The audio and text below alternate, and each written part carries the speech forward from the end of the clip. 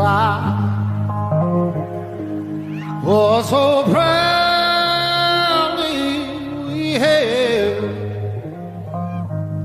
at the twilight that's gleaming, whose broad stripes and bright stars through the perilous fight. Oh, the ramparts we watched were so gallantly streaming, and the rockets regular upon her singing out, yeah, through the night that our flag was still there. Oh, say, does that star-spangled banner yet wave?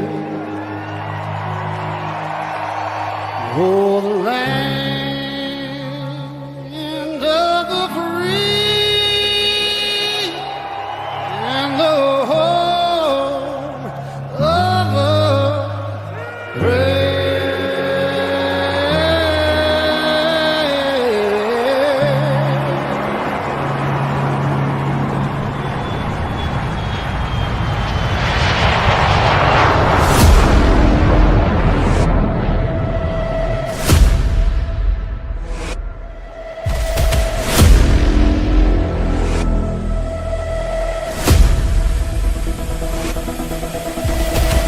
Welcome to Inside the Gamecocks, the morning show.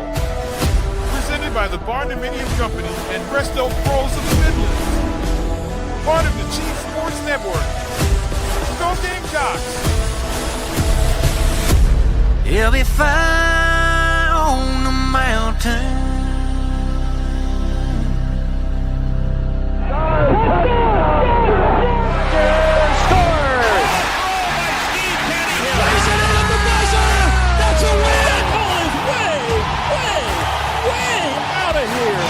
Consecutive home runs for Carolina. It is good. It's gone. He's in. Touchdown. Williams with the throw to the plate. He's going to score. It's a walk-off. Touchdown, South Carolina.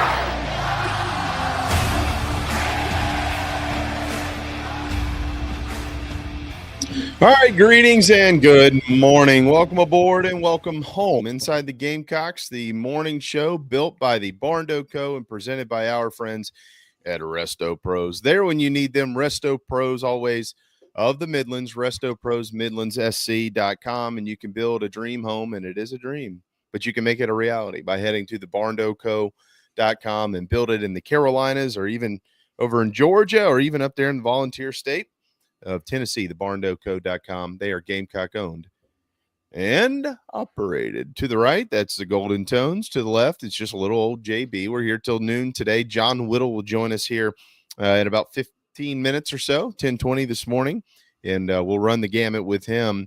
It was a weekend for the ladies of the University of South Carolina. The women, of course, in their fifth consecutive Final Four after taking down Duke yesterday, 54-50. We'll lead off with that here in just a moment. Softball, Ashley Chastain, they go to number 3 LSU. They're punished in game one. Didn't matter. They swept them yesterday, and they win the series for the first time since 1997. That 97 team was pretty good, might I remind everybody, 62-5 good. And they went to Oklahoma City that year. Maybe there's a repeat. Who knows? What's that? Trinity Johnson. Trinity Johnson. Yep. We had to correct that name last. We couldn't remember her last name. I don't know why, but so they win there. Congratulations to the equestrian team. They pull a major upset this weekend and win the SEC championship. I know some of you just tune in to hear about the 6th-string linebacker and the 4th-string water boy, but we also have to make sure we get a hell of a portal class in basketball, men's basketball. Yep, we got that on deck today. We'll talk about the portal, and of course, baseball this weekend swept by Tennessee at home. Had a chance to get a big one on Saturday and couldn't get it done, and we'll talk plenty about that as well. And of course, there are 4 1 seeds that are in the Final Four on the men's side. So those of you that took the chalk, you got it right this go around. So congratulations there. So it's a full vote. I did not. No, I had Michigan State and I had Tennessee in the Final Four. And I have a rule. I never go all chalk. I have 3 of the Final Four teams. I have Duke. I have Duke winning it all. I have Auburn. I have Florida. And I talked myself out of Houston over Tennessee, even though I don't trust Tennessee's offense in big games against good defensive teams. They just don't come through. And I said, well, but then you're going to pick 4 number ones. You're going to go all chalk. You're going to go against everything that you stand for, everything you preach. So I put Tennessee, and I ruined still has a chance to be a great bracket, one of my best, but that would have been the icing on the cake if I just went with who I thought would be the winner of that game, regardless of any type of patterns in filling out your bracket. Yeah, I'm with you on that because I don't ever go all chalk. I don't think I ever have. It's one of my better brackets ever, certainly, but the big ones down. I knew that's where my money was going to be made, and it was not made. That's okay. Houston is they're really good. I feel like in this neck of the woods, if you will, we've been so consumed by the SEC that we've almost forgotten that there are a couple of other teams that can go actually win this entire thing, and the Cougars are definitely one of them. John Strickland called that months ago. I got to give him credit. So they could. I think all 4 of these teams have a case. I feel less confident about my pick of Florida to win the deal than I did before. That's probably based on the fact that Auburn is if they show up and play the way that they're capable, they can win it. We know Duke can win it. They got the best player in the country. And after watching every minute of Houston over the last few days, they can absolutely win it too. Mike, I don't think it's been one of the best tournaments ever. I don't think it'll be a memorable tournament or anything like that by any stretch of the imagination. I just personally don't. But I do think that this Final Four, as it stands right now, as it stands today, but I do think this Final Four can change a lot of that. I think this Final Four's got a chance to be extraordinary. Yeah, no, I think the Elite Eight has been extraordinary. I realize a couple of the games were more lopsided, like Tennessee. I knew the first 5 minutes that game's over. So that wasn't a great game. The Florida-Texas Tech game was a classic. Yeah, it was great. An absolute classic. The Duke game, Alabama they just shot their way out of it, and Duke's just too good. The reason why everybody is high on Duke, and like you said, Houston kind of lives in the weeds. How many people can name a player on Houston's team? Everybody knows who Cooper Flagg is. They've been hearing about him since he was in the 11th grade, if not sooner. Even the Knipple kid. Like, he looks like a 35-year-old investment banker, but he'll take your heart out. I mean, he's like a dude. Just doesn't look like it. He doesn't fit the stereotype, but he's an absolute baller. So, yeah, Houston it's like another Kelvin Sampson team that suffocates you on defense and makes just enough shots. You're not going to win a rock fight against them, that's for sure. You might outscore them on a given night, but you're not going to win a rock fight against them. But no, I've heard the argument this has not been a great tournament. I don't know, based on what? There wasn't enough Cinderellas. I love the great matchups. And you better get used to it, too, because Cinderella is not going to have many places in Final Four, the Sweet 16. And quite honestly, that won't hurt the game. That'll help. It'll hurt for casual fans that don't follow college basketball all year long, and that they just live for the Cinderella story. They don't know a player in any of the teams. They fill out the bracket based on colors and big names and what have you. And that's their thrill. I get it. There's a lot of you out there, and that's fine. It'll help the people that enjoy the big brands playing against one another, much like we have in college football every year. So basketball, this is where they're taking a page out of the football book. It's all about the brands.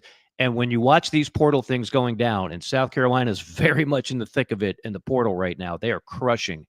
That is why you're just not going to see a whole lot of Cinderellas because those players get gobbled up to 6 and 7 figure deals from the Power Five, and we're not turning back from that. So, all that said, I've actually really enjoyed the turn. It's been a banner year for the SEC. Yep. 7 of the Sweet 16. How many of the Elite Eight was it? Was it 5? 5, I think. I think so. And then now 2 of the Final Four. So, I guess from that standpoint, I've really enjoyed it too, to watch the ascension. I'll just say this too one more time about Auburn basketball. You can't even. I remember the first time I did an Auburn game was for Carolina, Beardy's Memorial Coliseum. The game wasn't even televised. We had a game-winning steal and layup. It was one of my first kind of banner moments doing the games. So many people were listening, especially because there was no TV. And that was like the start of a pretty good run for that team that made the tournament. Auburn basketball back then was a joke. And for 15 years, Auburn basketball was labeled an absolute nobody can win their job. So when you're seeing Auburn go to 2 Final Fours in a 5-year span under Bruce Pearl, it lets you know one more thing that I've said for 20-something years. There's no reason South Carolina can't be a power in college basketball in this day and age, in this climate. And I will tell you this, I know for a fact they are spending a lot more money when it comes to NIL and the portal. And you will see a competitive team next year. Mark my words. What is it, March 31st? This is not April Fool's. Yeah, I was about to say, it's not an April Fool's joke. If I would have said it tomorrow, then all bets are off. But I'm saying it now. Next year's team will be nothing like what you saw this past year. There were mistakes made in the portal. It wasn't all about money. They went after athletes because the only games they lost a year ago were to really athletic teams. So they took athlete over skill. This year, they're getting more skill, and they'll be athletic, don't get me wrong, but they'll be able to shoot. Yeah. There's nothing worse than watching a team that can't shoot. And last year's team at times was abysmal shooting the ball. That will not be the issue next year. There's no question about that. I'm reserving as much of this conversation as possible so we can get Whittle in on it. No, yes, my bad. No, you're good. You didn't put the cart ahead of the horse. Baseball team getting swept. Yeah, it's like the same old story. No. You didn't put the cart ahead of the horse. I just know you got a lot of information. I know John does. So I want to make sure I tee this up and let y'all have a worthy one, and I'll step out of it. No. You don't step out. You stay in the ring. I haven't done my my weekend homework on the part. I did some last week, and I knew there were some things coming, but certainly didn't invest in that this weekend. I was more invested in my kids and the dipshit that was coaching against them this weekend. And I'm going to cut his ponytail off the next time he tells me what he told me. So anyway, wow, did this almost go to blows? Is that what no? I would never let that happen in a kid's game, but it could have had I been a different human. I can tell you that. No, you've matured now. You're not. You're not the scrappy, irascible guy that you used to be. Yeah, I just don't. I don't like people who coach kids for themselves. You either coach them for the kids or you don't. It's awful, isn't it? It's just as someone who's done some refereeing and umpiring at that level. Some of the parents are the worst. And some of the moms are the worst. Everybody's it's the dads. No. A lot of the mothers are the worst. Yeah. I had to throw out a mom out of a slow pitch softball game for like little girls. Hey, Mike, when I was playing baseball at Spartanburg Methodist, I umpired part-time because I had done it all in high school and stuff. I got spit on by a mom walking off a field one time. No, that ain't right. I got spit on. I literally looked at her and she pointed to the parking lot. And I looked at her and I was like, I can press charges, right? I'm not that guy, but I could. Yeah. I hope your kids are proud of you. That's what I told her. I just walked away. Yeah, it was. Whatever happened to her? Yeah, and it was because of the right call. I was at first. The kid ran through the bag and he turned. The ball got by the first baseman. He turned into the field of play and they tagged him out. It was a simple call. There's nothing wrong, but it ended the game. Did she look like Joe Dirt? Was she the female Joe Dirt? Josephine Dirt. Josephine Dirt. Josephine Dirt. Joanna Dirt. Yeah, it was rough. I was like, dude, are you serious right now? These kids are like 14. Anyways, but speaking of women, a banner weekend for the ladies. We'll wrap up segment 1 with what transpired yesterday with Carolina. Look, I got to give credit to Carol Lawson and Duke, man. I mean, they knew how to play the Gamecocks, they did it to the best of their ability. They just weren't good enough to beat them. South Carolina wins, and they're for the fifth straight time. They're in the Final Four. I got a couple quick notes here. Obviously, we all know they're trying to make it 3 titles in 4 years. Nobody's won back-to-back since UConn did it 4 straight times, 13 through 16. This is the 7th in 10 years for the Gamecocks. Remember, in 2020, it all got canned. But did you know this is kind of like fallen on deaf ears because UConn hasn't won a title since 2016. Do you realize if UConn wins tonight, which, by the way, because of the Juju Watkins injury, people might not realize what the spread is. UConn is a 14.5 favorite now over Southern Cal because their star players obviously done for the year. 14.5 in this Elite Eight game tonight. But if UConn wins the game, do you realize this will be their 20th Final Four appearance in 25 seasons, and their 9th in 10 seasons? They're 9th in 10. I mean, that is nothing to just like forget about. And I feel like a lot of people have kind of forgotten about it because the Gamecocks have been the ones winning the titles. Yeah. But that's crazy. Yeah, Gino's the GOAT. I mean, I know for some people that's hard to spit out.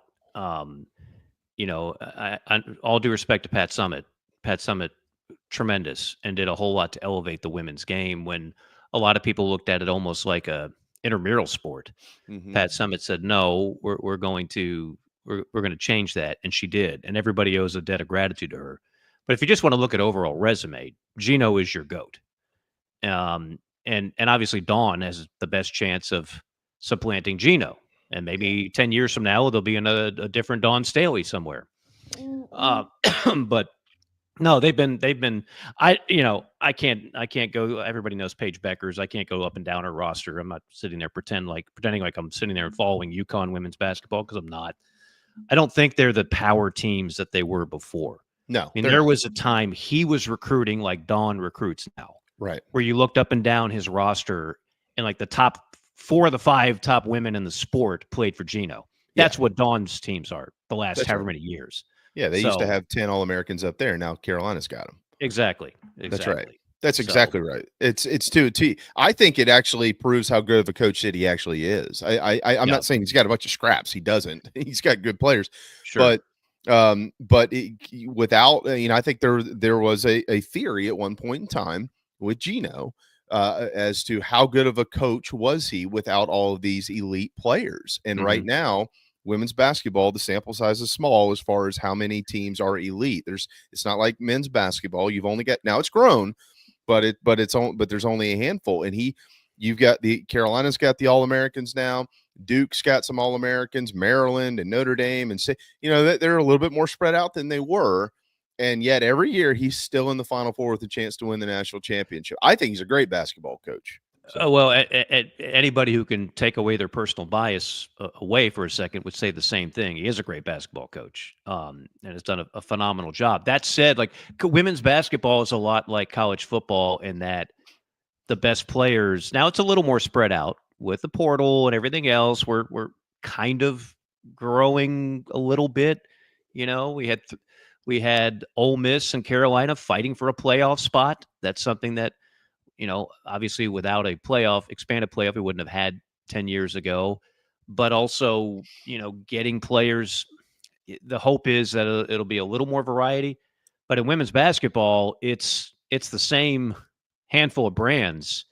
And that's why losing Juju Watkins was such a huge loss, because Southern Cal women's basketball is not a huge brand today. It was back when Cheryl Miller and all that played. But you had a player that was like must-see TV.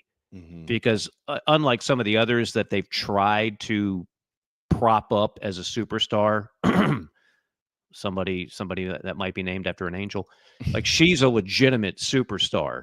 And so the average fan that wants to get into women's basketball loses by her not playing in this tournament anymore.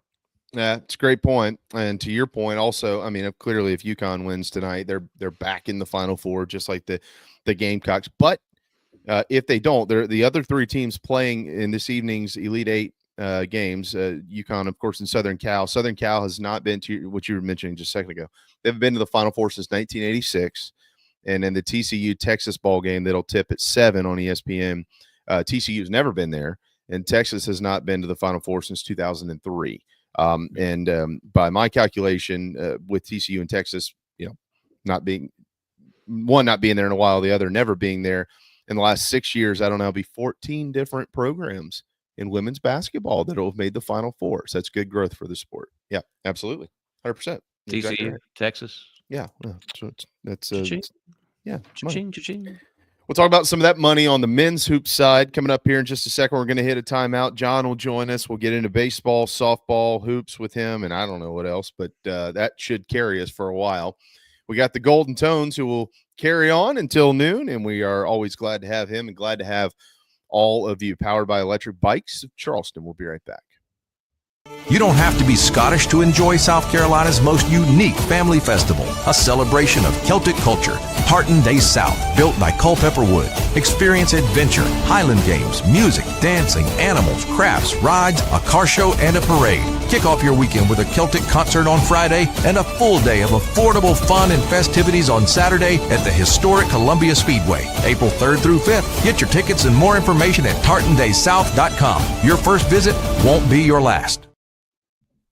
Charleston Fitness Equipment is keeping South Carolina in shape. Clients have come from all over the Palmetto State to find that one piece of equipment that they enjoy that keeps them looking and feeling good. Whether it's a home rower, treadmill, elliptical, free weights, a home gym, or something else, Charleston Fitness Equipment keeps the mirror smiling back at you. Get in shape like the Gamecocks do. Visit charlestonfitnessequipment.com. Gamecock owned and operated and proud partners of Inside the Gamecocks, the show. Nana's Porch presents a Southern staple delivered right to your doorstep. Nana's Porch locally crafted pimento cheese has been a hit for years at weddings, tailgates, and other events. Now you can order online and have it sent to your home. Visit nanasporch.com. That's nanasporch.com and click the pimento cheese tab to choose between their original pimento cheese and their jalapeno smoked pimento cheese set. nanasporch.com, man, that's good.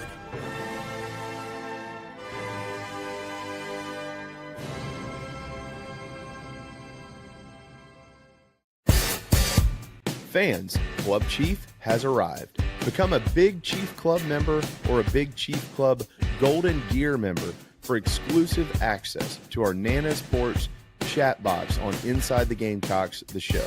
Plus, you'll get access to our VIP tailgates, prize drawings, merch, and much more. A portion of your monthly membership goes to the Garnet Trust, supporting NIL at the University of South Carolina. Pull up your Chief Sports app and join on the home page. Thank you so much for being a member of Club Chief, and we look forward to meeting many of you very soon.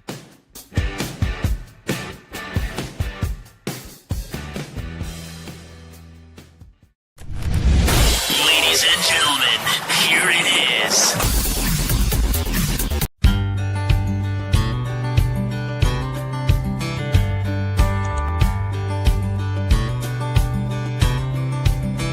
Get along on down the road. We got a long, long way to go. Scared to live, scared to die. We ain't perfect, but we try. Get along while we can. Always give love the upper hand. Paint a wall, learn to dance.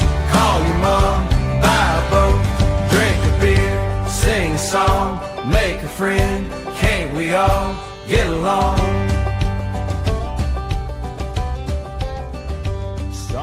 All right, it's 10:25. Welcome back. The morning show, powered by Electric Bikes of Charleston and built by the Barn Co. And there's John Whittle standing by patiently. Hey, John. What's happening? How are you doing today? We're all living the dream. John, can't you tell? This is the dream right here. This is what you get. Absolutely. I'm trying to figure out what brand of hotel Mike is in right now. No, this is not a hotel today. That's not a hotel? No, this is actually this is Studio South. Okay. Studio South in West Palm. I had a nice backdrop, but I can't understand why when the open plays, it kicks me off, and then I have to downgrade the I until Jamie installs me a new laptop, I'll never understand it. So I can't go with the fancy background. So I just have this generic painting behind me. which I think is nice. Well, you I like the painting. Please don't take this the wrong way. It looks like a hotel painting. It does look like a hotel. No, you're right. It's very generic. Can't offend anybody, right? I mean, very neutral colors. We got some mountains, I think. Let me see if we can get this. Well, you stole that from Doring's house. So yeah. So we got some mountains, and I think we got some snow, it looks like, and it's overlooking a river, and you got trees. It's beautiful. It's very, very naturey. Very naturey. Very well, yeah. We just need your birds chirping to complete the whole ensemble. I've got the video version. Yeah. You need the audio. We need those birds back in the nest. We'll see what we can do. Maybe they'll show up today. Okay, great. Speaking of birds in the nest, Gamecocks hoops got a couple this weekend. John, we'll start there, and then we'll make our nice transition. I know, you got to do this for a while to pick. You got to, yeah. We're absolutely getting to softball, and then we, of course, are going to get to baseball. Let's start with hoops. I know you've got a bunch of intel, and Mike has a bunch of intel as well. But it was a good weekend in the portal for Carolina basketball. Yeah, I mean, I thought so. I mean, I obviously highlighted by Trayson Eaglestaff. He scores like. I know it sounds easy, but this South Carolina team was tough to watch a lot this year because they couldn't knock down shots, and there were open looks all over the place. I mean, that's what I thought. Maybe y'all disagree. I thought there were a lot of open looks, and we just didn't knock him down. And this guy can knock him down. 6'6", 190, 200 pounds, 40% 3-point shooter.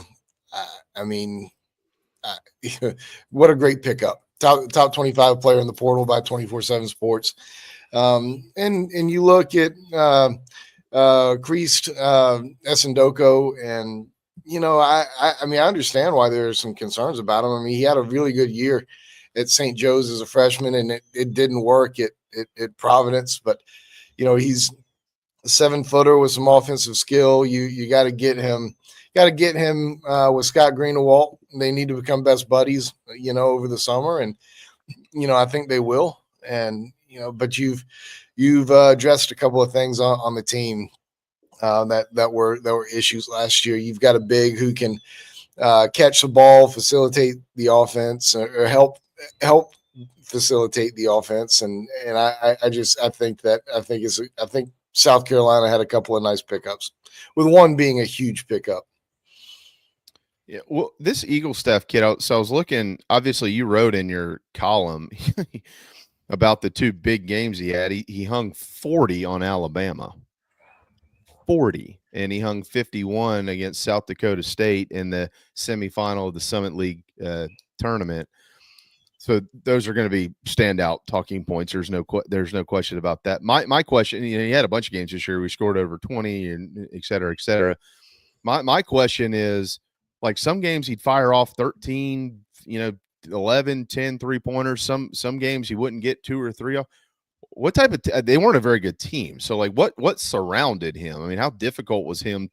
Everybody knew he was the scorer. So what do we know about how difficult it was for him to produce with a team that only won 12 ball games?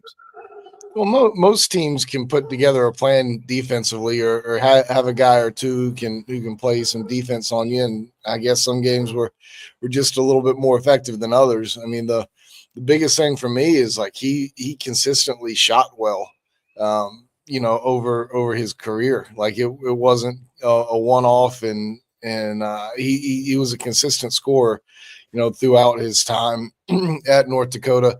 Really, really good kid. Visited with his mom and his aunt over the weekend. Heard nothing but great things about the family in general. So, I think this is certainly nice news to start the week for South Carolina. Permission to add something on Eaglestaff? Oh, yeah, go for it. Because you asked a really good question. Dalton Connect. I'm not saying he's Dalton Connect. To me, actually, he's got more of a little bit of a Jimmer Fredette in his game, but about 4 inches taller. Dalton Connect went to Northern Colorado, was not even first team all conference, which the first time I had him, in a game in Starkville. I was like, how in the hell did this kid not get all Big Sky? The numbers were similar, but like they didn't win championships at Northern Colorado, and a lot of people didn't know about him. And when you look at Eagle staff, just watch. I encourage anybody watch the game against Alabama. I happened to be in a hotel room somewhere. I didn't have this pretty painting behind me at that hotel, and I watched him in that tournament. I think it was Atlantis, light Bama up for 40. Those aren't just hitting open shots. He's creating shots. Like, he's not just a set shooter. He is a guy that can, off the bounce, off screens, off the whatever you give him, he can create. He will be a scorer at Carolina. And to John's point, Lamont Paris's offense, absolutely, like, it creates open shots. Nobody hit them last year for Carolina. Right. Problem. What you now have, and they're not done yet, and yes, we'll get to Meechie later, but you've got some dudes that can actually hit open shots, and that's something that hasn't been there in a while. But this is the kind of kid that, again, that's just, for whatever reason, hasn't been in the South Carolina uniform in a while. They've had some really good players. They haven't had really good scorers necessarily. So I don't think I'm overstating it that he can come in and be a major factor from moment one. I mean, they're paying him a lot of money. I won't quote a figure, but I will tell you, for those that are concerned about the buy-in by Gamecock basketball, financially, they were dead last in the SEC a year ago. They are not going to be – they're not going to be number one. I don't think Carolina's ever going to be number one in hoops. But they are going to be very much in the sandlot with where all the popular kids reside and are courted by all these other teams. And this was a guy that could have gone a lot of places for a lot of money, but he realized this offense and Lamont Paris and what they do at Carolina will fit his game like a glove. You said a lot of places. John, you reported on some of this. He had some incredible suitors for him too, didn't he? Yeah, I understand that he had visits set up with Gonzaga and Kansas and Kentucky.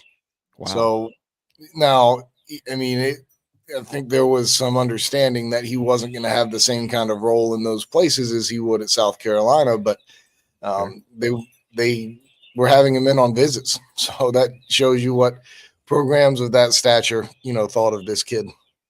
Yeah, they don't. Those teams, unless I miss something, they don't sign bad basketball players. They do sign good ones, right? Just to be clear. A career. So this past season, he averaged 19 a game.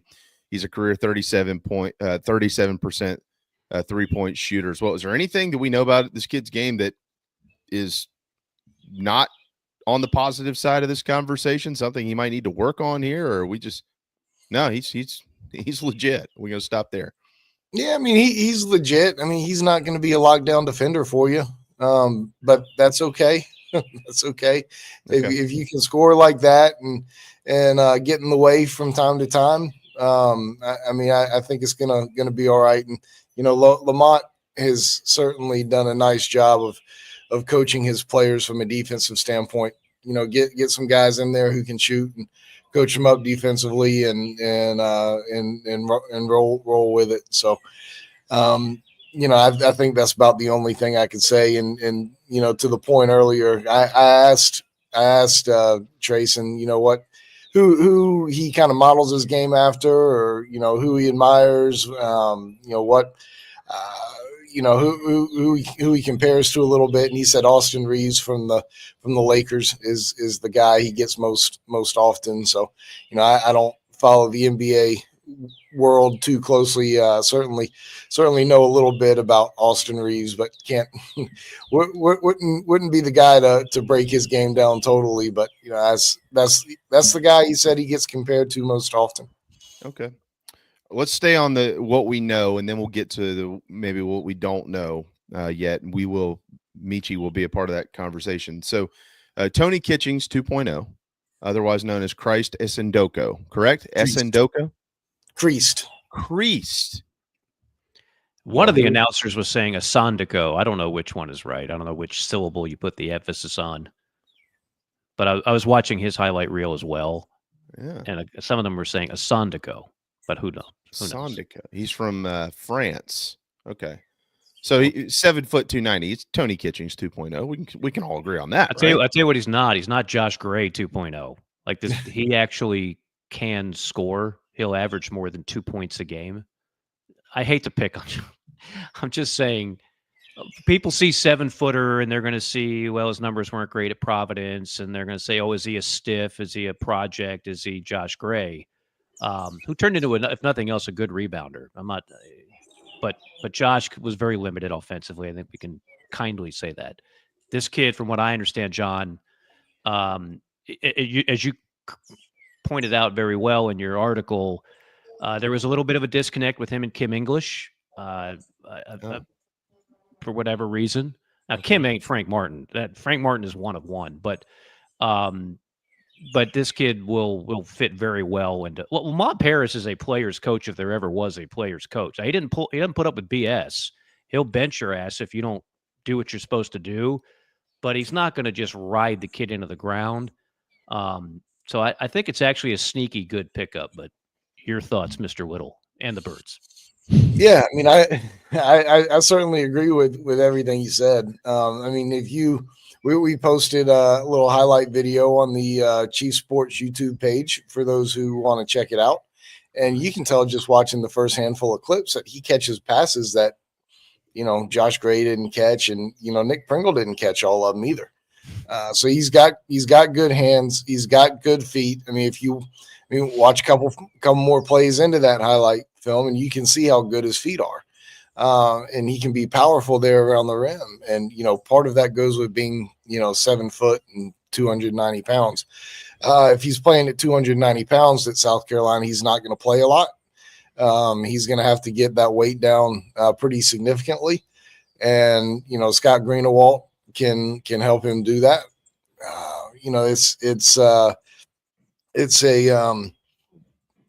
It's going to be a similar challenge to that of BJ Mack, but BJ Mack did a nice job too. Some folks may not remember the conversation, but after his Wofford season, BJ Mack, his weight got up really high, and they had to work really hard to help him get it back down to a good playing weight, and they did that. And if Kreese has that same kind of work ethic and dedication, I think he's going to be just fine. A couple of his better games this year, for what it's worth, came against St. John's and Indiana. So for those that want to look through the stats a little bit, you'll see that those do, when it comes to boards and points, et cetera, he did almost have a double-double earlier this season against the Fighting Hornets of Delaware State. All right, let's talk about Meechie. This came out on Friday while we were on the air. I'll lead off with John on this. Have you heard anything? Have the Gamecocks and the Johnsons, have they spoken? What's the deal up there? Yeah, they've definitely spoken. They spoke probably before he went into the portal, if we're being honest. If we're not being honest, we can say as soon as they went into the portal. Okay. Let's not be honest and make sure that we abide by all the rules. But I don't know where it's going to go. South Carolina has interest in Meechie. Meechie has interest in South Carolina, but Meechie wants to go through the recruiting process again for the however manyth time, and we'll see where it goes. I don't know that that's what South Carolina needs to be sitting around waiting on. But, there's certainly an affinity that Lamont has for Meechie and vice versa. And, we'll just see how this situation evolves. I think Meechie wants to hear all of his opportunities that are out there, despite the fact that he was very successful for 2 years at South Carolina. And, I guess he's still hunting for something different. The kid's only had like one really good year in his college career, and that was with Lamont Paris. So I mean, is it worth going somewhere else for an extra $50,000? I don't know. In today's day and age, where he's going to be making hundreds of thousands of dollars, he's not a 7-figure guy, but he'll be making hundreds of thousands of dollars for someone. I just wonder if the the ability to go where they know your game, they know Meechie's strengths, and they also know his weaknesses. Meechie is not a point guard. He's not a point guard. Right. He could play a little combo when need be, but they will that offense will be contoured very similar to what it was 2 years ago to Meechie's strengths and avoiding his weaknesses. Whereas if he goes somewhere else, not necessarily a guarantee. So only Meechie And you were knows. loved here. Like you were 100%. Well, that's the other thing. He's a great kid. I mean, he's very lovable, but like a lot of these kids, they're getting advice from a handful of different people, and not all of them want their best interest at heart. Unfortunately, that's just, to ask these now, we're not dealing with a 17-year-old. We're dealing with I don't know, what is Meechie, 22, somewhere in there. It's going to be his 6th year of basketball. Maybe it's 23 and a half. I don't know, but he's a grown enough to where he should know this guy is not giving me good advice. This person is.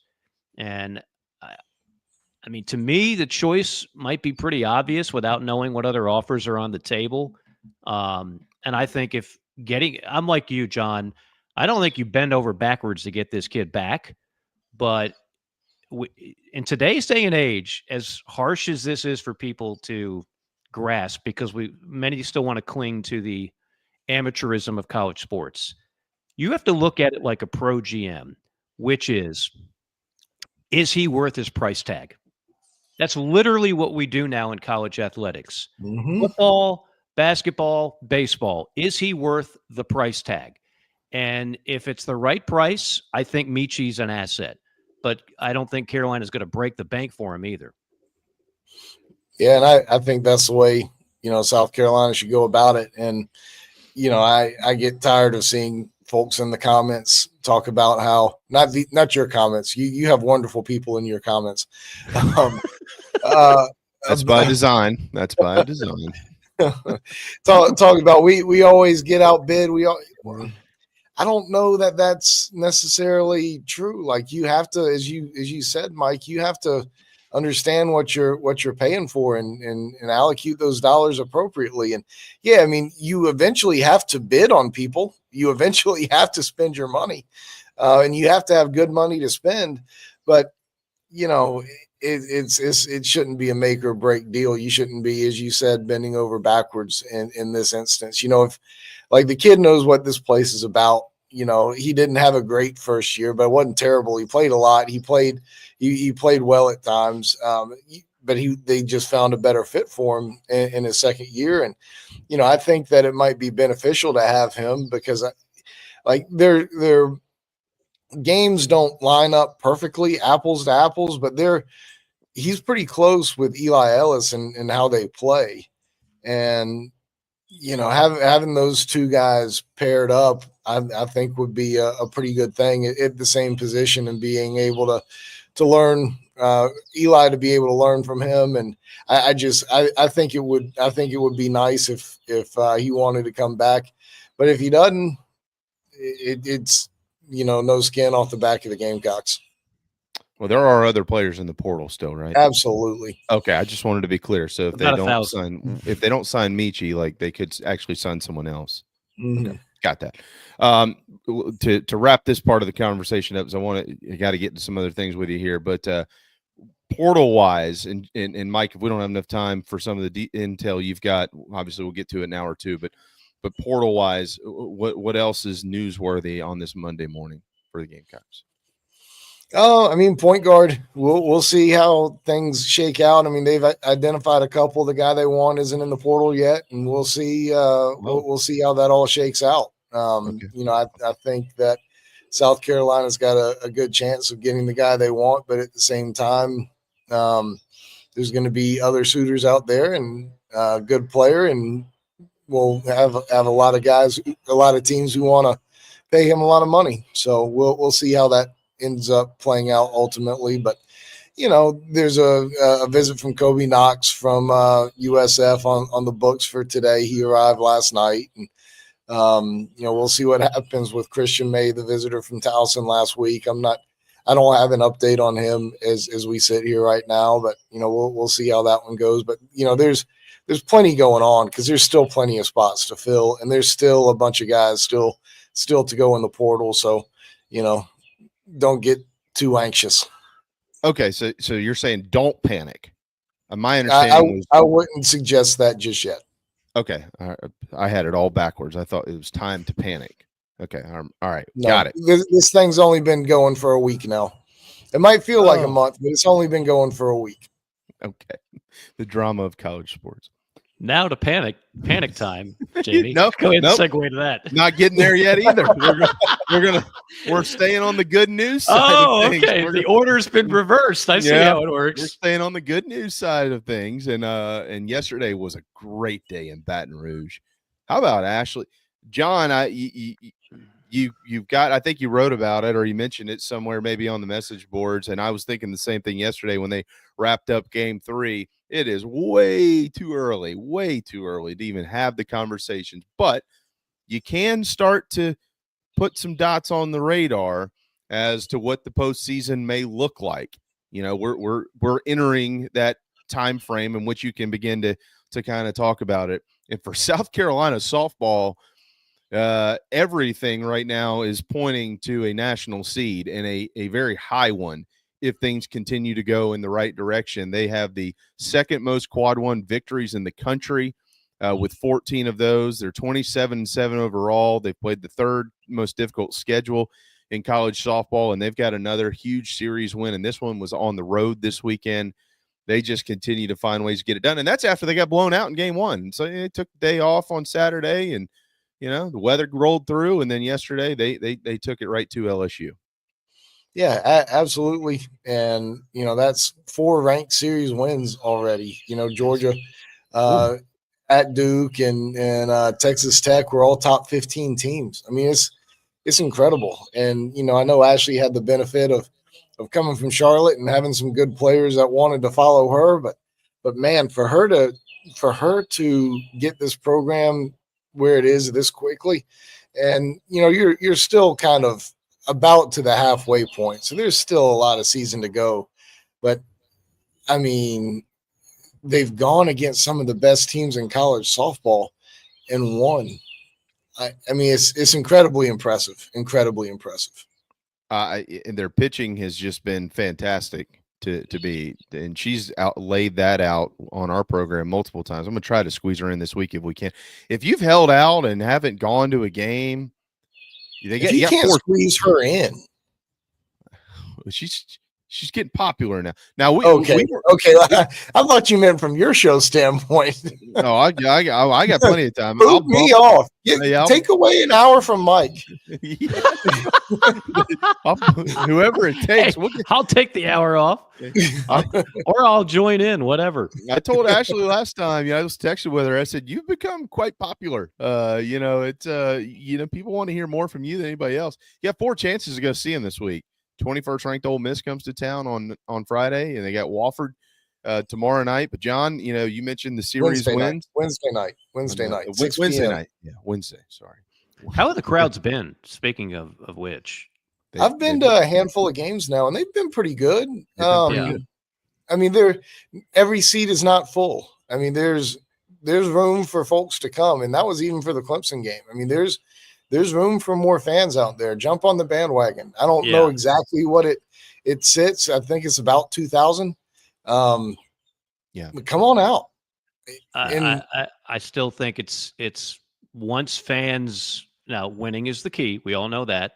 A lot of people that never cared about women's basketball all of a sudden became junkies.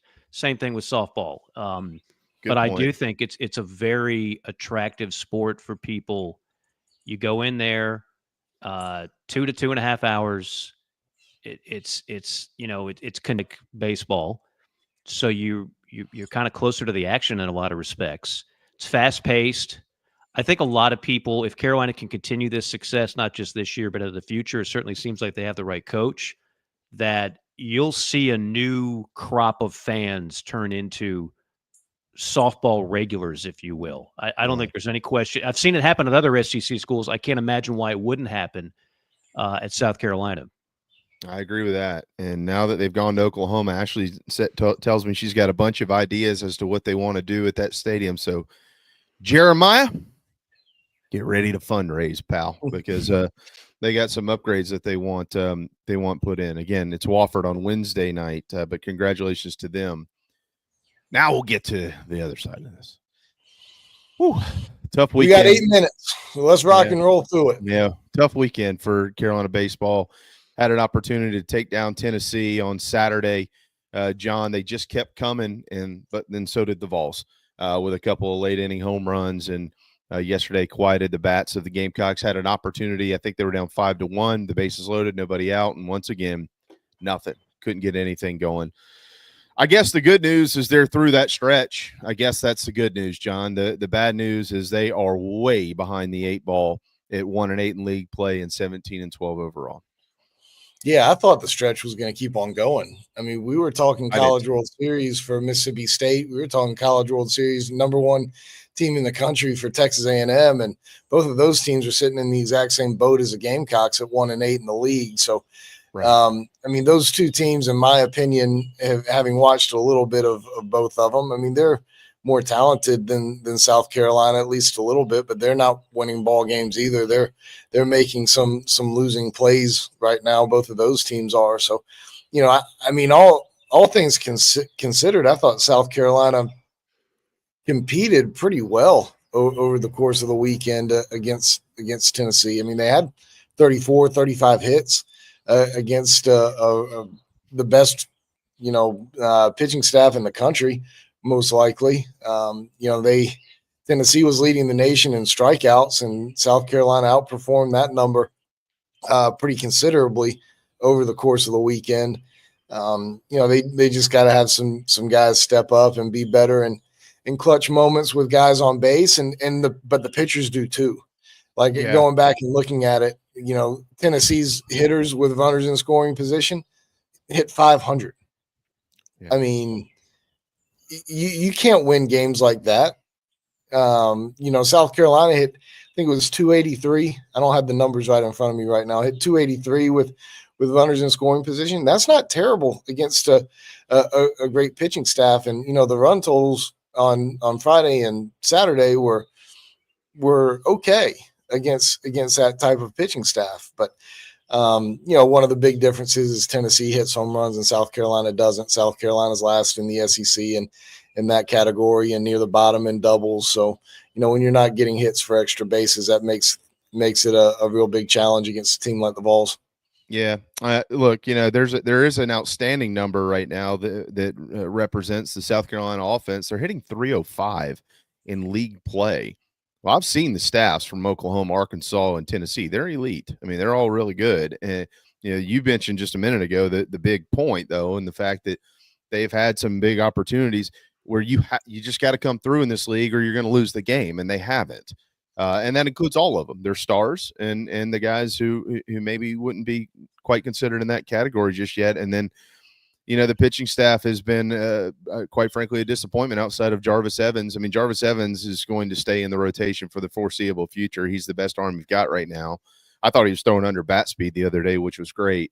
And it kept Tennessee well off balance. But the bullpen is just, it ain't good.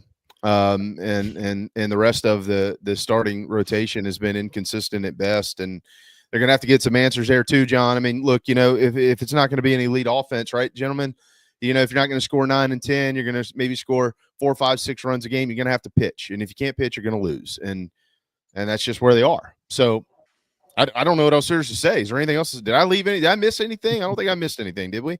No, I don't think so. I mean, defense has ticked up a little bit. Only one error, albeit a crazy costly error on the weekend.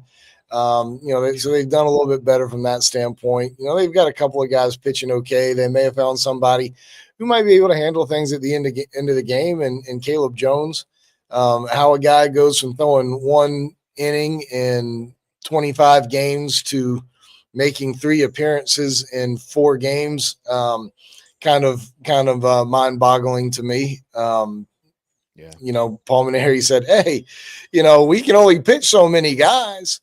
It's not like you had a whole bunch of guys who were performing great. You know, if you had a guy like that on the bench, you say you didn't know. Hey, we didn't know he was going to be that good when we threw him out there. When we threw him out there, he was really good. Hey, we have so many guys doesn't hold any water, but you know, it is what it is. I think Caleb has a good chance to pitch at the end of games if he comes out and is used appropriately and you know, performs like he has been. So I think that was a nice development from the weekend as well. You look at Bo Hollins was incredible against a great pitching staff.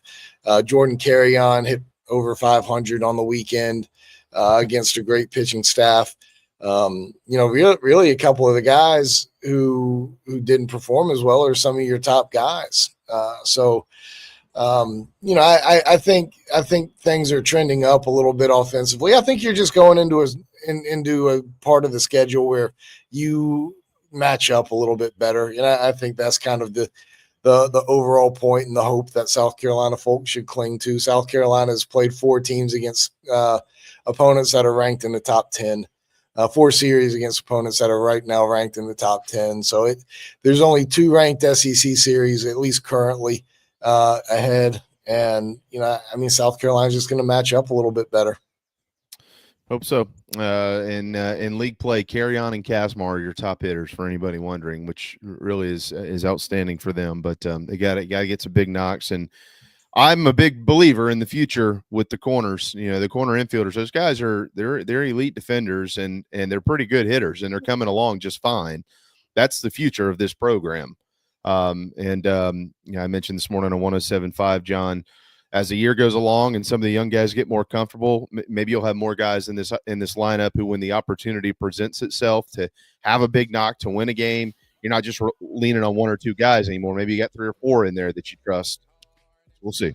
We got to get you out of here. You got another interview, but you're always it's just splendid when we get to have you on Mondays. It makes everybody's lives better. And we love the birds and the backdrop and the whole 9 yards.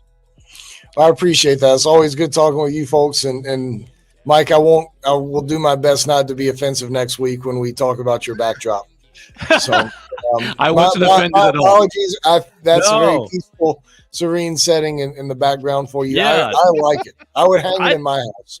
Well, I just happen to have a copy of it, John. So send me your address, and it's never too early for a birthday gift. A self-addressed stamped envelope as well, like you used to have to send in back in the TV contest in the 1990s. Yes, you need to take care of the postage. I can't guarantee you postage, but I can guarantee you a lovely copy of this print.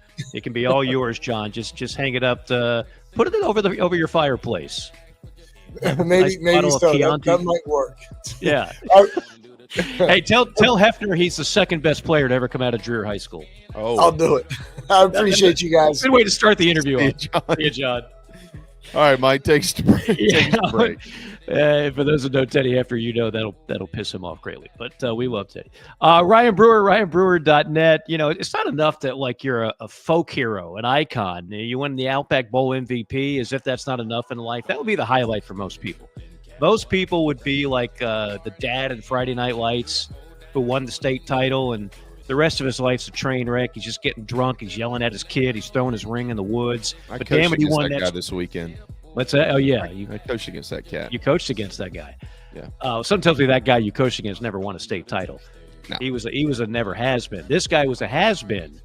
Well, Ryan could have just rested on that and been a just grouchy old drunk and never really been a nice person. But that's not Ryan Brewer. He's still a great person, great family man. And, oh, by the way, he's got the best fencing company in the entire state of South Carolina. That's just the way Ryan rolls. You can experience Ryan Brewer and his staff's experience of over 15 years. Consultation and installation of residential and commercial fencing and railings. Rest assured the job will be done right the first time and on time. Go to ryanbrewer.net for more information. Very strong guy, too. Very strong. Very strong. You don't want to battle him in the post. No. It's 11. We got an hour to go. An hour's in the books. We'll be right back.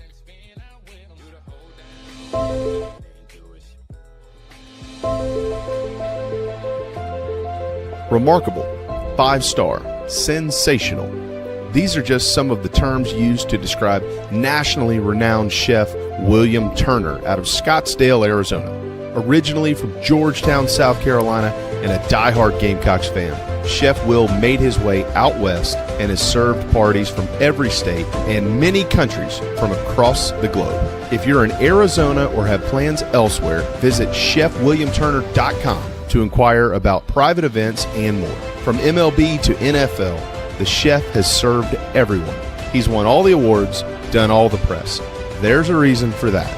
Food from every culture, all of it first class. chefwilliamturner.com and Chef Will Turner on socials. You won't believe what you see. You really won't believe how it tastes.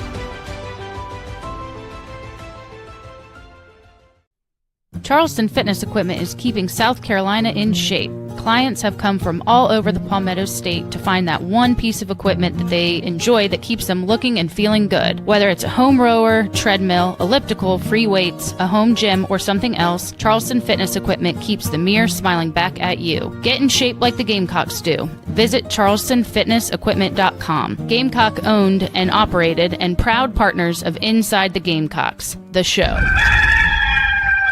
We got started in 1979. Because we're a manufacturer, we're able to control our costs. That's why we like to manufacture as much of the product as we can, because in our factory stores we can offer a competitive edge over other people around the country. When people come into one of our Palm Casuals, it's like they're buying their car at Detroit. They're going right to the factory and buying their car. 30-day money-back guarantee. That's a big deal with us. When we give 30 days to do anything, return it, change it, get a different color, get your money back. When you pull into a store and it says Palm Casual, you know you're at a factory store.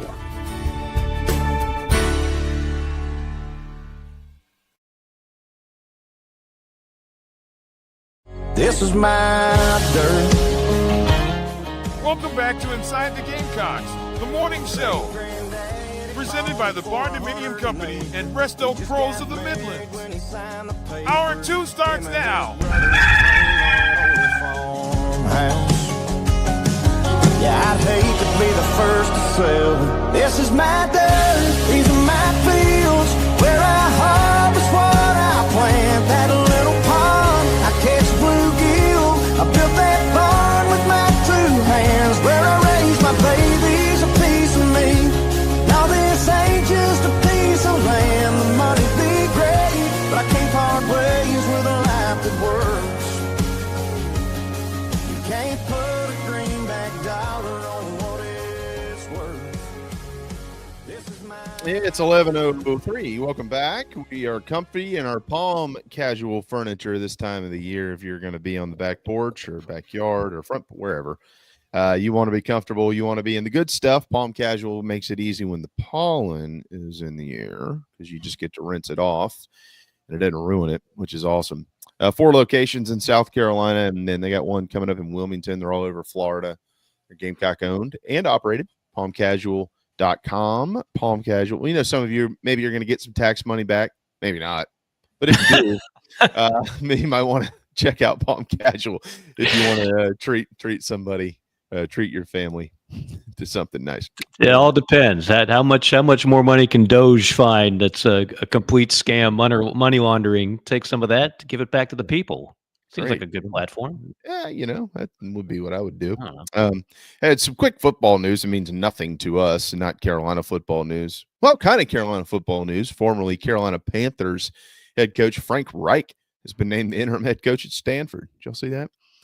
So he'll coach interim, just a 1-year deal. Yeah, it's fully a 1-year deal. I'm coaching you this year, and then I'm out. Frank got a raw deal with the Panthers. That he had no chance. No, he had no chance as they continue to just kind of bungle everything that they do over there. But before that, Frank Reich actually did some good work. So I wish him well.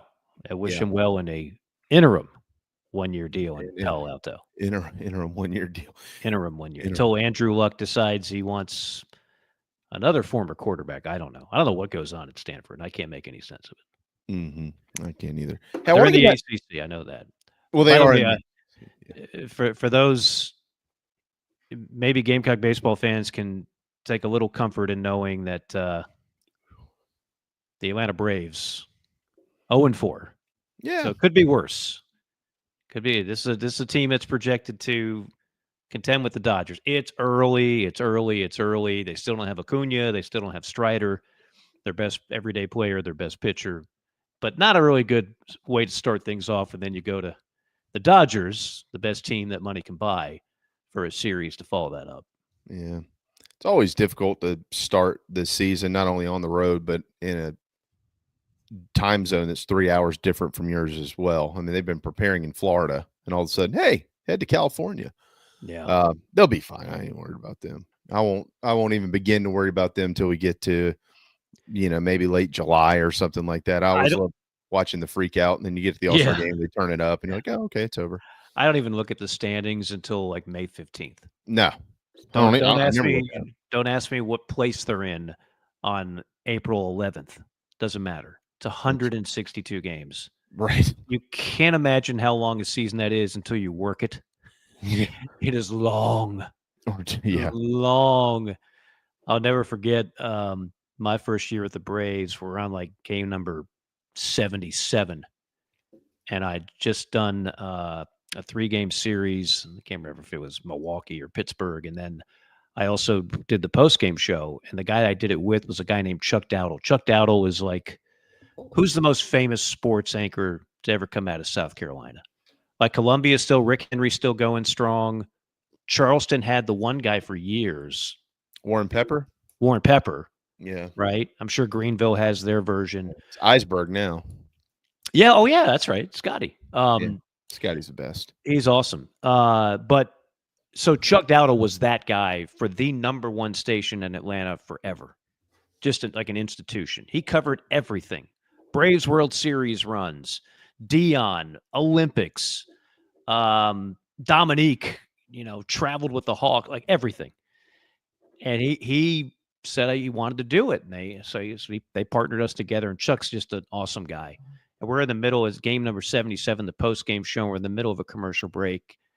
And he says, Mike, one thing about baseball, I'll clean it up. It's a long blanking year. I ain't doing this again.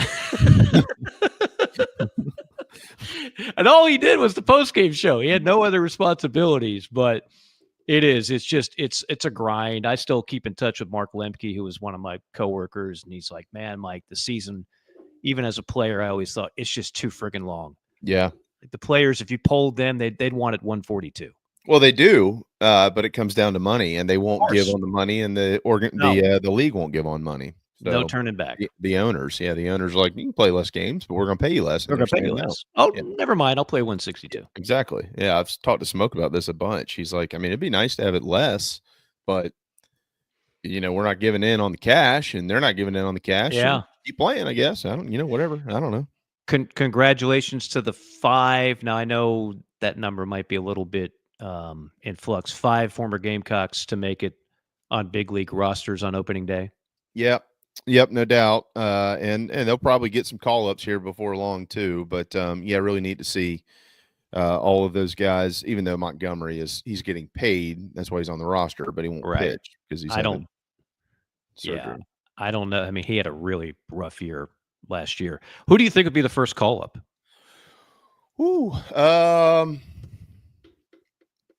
I don't. Should have asked Whittle this when he was on. He keeps up with that as much as anybody. Yeah, I don't know, man. You can't even project it anymore. I mean, Well, I mean, I would start with who are the guys in AAA, and I don't know that off the top of my head. Maybe somebody on chat row will have that. You can't even remember all the guys that are in AAA right now.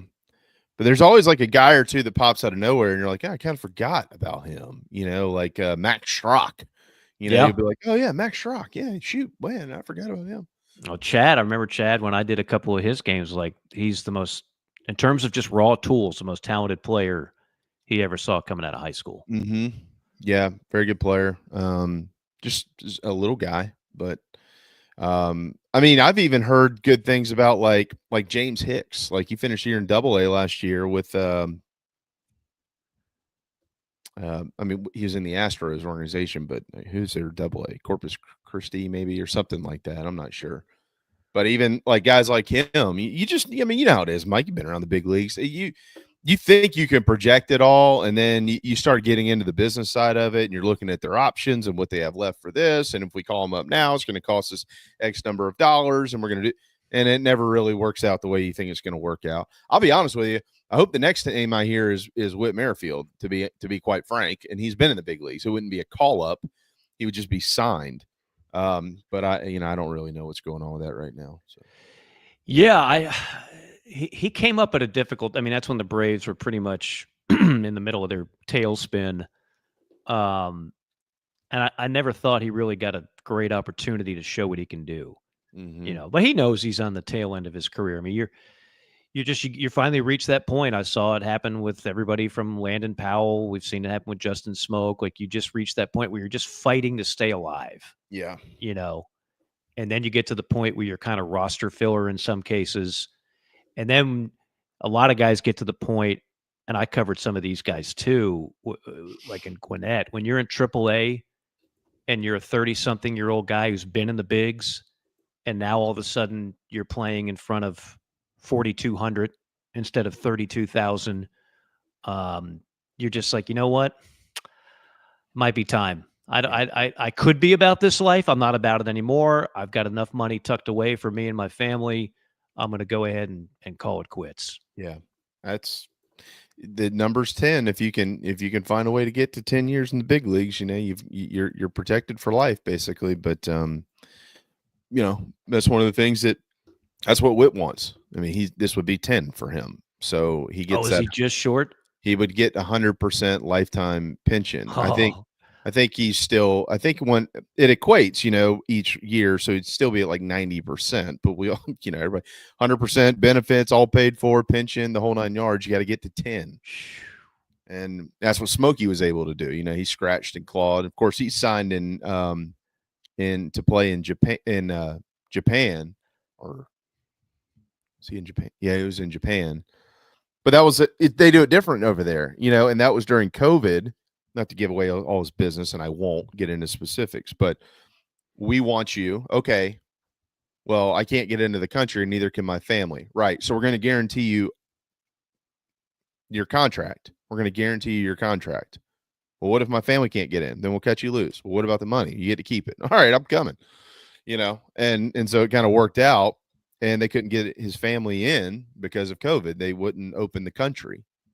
And but it was like, okay, I got to this point, and then instead of scrounging around like you just said a minute ago and playing the game with what organization wants to sign you, and am I going to get called up or sent down or whatever, just take the money and go overseas. Mm-hmm. Suck it up for a year or two, and everything's good to go. There's no shame in hitting bombs for the UColt Swallows.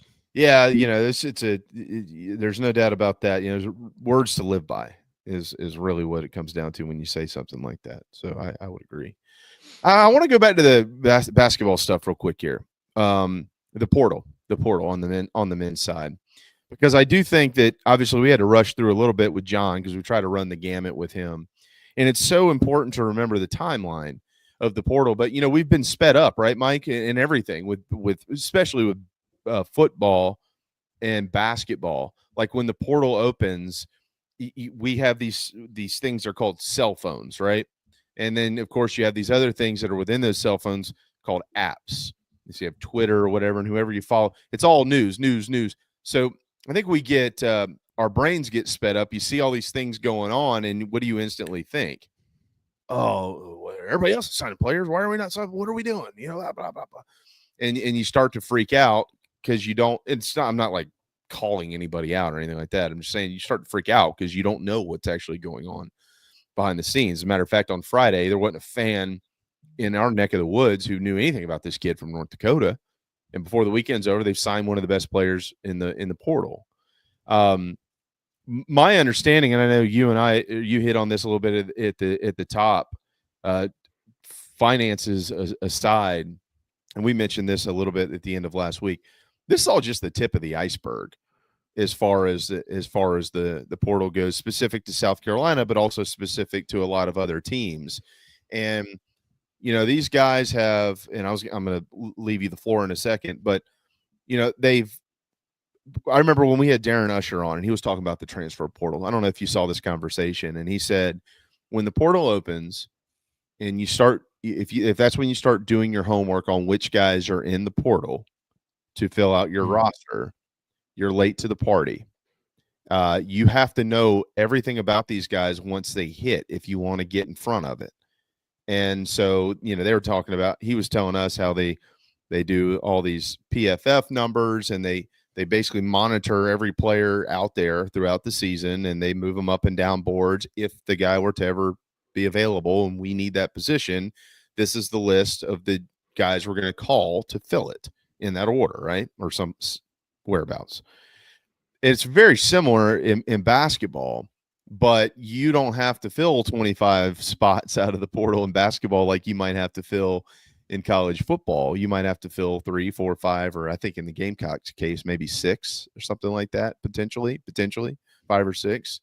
But my understanding was there's a lot, like this list is very lengthy, Mike, for South Carolina. They know who is in, and as y'all admitted to or alluded to, who is getting in to the portal or planning to get into the portal. They're prepared for that. Financially, they're there.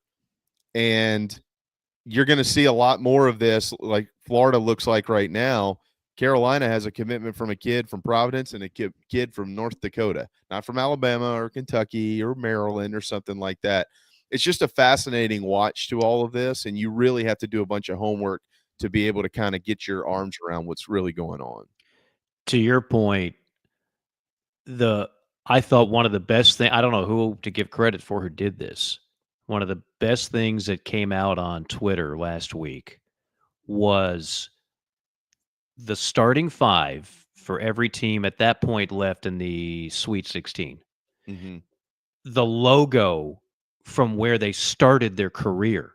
Yeah, that was crazy. And Purdue was the only one that had all 5 players, okay, for that started at Purdue and were still playing and starting at Purdue. Everybody else transfers all over the place. Mm-hmm. And what it was, in most cases, these were not kids from major schools.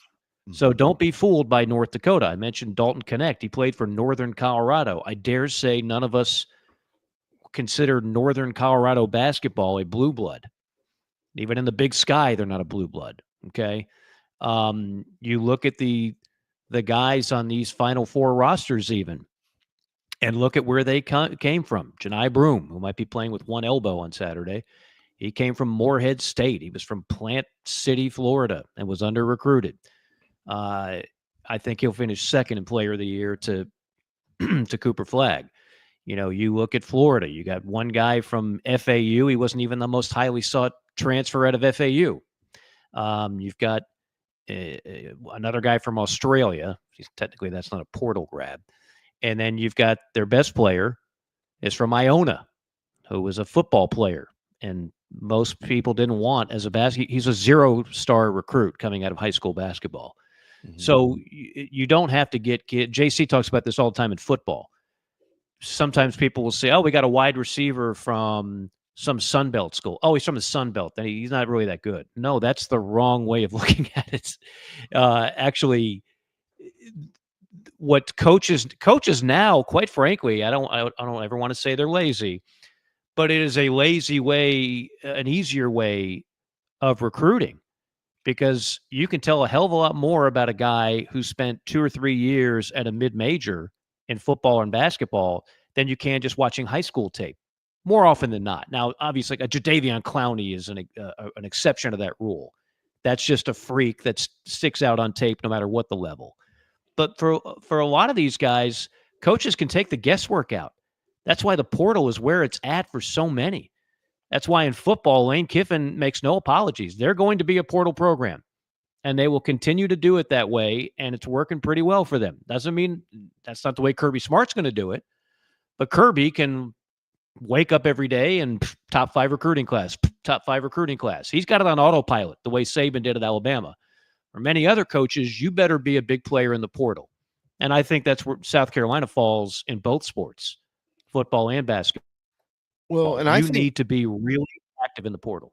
Yeah, and Mike, to piggyback on what you're saying, I think just the news, like that, just for instance, the kid from North Dakota, if what is being reported is true, and he had visits set up to these other schools, that's kind of why I made this snarky remark earlier. Like, well, he might not have been like the guy, but they don't. Kentucky doesn't sign bad players. Neither does Kansas or Gonzaga. They're going to sign good players. I don't care if they're going to be the starting guard or not. Like, if you're going to be on that roster, you're going to be a good basketball player.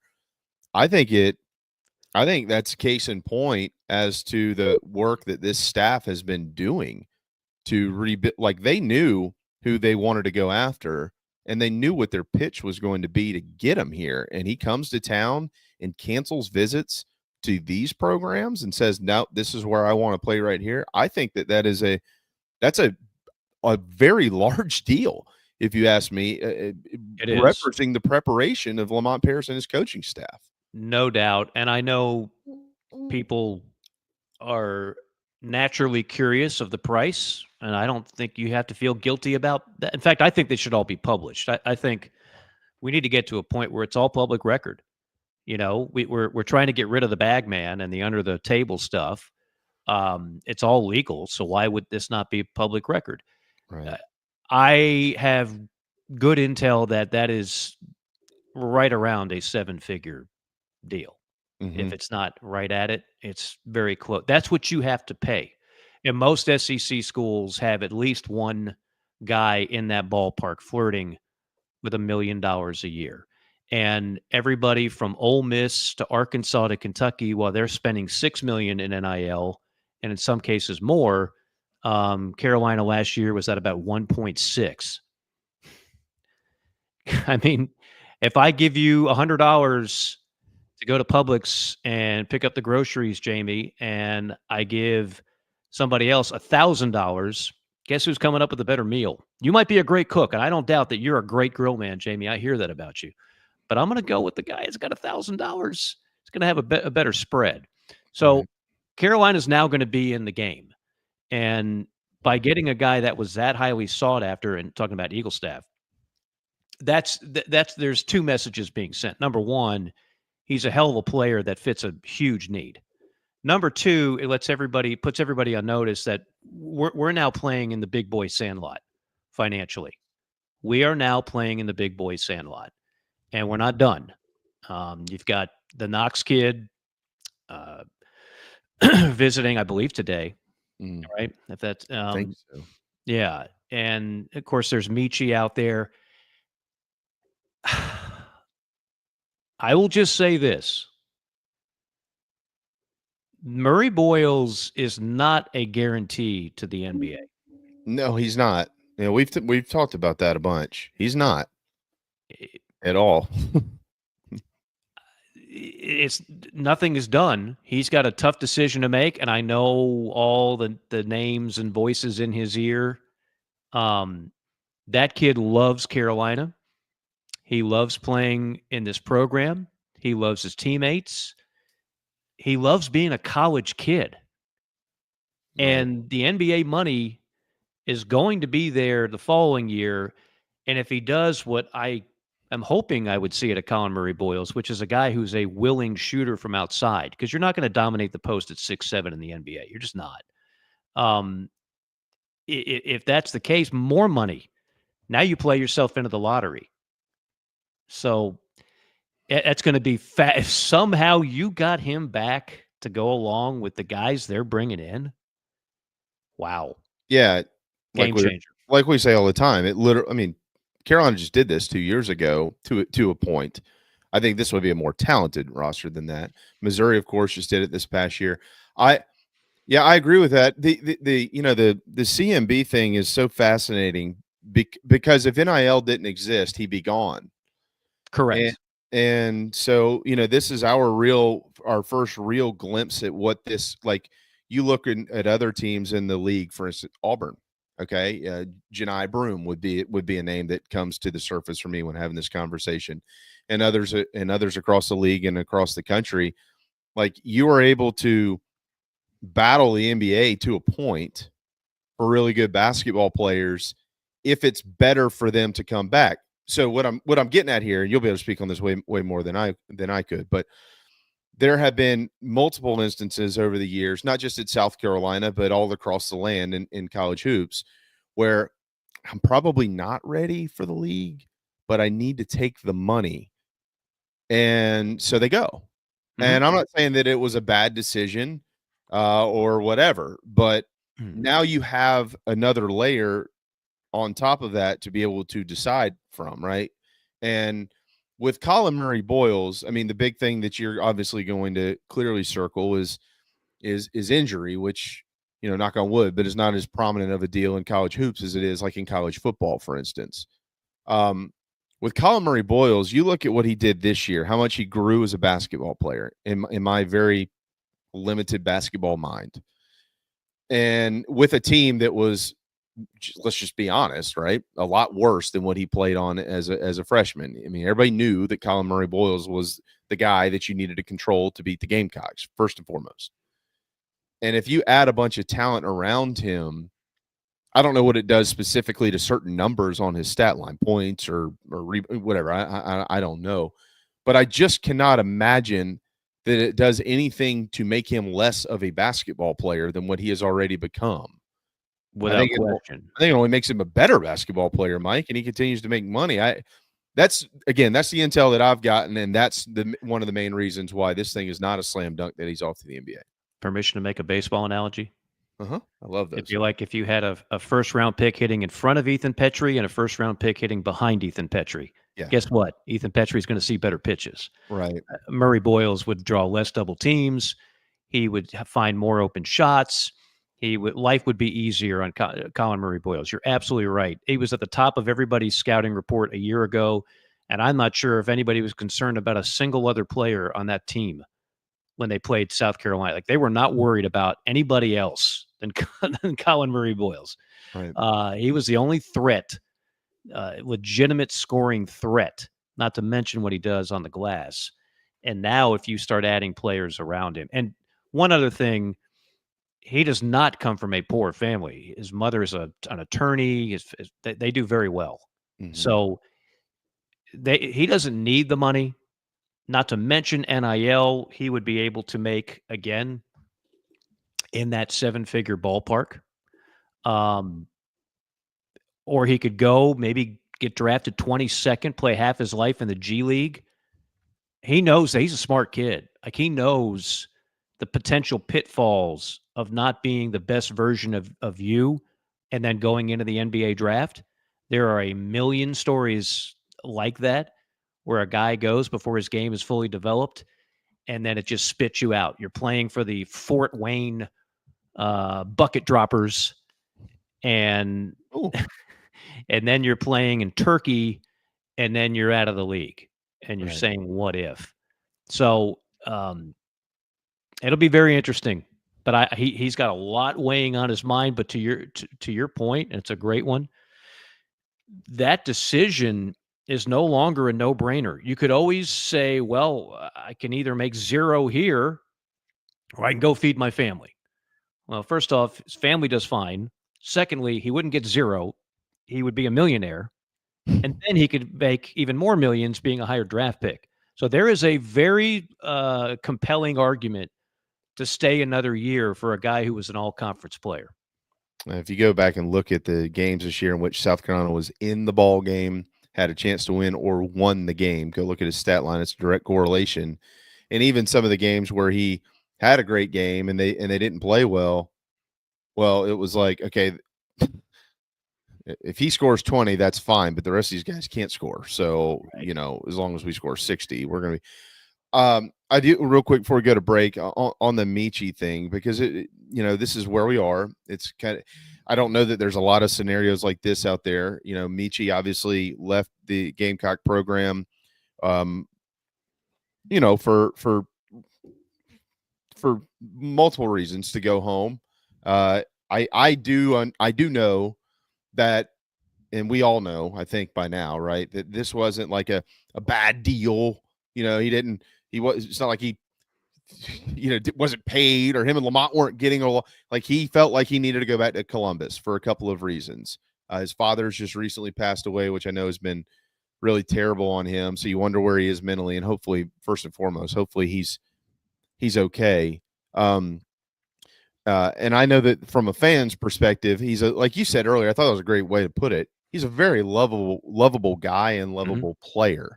And when he goes off, he is something to watch. There's no question about that. I had, this is way back in November, Ohio State played Texas A&M, and I did the game for ESPN and went there, shoot around. He came up to me, recognized me, and just started talking. And I said, "What, you keep in touch with all your guys back at South Carolina?" He says, "Every one of them."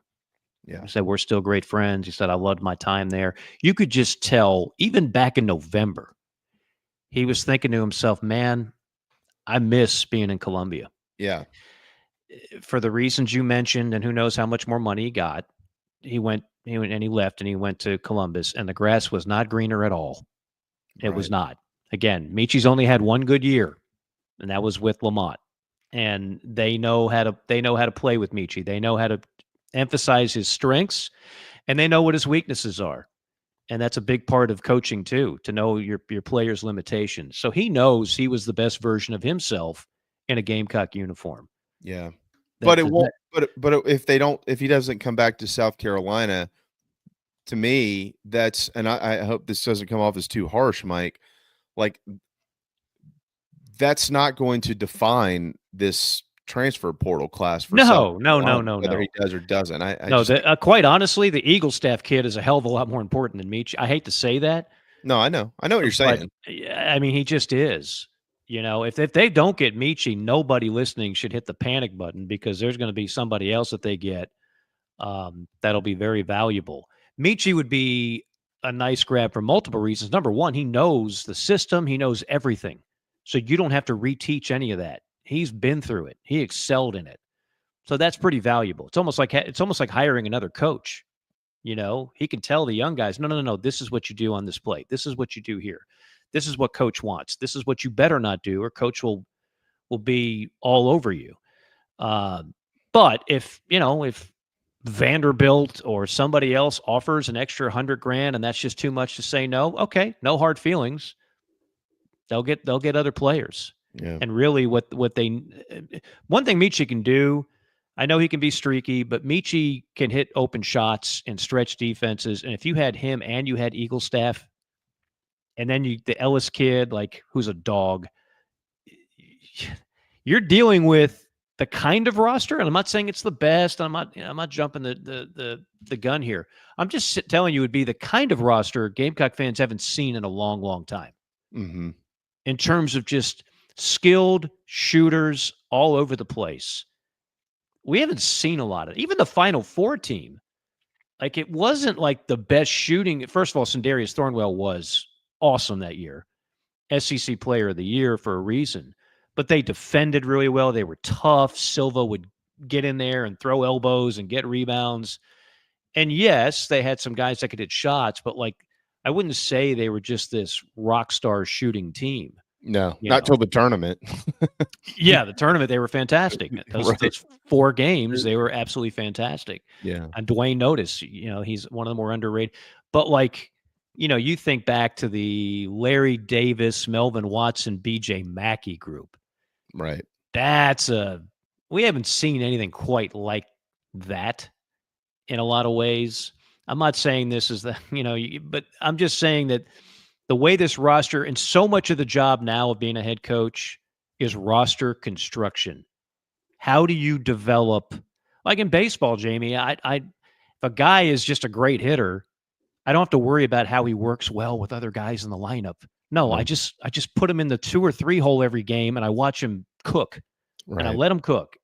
In basketball and in football, there's a little more to it than that. It's how does this all work together? How do all these pieces of the puzzle work together? And I think the way it's coming together is quite well in the early going. Still work to do, but encouraging. That's all I'll say. Well, you got to be able to score points in this league. 5 of the top 12 scoring offenses in college basketball reside in the SEC. So if you want to be near the top of the league, or in the top half of the league, you got to be able to score points. And Carolina, 2 of them are in the Final Four, right? Yeah, exactly. Well, I mean, exactly 3-12, based on those rankings. But the other quick thing on Meechie, and we'll get a break here, is he would not be returning to the team that he left. There would be one, maybe 2 names left on this roster that he actually played with. So yeah, a little bit interesting too. But. Yeah. No, like again, what hasn't changed is the philosophy and how they want to do things, Lamont, in terms of offensively, defensively. Correct. And Meechie would already know that.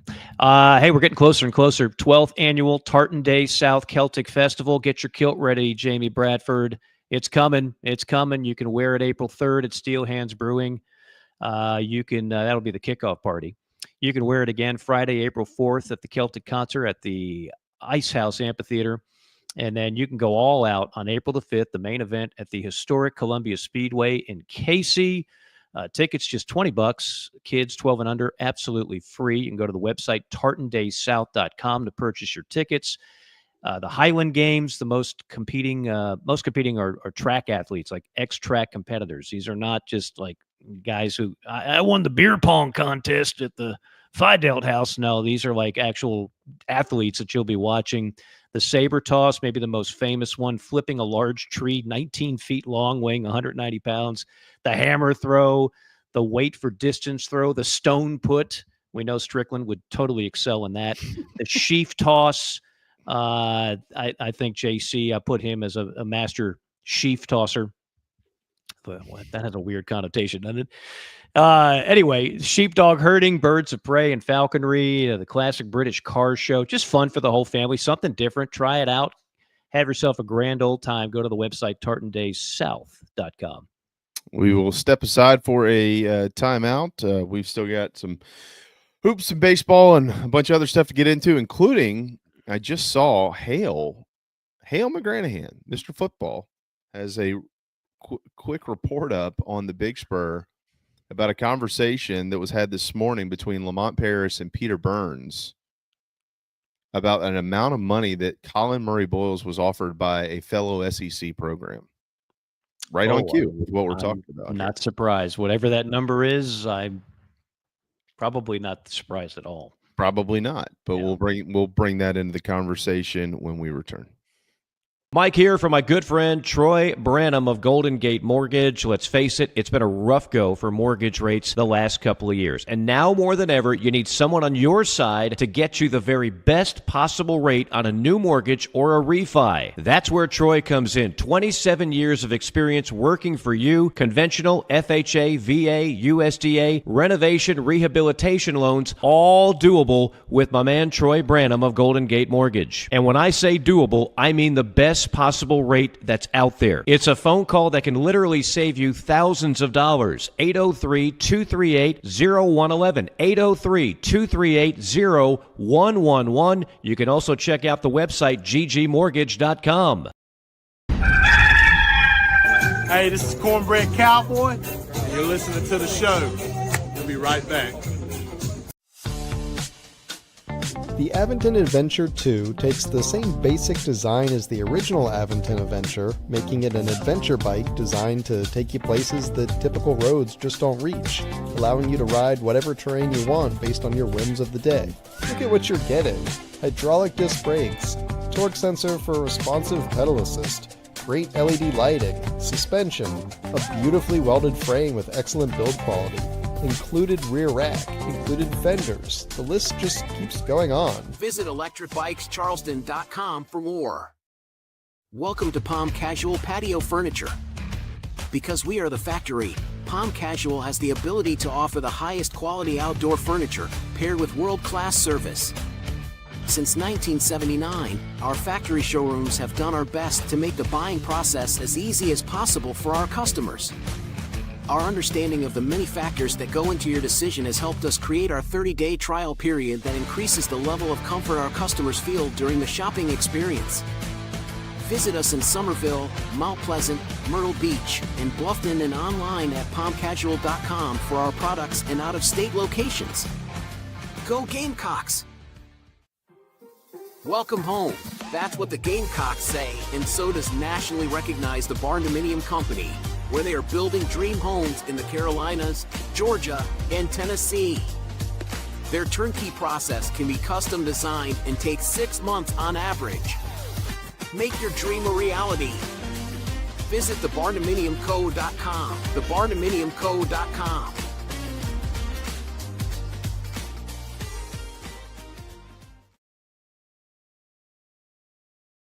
It's gone! That ball is going to be out of here! Fair ball in the corner! The atmosphere in Founders Park is electric. There's nothing like being loud and proud for our Gamecocks. Gamecock Traditions proudly supports Carolina baseball and wants you to look your best while you're at the ballpark. Come see us and choose from the best selection of game hats, hoodies, shirts, and all that entails the baseball logo. From tailgate gear to jewelry and plenty for your kids, Gamecock Traditions is your Gamecock baseball locker room. Don't forget, we have the widest selection for all sports and USC apparel. Come see us in Lexington or in the village at Sandhill, or order online and have it shipped to your doorstep at GamecockTraditions.com. Go Gamecocks! When you bundle home and auto, good things can happen.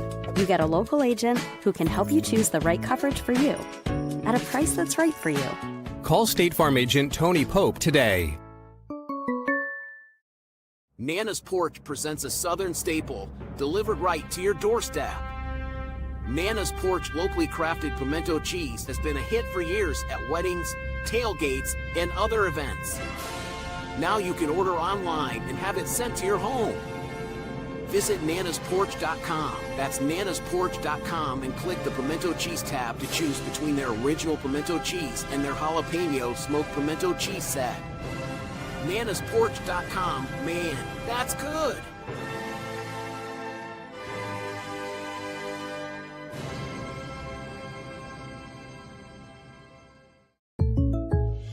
When you bundle home and auto, good things can happen. You get a local agent who can help you choose the right coverage for you at a price that's right for you. Call State Farm agent Tony Pope today.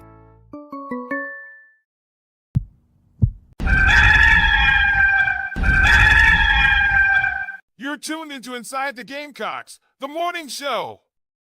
Part of the Chief Sports Network and presented by Gamecock Traditions.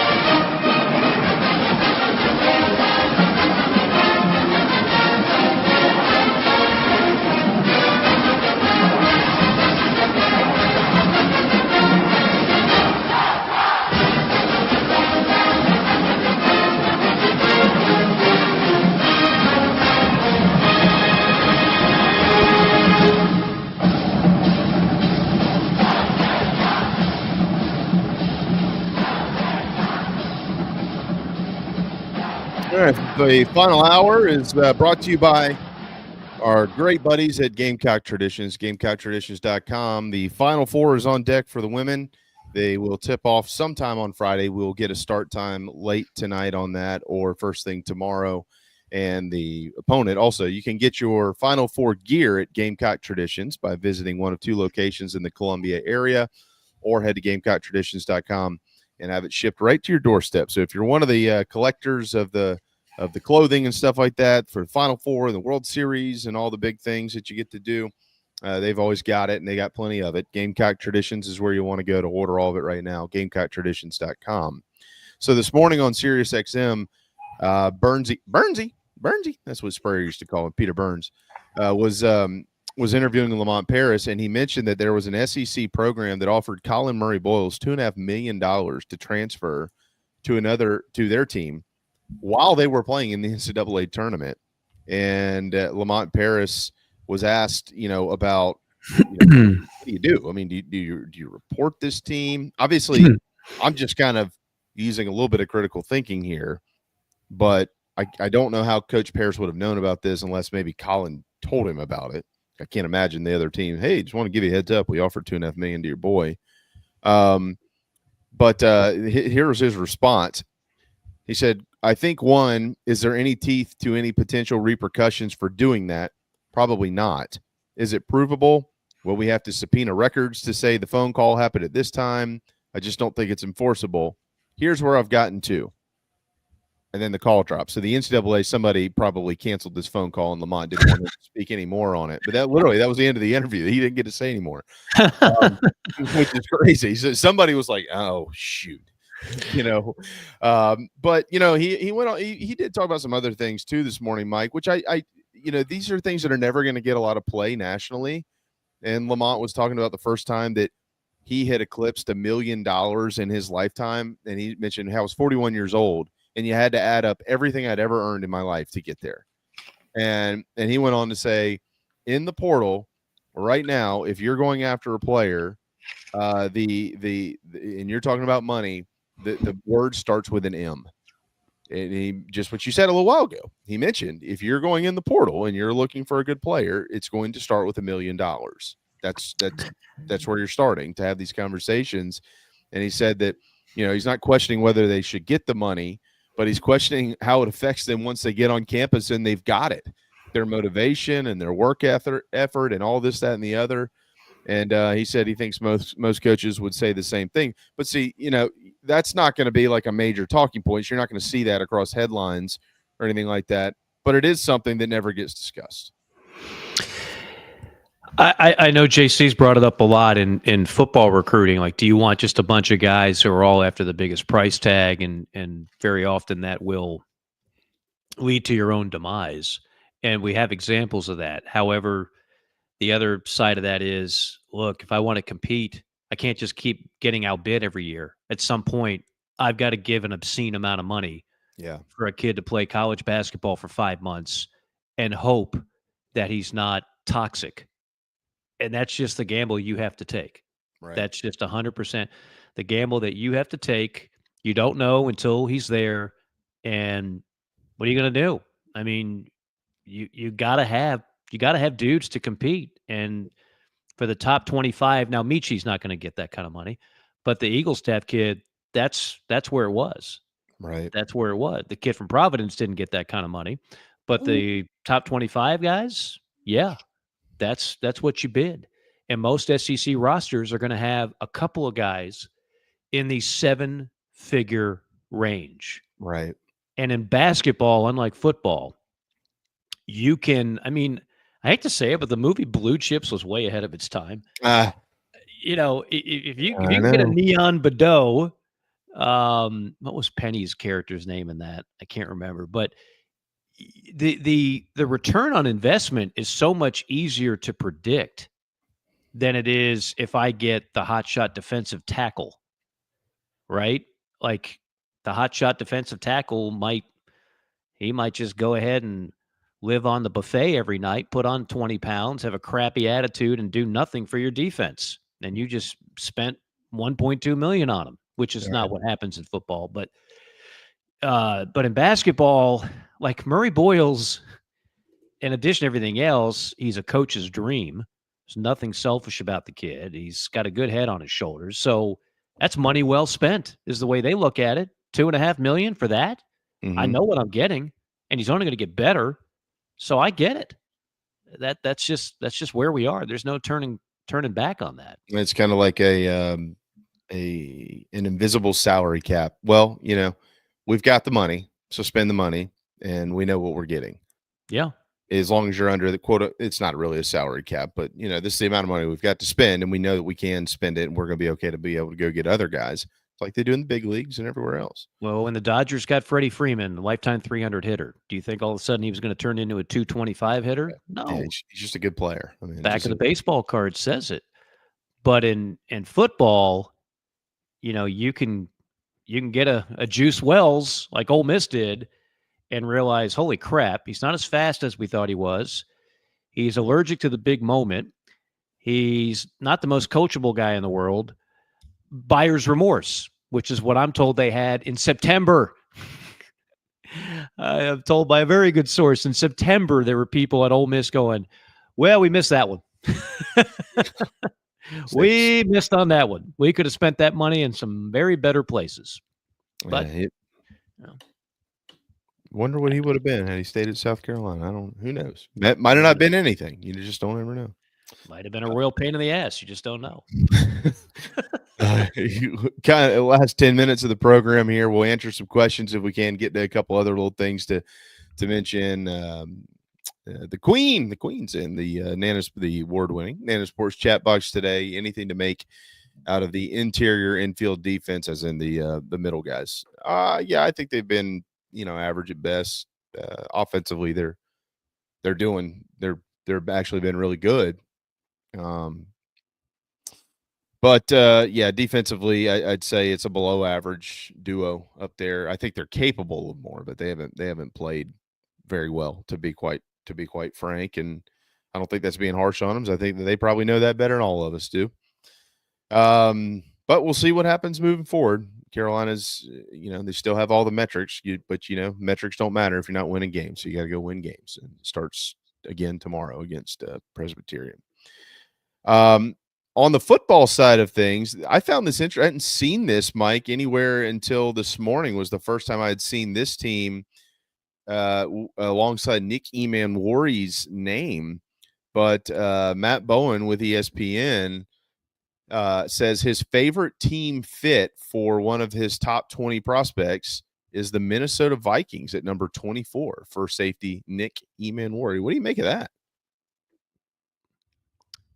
Without knowing the complete Vikings secondary off the top of my head, I mean, if you can get a guy with that ability at 24, yeah, sounds like a good fit to me. Brian Flores defense.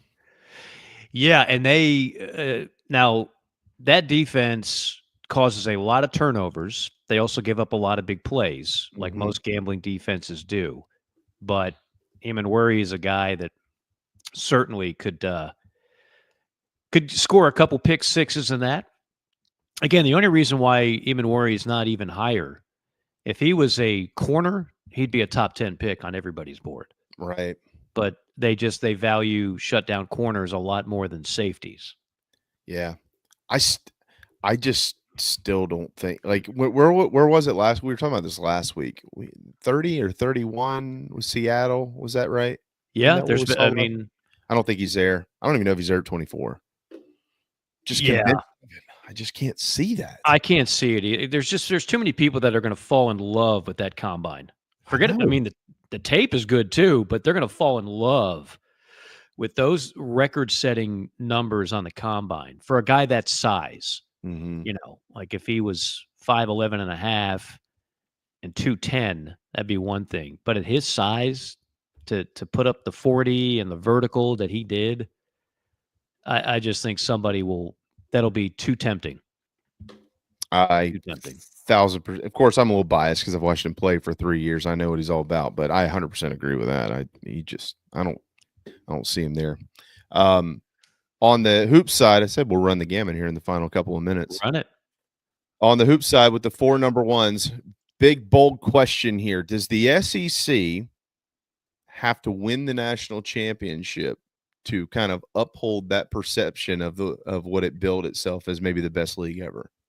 Because the haters are still out there, Jamie, it would go a long way. Yeah. Now, the SEC is not going anywhere. So for those of you that are like diehard ACC fans or whatever your league of choice is, and you're like, enough already. The SEC good in another sport. Good Lord.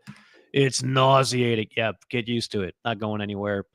Not going to get 14 teams in ever again, but we'll get a lot. And there's just too many good programs with too many good coaches and too many financial resources. But yeah, Jamie, if you want to cap off a historic year, it'd be best to go ahead and win it all, which hasn't happened since when? 2012, Kentucky. Yeah. You know what else I found interesting, by the way? So the SEC, this is the first time since 2014 that they've had multiple teams in the Final Four. Okay. It's the 5th time they've ever had multiple teams in the Final Four: 94, 96, 06, and 14. You know what the common denominator is in 4 of those 5? What team? You should Florida? know this. The Florida Gators. Yeah, because Florida was in 94. That was the first. Do you know Florida's now been in 6? That's Yeah. the second most behind Kentucky. It sneaks up on you quickly. I know. I agree. And with 3 different coaches. Yeah. For a program that's hardly a blue blood. I was watching Todd Golden celebrate the other day. I thought he was one of the players for a second. Boy, he was. He can coach, man. He can and nobody. I'll be honest with you. When that hire was announced, I literally had to look up Todd Golden. I did too. I had no idea. And the only reason you think their AD knew who Todd Golden was, Bruce Pearl. Bruce Pearl made a phone call and said, I'm telling you right now, this is your guy. And the AD, who didn't have like a ton of candidates, slam dunk candidates knocking on the door, said, okay, Bruce, if he's good enough for you, he's good enough for me. And they hired him. And Florida fans did what a lot of SEC fans do when somebody's hired that they don't know the name. Who the hell is Todd Golden? We couldn't do any better than that. That was the reaction from a lot of people. Now he's, 38? I think he's 38 or 39, yeah. 38, 39? Either way, yeah. And he's already been to a Final Four. And they're going to lose almost everybody on that team. Not everybody, but most of it. So, I mean, they'd be best served to win it this year because I don't know if they're ever going to have that good of a combination of players. They struck gold in every way you can. And without outspending Arkansas, Kentucky, and Tennessee, they found a lot of under-the-radar guys. By the way, Queen of Cox says, who wants to make a cut bet? Oh. You can do that now, Queen of Cox, because they're going to do another Final Four contest. So for those of you, promo code Gamecocks, another chance to win some money and have some fun in the process. Promo code Gamecocks, KUTT.com, cut on the Apple app with a chance to have some fun with that. He's talking about an NFL prop. If the Jets don't take a tight end, they'll take him and worry if he's not a Seahawk. And we established Seattle as what pick? Yeah, but Seattle's the 31st pick. 30th pick. Well, I don't think he goes that far. No, he won't be there at 30. I'd be shocked if he's there at 30. No. They're not. No. I had that wrong. Seattle's at 18. I was thinking of Buffalo or Kansas City. One of those was in that report we had last week. So I screwed that up. But Seattle's at 18. Now I could see that. Be a good spot. New regime in Seattle. Good afternoon, boys. Clouds. Hello. What is up? I was in the car and I pulled up the Chief Sports app and listened to you guys. Mike, thank you very much for that. Good to know it's working. If you put a clothespin on your nose, Mike Morgan, and you did a show, you would sound like Senator Ted. You'd sound a lot like Senator Ted Cruz. Yeah, well, that's a compliment because Ted Cruz is kind of an intelligent guy. I mean, like your intelligence, how you come across. I realize that. Maybe that's just something that popped in my brain. You'd have to put a clothespin on your nose though, because he's a little more nasal. I'll take the salary. Yeah, I'll take or his the outside salary. Yeah. So well, it's amazing how these guys, they get into Congress and they make like 175, and then they turn into multi-millionaires. That's some great investing going on. Oh, these guys are crazy how that gets done, right? Isn't it amazing? All of a sudden, they become masters of the stock market. Like, man, these guys are ripping people off, or we need to begin taking our investment advice from them because this is incredible. There's an app that does that. It tells you what Nancy Pelosi tracker. Yes. And it's like they're like, yeah, and people have made money doing that because she doesn't lose. Imagine Isn't that funny that. how that works. She's way ahead of every investment. She always seems to know. Somehow Nancy Pelosi is in the know. Somebody mentioned to me, by the way, this painting when they were talking about it with Whittle was cracking on my artwork here. If you put a guy in a little wooden boat with a white beard, this could be the scene from Goodfellas, Dahmer, where the guy's like, yeah, what do you want from me? He's talking about the guy in the painting with the mother and at the dinner table. For Goodfellas fans, that'll resonate. For everybody else, that'll be just completely off the radar. Speaking of cinema, I have a major a hot take to get off of my chest today with the three of you. So the Taylor Sheridan, of course, the creator of Yellowstone and 1883, 1923, all those that kind of tie themselves in, right? I think we all love Yellowstone. We can all agree on that, right? Great show, the whole 9 yards. Okay. Season 2 of 1923, best season of all of them. Everyone he's got, better than all of them. I haven't even cracked the first one open yet. I'm so far behind on every show. Yeah, I haven't even dipped a toe into the years shows. The other ones are easier to digest because they're shorter. Like Yellowstone's got a lot of seasons, and then the prequels do too. I'm on 1883, but I like Harrison Ford and Helen Mirren. Yeah, they're outstanding. 1923 season 2 of all the Yellowstone seasons, 1883 and both 1923s is the best season of all of them. Okay. It's really good. I mean, really good. All the storylines and how it's just amazing. I'm mad at myself for watching every Sunday. I wish I would have just waited, because at the end of every episode, I'm so pissed off that I have to wait another 7 days. Binged. Landman. I went through Tulsa King pretty quick too. I was like, and I have not done the King of what is it? The one with it's the one Taylor shared. I'll probably get on that today, actually. The one with the guy from the town. Jeremy, what's his name? Jeremy Renner. Yeah. Oh shoot, what's the name of that? I King of something. I started it and it was okay. I didn't love it.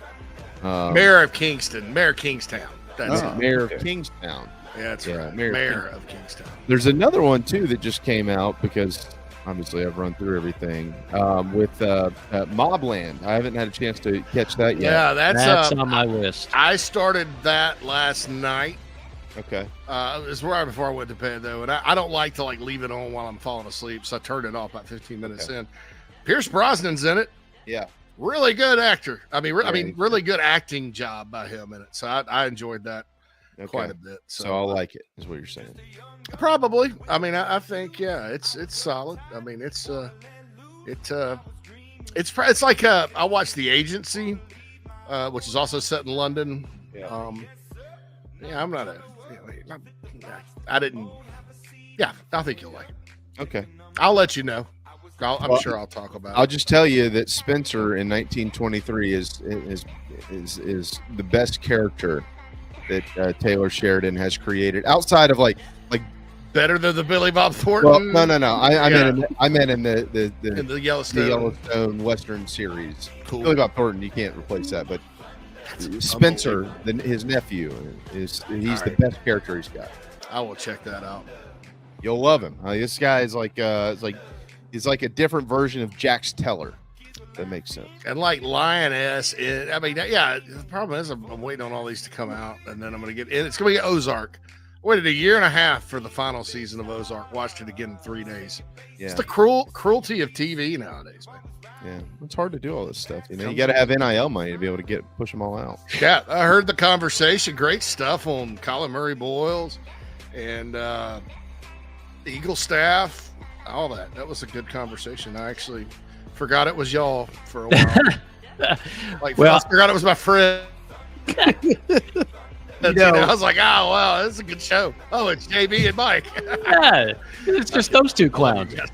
Right back at you. No, you know what? You guys all know me well enough to know I'm not a big just, sugarcoat everything and kind of take a leak and tell you it's raining. I truly look at the way this roster is coming together, and I think they learned a lot from misses last year, and they also have a lot more money to play with. And what they're doing is getting guys that aren't athlete first. They need shooters, period. If they lose because they're not quick enough on defense, okay, great. But there's only one thing fans can't stand worse than a losing basketball team. It's a losing basketball team that can't shoot a lick. So that'll not be the case next year. And Eagle staff was a guy I didn't think he had a shot at. A lot of people did. He came out with 30 teams on his list. my understanding, all the who's who had all these visits set up. And my understanding is it kind of came together with South Carolina pretty quick. They're like, well, you want to visit? Okay, I'm coming. Came in, they rolled out the red carpet. It was one of the best basketball visits South Carolina's ever had. Yeah, Shane Beamer, the baseball, the fans involved, the kids at home. Felt like I had a great opportunity at Carolina. The money was right. And when you can go against Gonzaga, Kentucky, and Kansas and get a guy they want, yeah, that's a pretty good sign, right? So where he calls his agent and says, I don't need any more time. I don't need to make any more visits. This is a done deal. It's a wrap. So it's like, so he's the first kid from North Dakota. Or where's he? South Dakota. Travis Kraft. Travis Kraft. South Dakota. South Dakota. Okay. Yeah. Mike, what was it? Mike Miller that played for Florida. Mike Miller, North Dakota. He was one of the Dakotas. He was a Dakota Hey, look, kid. I remember that game because I was like, why in the hell is Alabama playing at North Dakota? And Bama won by 7 because Nate Oates is a Dakotan. No. It's the guy they got. Their center, Grant Nelson. No, Grant Nelson.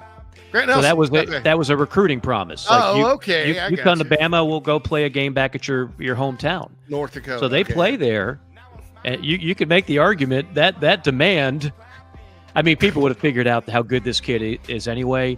But when you put up 40 against an SEC team like Alabama, that was like he was on everybody's radar from that point on. Then you put up a 50 piece in your conference tournament. Yeah, the game they won, and then they got put out.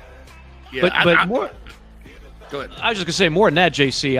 I watched tape of that kid, and I just watch his game and how he gets his shot off. There's some guys at that level that I look at, I'm like, yeah, that's great, but he ain't gonna get a shot off in the SEC. This kid will absolutely get his shot off, and can do so at that level, which is why he was such. Because coaches can see that too. They know this dude is that level of player. He's going to be able to. He's going to get you buckets right away. I hate to put that much pressure on him, but I'm just telling you, like he's different than a lot of what you've been seeing. Well, I like him. The only thing I'll add to this, and then I'll let you gentlemen roll along here, is everything I just heard there, based on what happened in Alabama. Gamecocks, pack your bags for a trip to the Betty Ingolstadt Sioux Center to take on the North Dakota Fighting Hawks sometime this season. Hey, can we ITG not take a road trip on that? Come on, get an Airbnb. Yeah, no.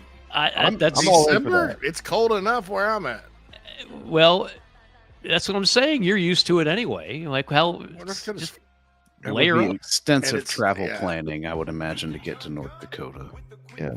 Here's how far it is. Bismarck International. The Dakotas are 15 hours from Chicago. Oh. The Dakotas are 15 hours from Chicago. Driving, right? What type of plane takes 15 hours from Chicago? It doesn't even look that far. No, it doesn't. But yeah, because I was like, what are you flying? Hey, how close are we to Mount Rushmore? You know, it's like not close. Yeah. I've never seen Mount Rushmore. Nobody said you had to walk to North Dakota. Yeah, when I said road trip, I meant we fly and then we stay in a hotel. That kind of road trip, not literally get in the family truckster. Cousin Eddie RV. Yeah, I'm not getting in the back of a U-Haul with you and a saxophone. Like them green walls, Clark. Man, we had a little bit of a problem in Bismarck. Oh, wow. All right, great conversation. I know me and Phil are going to continue the basketball talk, and we got a lot of other topics up. Football topics, baseball, maybe if we get there. Yeah, I mean, I will throw this one baseball thing at you. Last two opponents, 16-2 combined in the SEC. Next two, 2-16. There you go. It does lighten up.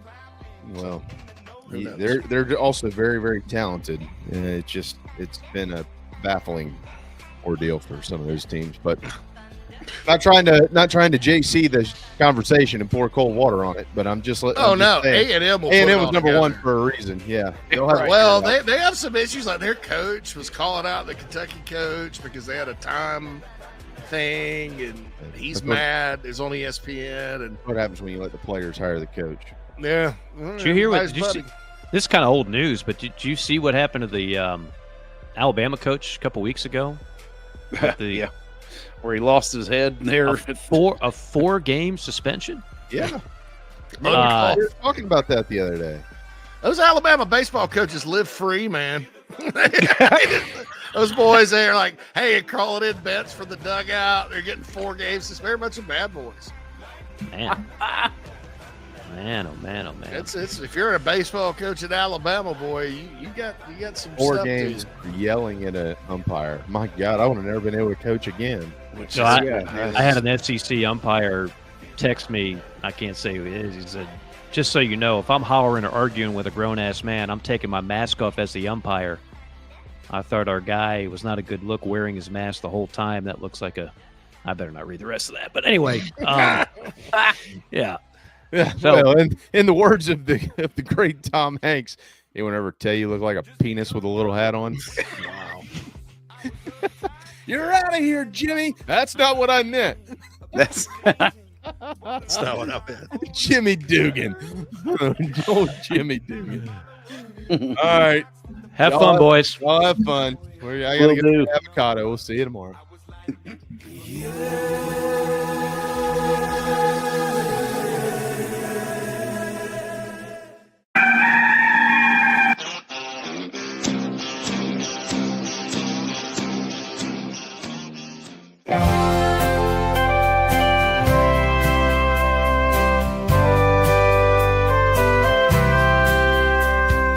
I should not have screamed in terror that fine day. Saw that purple wig and did not know what to say. It left me sort of startled and confused. Red lips and white makeup and those big old red shoes. But my daddy tore a knot in me for being so damn rude. He said, son, don't you know that clowns are people too? Clowns are people too. Big red shoes. Clowns are people too. Don't be rude. If you weren't a bit lucky, then this could easily be you. I met your mom when she was up on that old trapeze. What can I say but hey, I had a thing for circus freaks.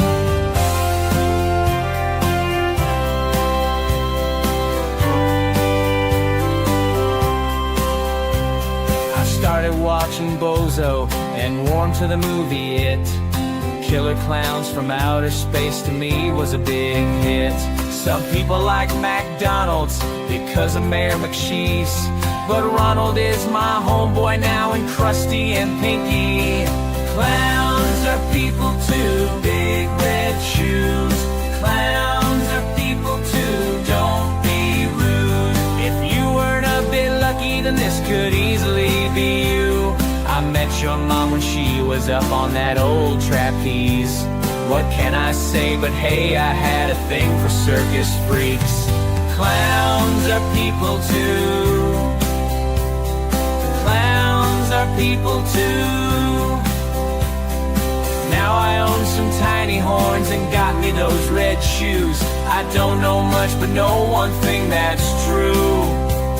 If you don't know anything, just know that clowns are people too.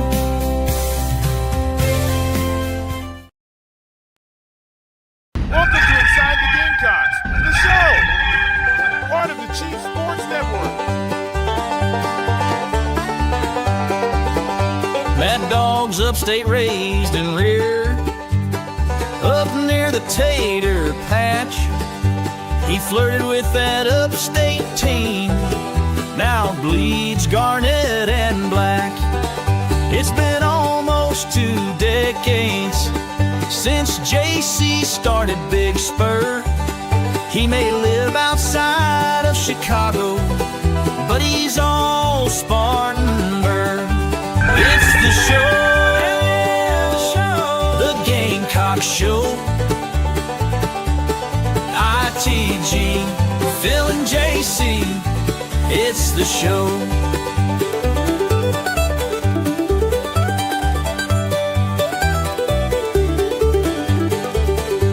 It's fun and entertainment, but also information, things you cannot get on radio. It's the show. Gather around all you Gamecocks, it's the show. The show, the show. Let's go. JC and Mad Dog Mully on the Gamecock Show.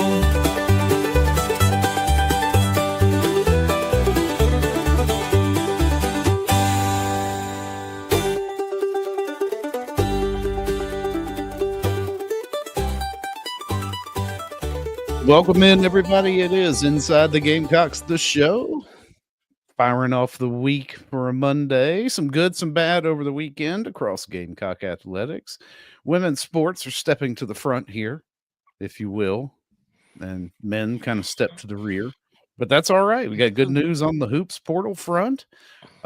Ladies are 5th straight Final Four bound. The equestrian team won the SEC championship, if you keep up with that. Yeah. Hey, look, I just It's want all to say this good. about the University of South Carolina. We are now back in our rightful spot at the top of the equestrian heap in That's the right. Southeastern Conference. That's right. It's been a long time coming. Yeah, Ray Tanner made a really good hire for that sport. But I remember back in the day, equestrian was like really good. Like women's track was the first national title, and then equestrian won something, and then finally baseball broke through, and then women's basketball in the natty department. But that equestrian program had fallen on hard times, Phil. Yeah. I was talking to my wife about that. Somebody tell me, I don't know. Are those the horses university owned, or are those people's personal horses? Does the horse get a scholarship and room and board? Like, do they get does a horse get room and board? The scholarship's facetious, but does the horse get room and board? Does the university take care of that? I mean, who takes care of the horse is my question. Yeah. Or are those I don't know. You got to think the horse comes with the rider, right? There's got to be some familiarity there, right? Yeah. But then there is a massive cost to maintaining and upkeep when it comes to a horse. So who incurs that? That's an excellent question. Yeah. So from the Nana Sports chat box, maybe Russell knows. He comes in here. By the way, Russell, he's been a club chief member for 1 month. Congratulations. Nice. He says he and his oldest daughter went to watch the equestrian team. She rides and has a dream to ride at Carolina. That's awesome. So yeah, what's the situation with the horse in the sport? Bobby, leave it to Bobby. If they are on scholarship. If they don't keep their grades up, it's straight to the glue factory. Wow. That's funny. I hate to be that is funny. That's right. Anyway, I was happy. I was happy that they won, and it was a banner weekend for women's sports. Of course, Dawn Staley and her team maybe didn't look the best that they have all. I mean, probably didn't play their 2 best games in Birmingham. But they won, beat Maryland, who is now in the Big Ten. Right. A friend of mine that follows it was like, "We'll beat 2 ACC teams." I was like, "Well, no." But Maryland's been in the Big Ten for about 10 years. It doesn't seem like it. Because Maryland basketball, I mean, not the women, but the men just kind of went away when they joined the Big Ten. They weren't really very good. But anyway, Russell says they take donated horses. That's interesting. Huh. Well, there's probably a tax deduction. Because if you own horses, dude, you're probably pretty well off. And you probably need that deduction, right? So typically not your, write it off. Lower income folks. No. The equine sphere. So Bobby said they would hoof it to their next school if they hit the portal. Because Bruin asked in the chat box, "Can the horse hit the portal?" Can the horse hit the portal? Does the horse have an agent? I just don't know. Probably. That's coming. Should. Yeah, that's right. Coming next. But yeah, softball team, tough loss on Friday. They got run ruled, I think.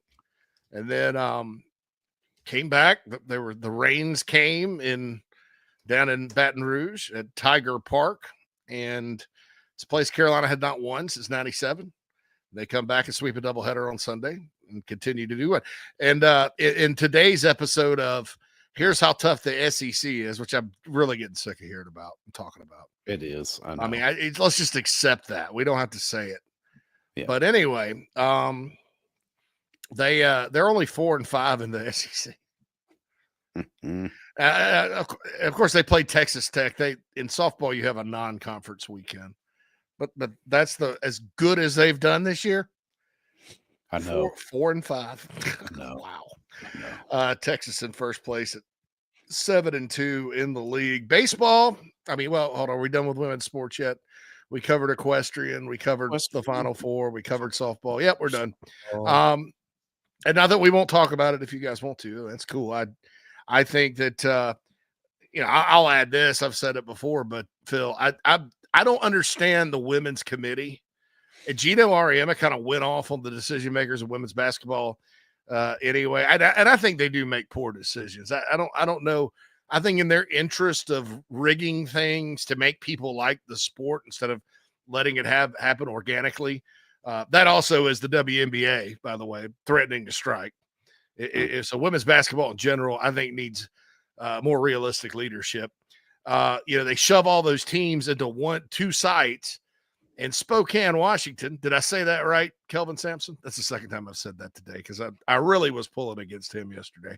I probably, all told, have pulled for Tennessee 3 or 4 times in my life. But yesterday I was pulling for him just because of the grammar police or grammar sheriff that Kelvin Sampson is. But Gonzaga at Spokane, I mean, I don't know, man. Spokane. Yeah. Spokane. He said it was Spokane. Kelvin Sampson said it was Spokane. And listen, if anybody knows, it's going to be Kelvin Sampson. Oh, yeah, he's in charge. Nevertheless, they shoved all those teams out there across the country. There's no women's basketball power. I mean, I guess Oregon was doing some things at the time they decided this. Birmingham to me is just I just don't know, Phil. I think they could do it better. Put it at 4 different sites, all that. But the way they set the bracket up in their quest to make UCLA the number 1 overall seed, if Southern Cal happens to beat UConn, and I don't think they will. That Juju Watkins injury is it's not only that, but UConn. My goodness, if that doesn't look like the old school Geno teams, I don't know what does. Of course, now this is like Paige Becker seems like she's been around the league for a long time, and she has, but she's had injuries and just bad timing, and she finally looks like she's up and healthy and running, and that makes that team very dangerous with the other depth that UConn is not lacking. Gotcha. Yeah, I think they're really good. Of course, beat the snot out of the Gamecocks last time they played, but the way they've set it up, so yeah, we'll probably get UConn instead of SC UCLA, a Big Ten game for the 4th time. And then if Texas beats TCU, it's Texas Carolina for the 4th time in the semis. I'm like, what do you think about that? No, they're not going to think about that. I'm like, come on, man. If you want the best tournament, it sets up for a heck of a championship game, I think. But I think if you'd had UCLA, South Carolina on one, and then UConn, Texas, or Southern Cal, Texas in the other, I think that's a fresh matchup. It's in a certain way. Mm-hmm. So anyway, I'm still mad at them about that. But TCU plays Texas tonight to see who goes to the Final Four. Pretty much chalk. UConn's probably gonna be the outlier in the women's, and then chalk in the men's. I don't think, Phil, that has anything to do with NIL. Let me take that back. I think it has a little bit to do with NIL in the sense that you had SEC programs spending pretty well to get in the position they're at. It's such a dominant conference. And of course, 2 teams are in the Final Four. And, I just think it was one of those years. I mean, there's games. UConn could have put Florida out in the 2nd round. Yeah. That had nothing to do with NIL. That was an evenly matched game. Texas Tech should have put Florida out. They absolutely choked on a big corn on the cob the other night. I believe since it's West Texas and there's great Tex-Mex out there, it would be Fiesta corn. Fiesta corn. They would have choked on Phil. Yeah. But I think that we need, it may be that it turns out that way. I think we need more data. There's people out there yelling, it's ruined the sport. They're taking the fun out of March Madness and very few upsets. There's been seasons before where there's been very few upsets in the tournament. Yeah. We're number 1 seeds advance. It's just how it goes sometimes, man. Yeah. There's not always a Cinderella in the Final Four. This is not, crazy. I know all 4 ones doesn't happen all the time, but, a couple of 1s, a 3, a 2, maybe a 4 sneak in. I mean, when you look at the probabilities of getting into the Final Four, it pretty well goes right down the line with your seed. Yeah. Matt and Anana Sports Chatbox says pretty sure Oregon had to go to Birmingham. Yeah. What I was saying, when they schedule these things in advance, the women's committees are the ones that decide where the sites are. Historically, they try to get sites that are near teams that they think will be pretty good. And I remember a few years ago, which is probably when this would have been scheduled, Phil, Oregon had, it was 5 years ago, actually. The pandemic year, the big debate was, would Oregon or South Carolina have won when they ultimately met for the finals? So they do these things in advance. And unlike the men's tournament, which is just kind of a rotating spot, there's some places that, Salt Lake City is a favorite landing spot. And then Indianapolis usually gets something. Yeah, but they'll rotate it around. Greenville and Columbia both had them. But the women's, it's like when the ACC tried to put their football championship games in Florida, and then like believing Florida State and Miami would meet, and then it was like, I think we had Georgia Tech Wake, then we had back-to-back Virginia Tech Boston College. It's 4 straight years, and then finally Clemson played Tech in Tampa that last time.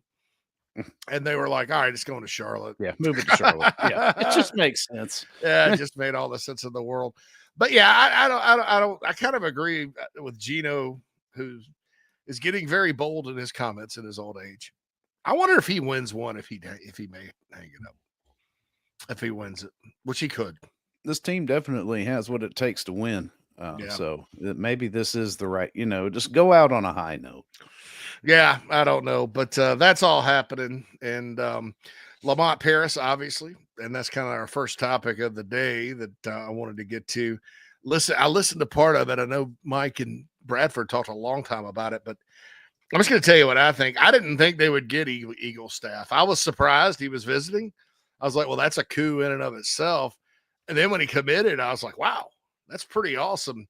Got a text early Sunday morning about, things are looking pretty good for this guy. I was like, it's an Eagle staff. And I was like, was it Traven? Is that his name?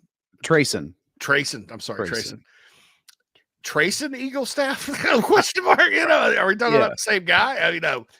Because it's just the type of guy that, mid-major guy, ball skills, 6'6", skilled basketball player, type of guy that programs like South Carolina don't usually get. Yeah. They're usually basketball guys. They like the Blue Bloods. They go play for the Blue Bloods, and we see it, Phil. Mm-hmm. Or they're at like someplace like Creighton, which, by the way, Creighton, I think, will be a Blue Blood. I think that when being in the Big East with unless Mark Kingston takes some of their rev share money for baseball. Creighton is going to be a force to be reckoned with. But there are places like that. South Carolina doesn't get guys like that. And I'm going to tell you this right now.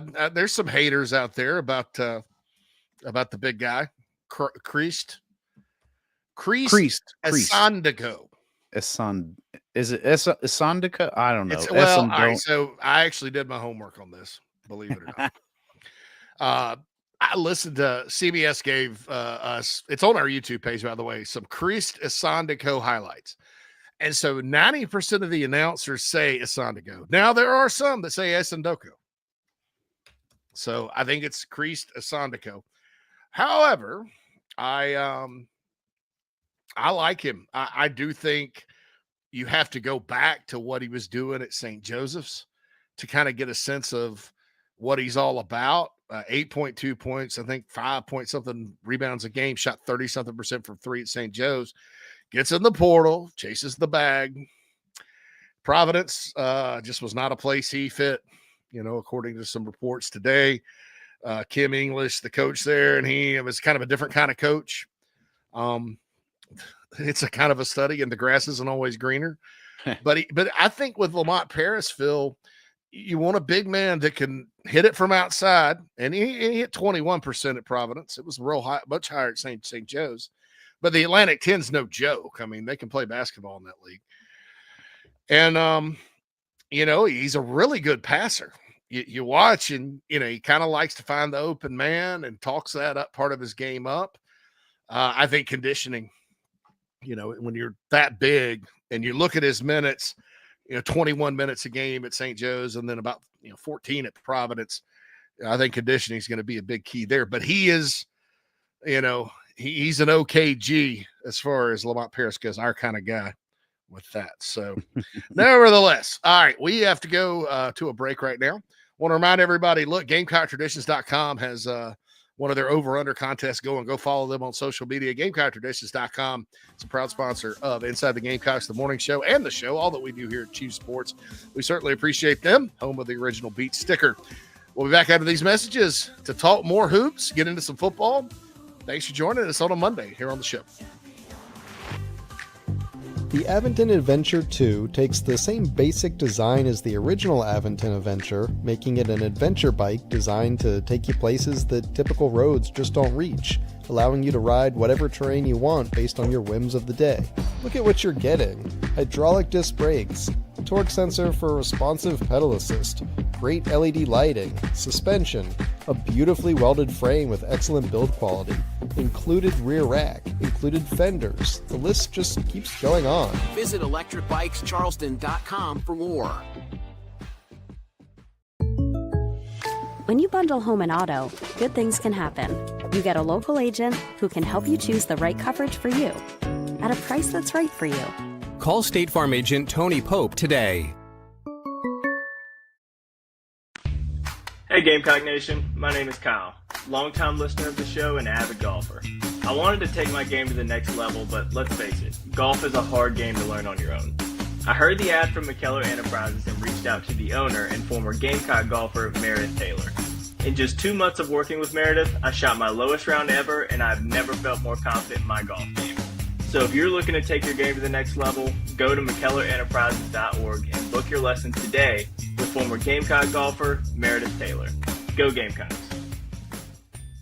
The season rolls on at Love Chevrolet, where the inventory is overflowing and the deals are in full bloom. Rev up your spring with Love's exclusive specials on Suburbans, Tahoes, Silverados, the entire lineup of award-winning Chevys on the lot now and ready to go. Spring-tacular savings at Love Chevrolet. We're talking the best selection of new Chevys, the lowest price, guaranteed. In fact, they'll beat any competitor's price or give you $1,000. The other dealers upsell, overcharge, and will say most anything to get the sale. At Love Chevrolet, satisfied customers do all the talking. And they say things like helpful, honest, and fun. Your trusted hometown Chevy dealer since 1961, Love Chevrolet. I-26 at Harbison and at lovechevy.com. Together, let's drive. That's the power of love. Love Chevy. When you bundle home and auto, good things can happen. You get a local agent who can help you choose the right coverage for you at a price that's right for you. Call State Farm agent Tony Pope today. You don't have to be Scottish to enjoy South Carolina's most unique family festival, a celebration of Celtic culture. Tartan Day South, built by Culpeper Wood. Experience adventure, Highland games, music, dancing, animals, crafts, rides, a car show, and a parade. Kick off your weekend with a Celtic concert on Friday and a full day of affordable fun and festivities on Saturday at the historic Columbia Speedway, April 3rd through 5th. Get your tickets and more information at tartandaySouth.com. Your first visit won't be your last.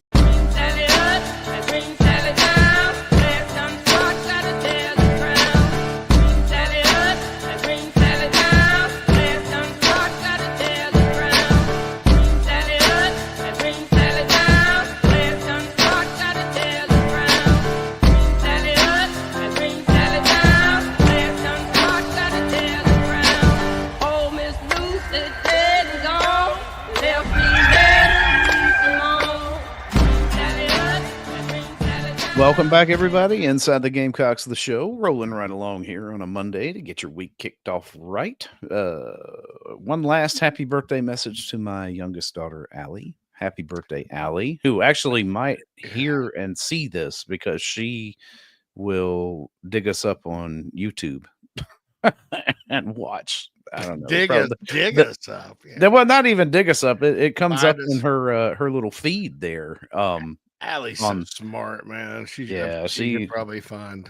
Oh yeah, well. That's She's a good that's speller, so she can find inside the Gamecocks. She's got a lot of intelligence, very, very much so. Very good. Also, it's Shane Beamer's birthday. And Beamer's birthday. Did you guys? Right. I'm sure you talked about that in the first one. Happy birthday to Coach Beamer the day after. I knew his birthday was in March because I knew it from back when he was here before. I couldn't remember whether it was toward the beginning of March or toward the end. The day before April Fool's Day. That's right. So right in the nick of time to avoid that one. From the Nana Sports chat box, Ben says, I know Gonzaga, people really like their chances with Eagle staff. Huge to get him locked in and committed before he left campus. Yeah, and they got a lot of money for hoops out there. The rumor was $11 million. A team that got bounced to the second round, but that I don't really even understand why they were an 8 seed, because they were top 10 in the net. But this wins above bubble thing, apparently the basketball committee decided that schedule strength was important, this year. So I don't know, man. As long as it's not efficiency, because I'm like, stop. Why are we? Anyway, that's a debate for the summertime. But yeah, look, Asandiko, I think is another big pickup, like with Nick Pringle leaving, and I know I'm with everybody. I understand Colin Murray Boyles could come back, and I know they're working on it, and there's some degree of confidence. And I'll tell you, the more you see him projected lower in the NBA draft, I think somebody said 33rd overall, the better the chance is he'll come back. Because as Mike pointed out, I happened to be listening to this segment on the Chief Sports app. You can download that for free, by the way. While I was in my car. Sounds beautiful. Sounds perfect. Oh, yeah. Just like listening on Sirius or anything. As Mike pointed out, you can really get on a journey if you go to the NBA and end up in the G League. And he's like, and then you're in Turkey. Yeah. And then you're out of basketball wondering what if. I'm like, Turkey. Istanbul. All right. At least you're coming home with a head full of hair. Yeah, no doubt, man. I mean, but it isn't. I mean, even Gigi Jackson, he's gotten run in the NBA, but he's had to spend time. I mean, they actually have a minor league. Yeah. So I don't know. I think that unlike maybe in the past, as was pointed out, where you can make a significant amount of income by coming back to college, it's not as cut and dry. No, as doing it. I think in football, the guys that left, TJ Sanders and Nikki Memwore, they're going to be drafted high enough, Phil, to where the NIL money that Carolina could have paid them to come back was, I mean, it would drop them, wasn't going to compare. Yeah. But there's an injury prevalence too with football, I think. Sure. I mean, obviously we know basketball, full contact, and you can get hurt on a basketball court, but the probability of that is much higher on a football field, especially when it comes to devastating, like career interrupting, if not career ending injuries. So if you're getting a high draft grade, then by all means, go get it, Thank you for your service. Yeah. Because you get cut in the NFL, though, nothing's guaranteed. Right. Sometimes that later round pick. Ohio State did that. I mean, they had a lot of guys that could have gone 5th, 6th, 7th round, Phil. That half of them would have gotten cut and had to latch on practice squad or whatever. Yeah. Well, that money, I mean, you get enough NIL money from Ohio State, you may as well just come back. So that's the deal there with that. But back to basketball. I like the two pickups. I'm going to say this because I see some I guess comments about, that's fine, but need a lot more. South Carolina's not going to put together an all-star team, people. No. And nobody is. Keep in mind, you've got 15 spots up from 13. You got, Cam Scott may come back, blah, blah, blah. If Cam Scott, Colin Murray Boyles come back, that's 5 players returning in addition to Federico Ugasuk and Jordan Butler, Phil's favorite player. Oh, just kidding. We all love Jordan Butler. Somebody asked me about Jordan Butler today, or I said something about Jordan Butler on the website on thebigspur.com, and I said, because opinions are mixed on him. Some people are very intrigued by a big, tall guy that can shoot, and I am too. Yeah, that's why I like Asandiko. I mean, 21% at Providence probably isn't going to get you fired up. I mean, I remember when 7-footers back in the day, it was like if they're 10% from 3-point land, that's a good day. Yeah. Well, and you think you get him in the strength and conditioning program here at Carolina, which you got to assume is going to be, if maybe not necessarily better, but it's going to be more comprehensive than it was at Providence, right? So, yeah, he'll be able to drop some of that weight. But I mean, look at what role BJ Mack played. I mean, you got a 7-footer that can not only play down in the post, but is not afraid to put one up behind the arc, even if he only hits 1 of 3. Oh yeah, you take that all day. I mean, yeah, BJ Mack never dunked. No, the whole year, single dunk. Had a post player that never dunked. This guy can dunk though. I mean, right. So I look at it and I'm like, he can pass, he can shoot. He's kind of the opposite of Butler. So to me, Butler needs to be like the opposite of Asandiko. Asandiko needs to shed some LBs, turn some of that bulk into muscle, right? Yeah. Stamina, your cardio, that kind of thing. The kind of stuff I need to do, Phil. Right, same. Before I can get in enough shape to lift weights again. Because I'm not even in good enough shape. You ever done that? It's like Ron White said, I go to the gym, I'll sprain my fat. Yeah, right. Oh, listen, I'm back up over 200 pounds again, and it does not look anything like the last time I was up over 200 pounds. 2. I know. I was skinny. I was all head back in like 2015. Nothing right. but a big head, just a head walking around, right? And arms. I was proud of myself because I was 217.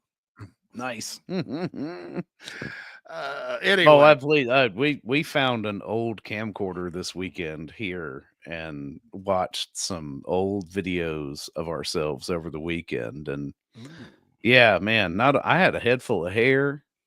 I was about 60, 70 pounds heavier than I am now. It was like looking back in time machine. I remember that. I forgot about that. So yeah, Phil had hair once. I was there for it. Yeah, we know. We got it on video too. Me? Oh yeah. Oh, yeah, obviously these are for the private collection. Yeah, need to burn those, dude. God Almighty!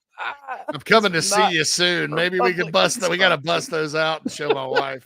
I think. I don't know. We'll I don't know that. Maybe not. Maybe. But we'll see. So with Jordan Butler, I was like, okay, here's what he needs to do: live in the weight room first and foremost. Yeah. And that dude, he doesn't need to go shoot a bunch of threes all summer. Stay fresh. He needs to shoot 1,000 layups a day because he misses 1,000 layups a day. That's right. And get his own rebounds down there. Rebounding crap where he gets the crap beat out of him and toughen that guy up. Dude, that cat needs to be on the jugs machine. Like, I don't care whatever you're throwing at him, but he needs to catch him hard and get them hands strong. Just get him decent, man. Just make it the inside part of his game, just make it not a weakness. Like, do what you expect an average 7-footer to do when you throw it inside. And then when he goes outside, he's a weapon, right? Yeah, nobody's asking him to dominate the paint. That hasn't been his role. It wasn't this role this year. But yeah, it's like you gotta start playing big man instead of just tall man. I think that's good. I think it's positive that he's sticking around. Yeah. I know that obviously last year there was no answer. I mean, he was not an answer at all.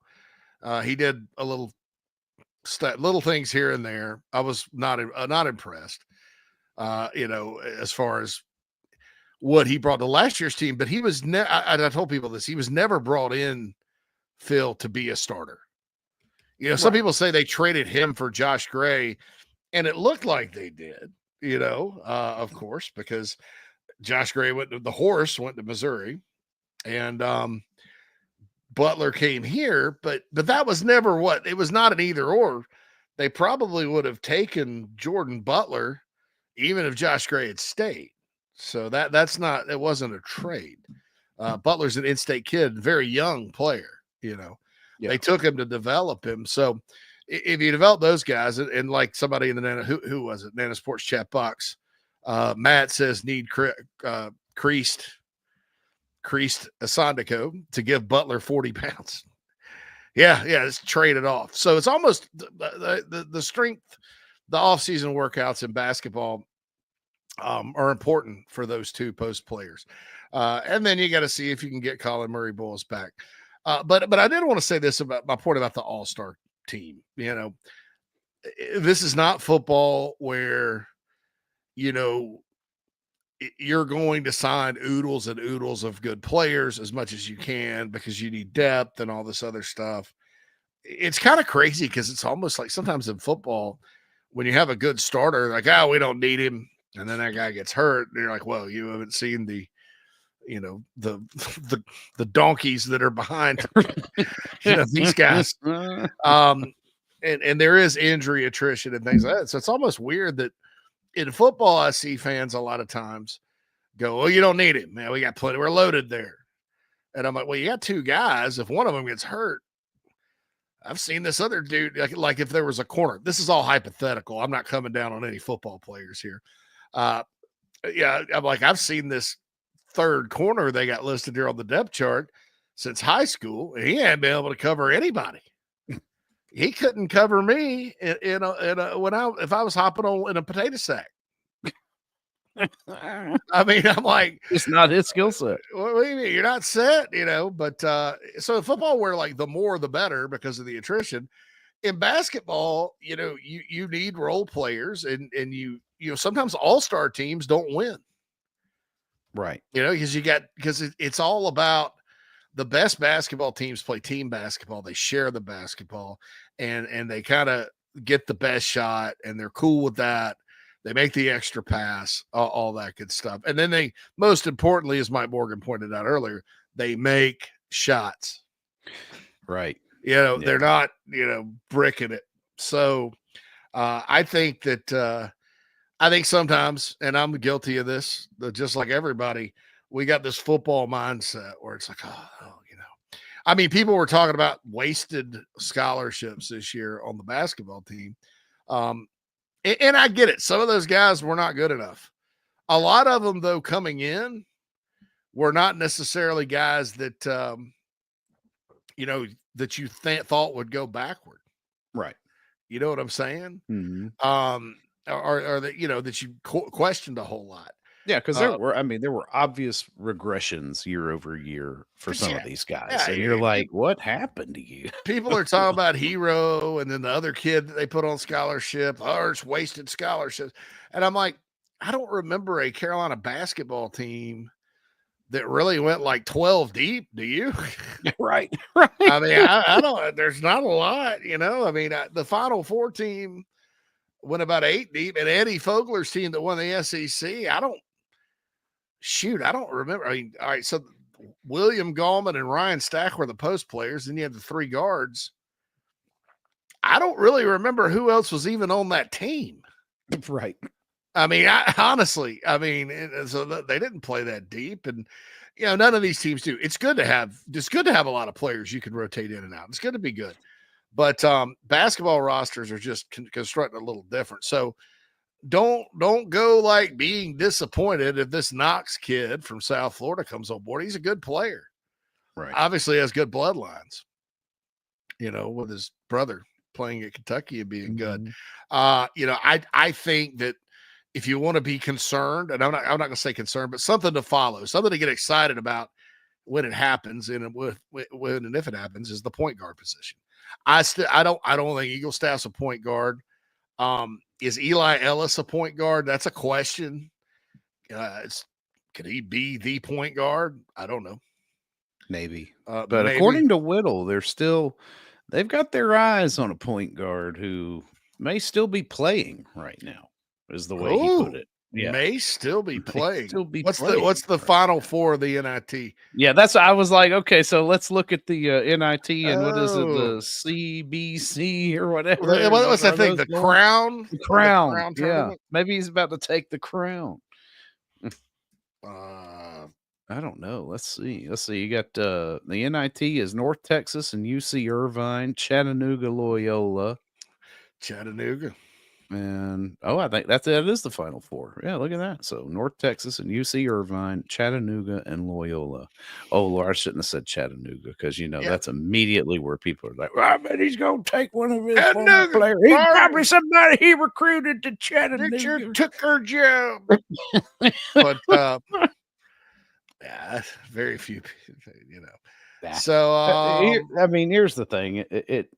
The last year was kind of like everything just kind of fell off the rails, right? And an unfortunate time to do it, in that the SEC has put together that historic run and historic depth within the conference itself. But I keep going back to the conversation we had after the tournament appearance year, where it was just like we were just able to locate the right guys. And when it comes to Lamont Paris and the way that he does things, it is about the right guys. You have to find a good fit for what it is that he's trying to do. And if you can, then we've all seen that it's been able to provide, success.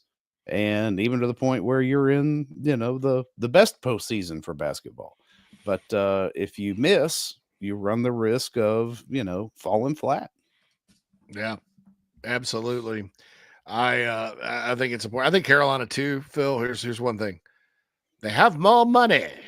Yeah, right. Yeah, there's more resources. There's more money, This Canadian episode of South Park. We want money. Money. What do you want, Canada? We want more money. Well, what for? How the internet money? We just want more money, buddy. Like weird. But the Queen of the Cocks of the Nana's Porch Show. Actually, I'm going to go back. All right. Nana's Porch chat box. By the way, you can join up on our YouTube channel, Chief Sports South Carolina. If you'd like to join Club Chief, only $4.99 a month. A portion of that goes to Garnet Trust to help NIL. We have a $14.99 a month package too, where you can get some gear and some cool stuff like that. Which, by the way, on that note, I have gear for our Golden Gears. Rolling out more gear. I got a Chief Sports. Actually, I'll show everybody.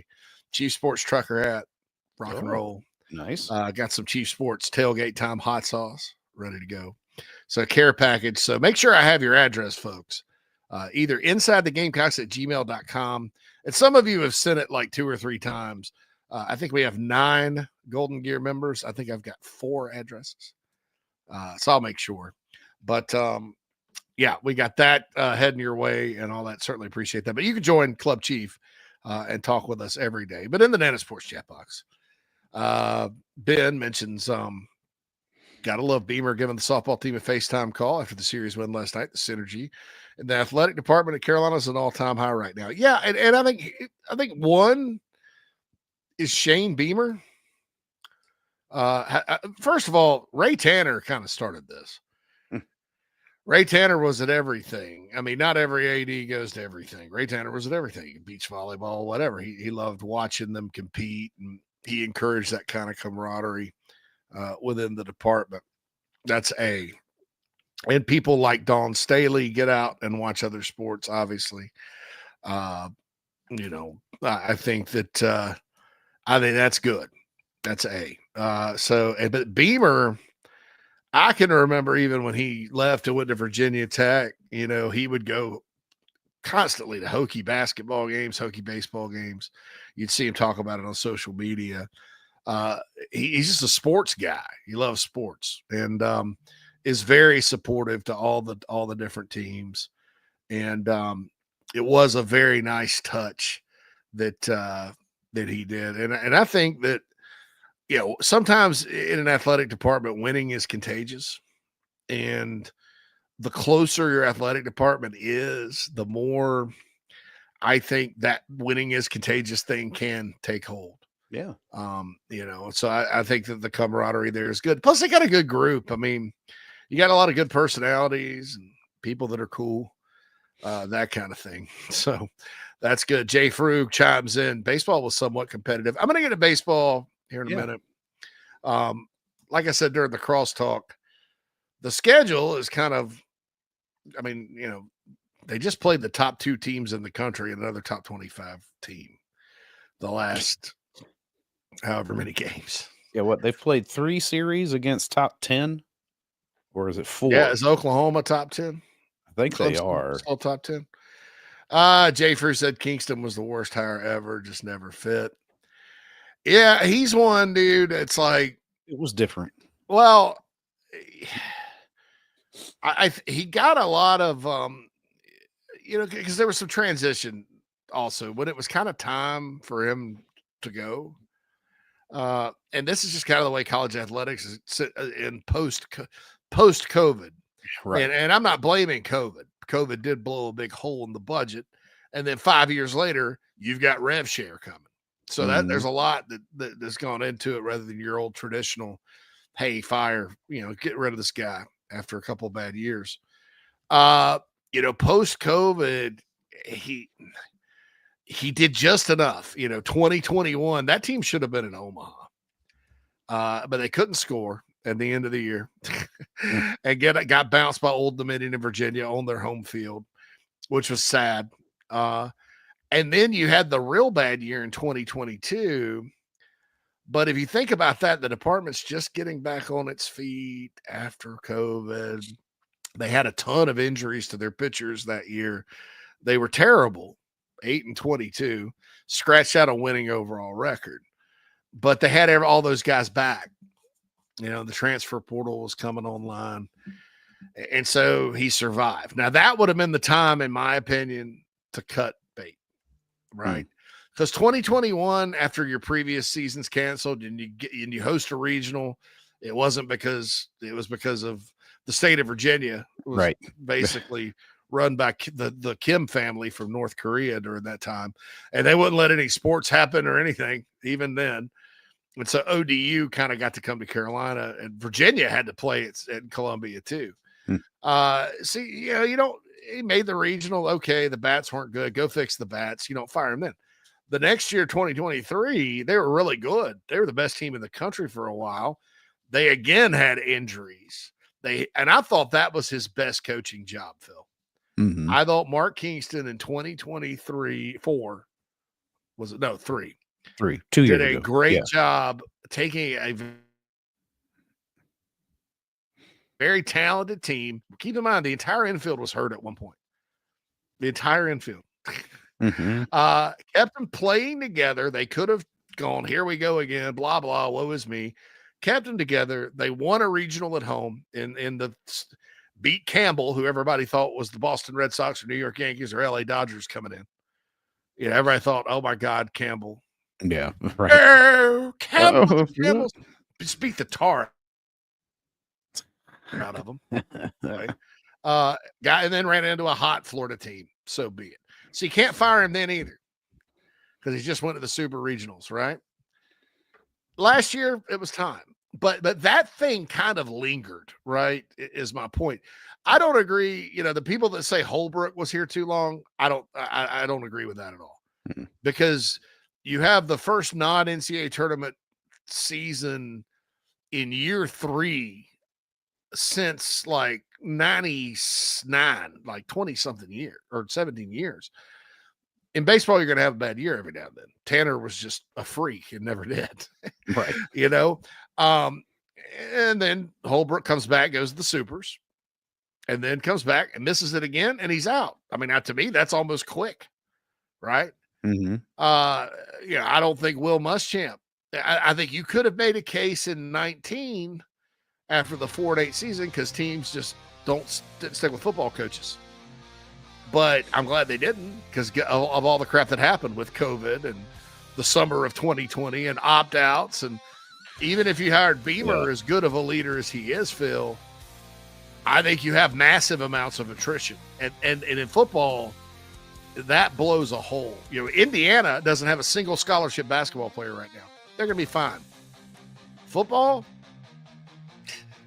it can go south really quick. So in hindsight, I'm glad about that. So we'll see. And then we've touched on Frank Martin. So, but I do think Kingston kind of lingered. I don't know that Kingston has much to do with the problems, that are going on now, other than, didn't leave a lot of talent, but, I was kind of helping their, Carolina Rise were doing their NIL. I know how much money they were dealing with, and frankly, I mean, Mike was talking earlier about $1,000 versus $100 at a meal. Yeah, let's try 30. It was definitely an Audi roster that he, they had to deal with. So, anyway, I'm gonna touch more on baseball when we come back and talk a little football, obviously. But did want to talk about that stuff and address the stuff in the Nana Sports chat box. And yeah, we got a question about a running back. Oh yeah, that guy. I'll answer it when we get back. By the way, want to tell everybody to check out GamecockCoffee.com. GamecockCoffee.com. Buy Rise and Shine New Orleans Roast Gourmet Coffee. It's shipping out, folks. Don't worry. And it ships out quicker now, is my understanding. All that money goes in the coffers for NIL. GamecockCoffee.com. Be sure to drink it up. And we'll be back after these messages. Final hour of the show on a Monday. Holla. I said, oh, Lord Jesus, it's a fire. Ain't nobody got time for that. Disaster comes uninformed. During and after natural disasters or accidents, there can be a heavy loss to property. It can become extremely difficult to bounce back to what you knew before. Having your home or office destroyed or damaged by water, fire, smoke, or mold affects your personal and business lifestyle. Resto Pros of the Midlands is here to help. Open 24/7. Call them when you need them. 803-493-0170.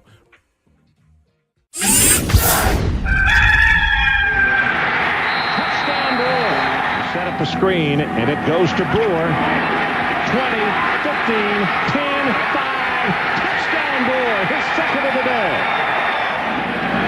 Pitches it to Brewer. Turns the corner. Touchdown, number 3 of the afternoon.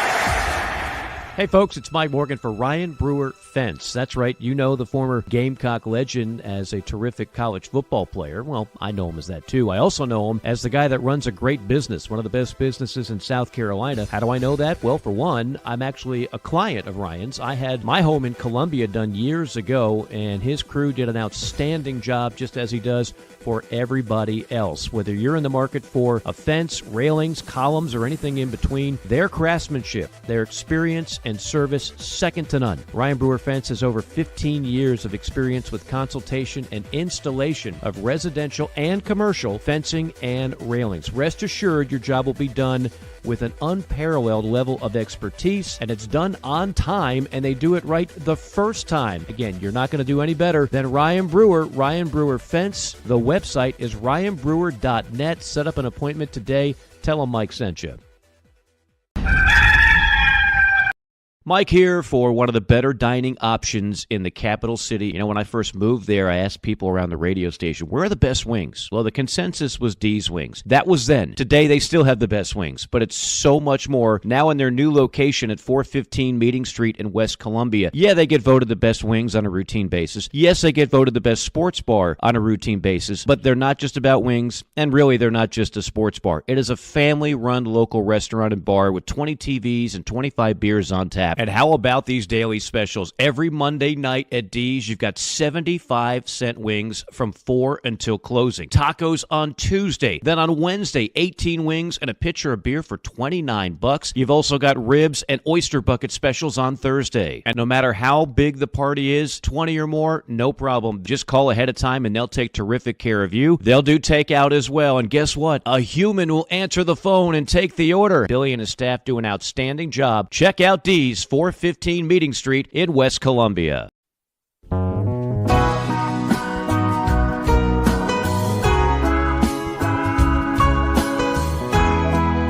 This is Lenore Sullivan from Gamecock Football, and you listen to the show with JC, JB, and Phil.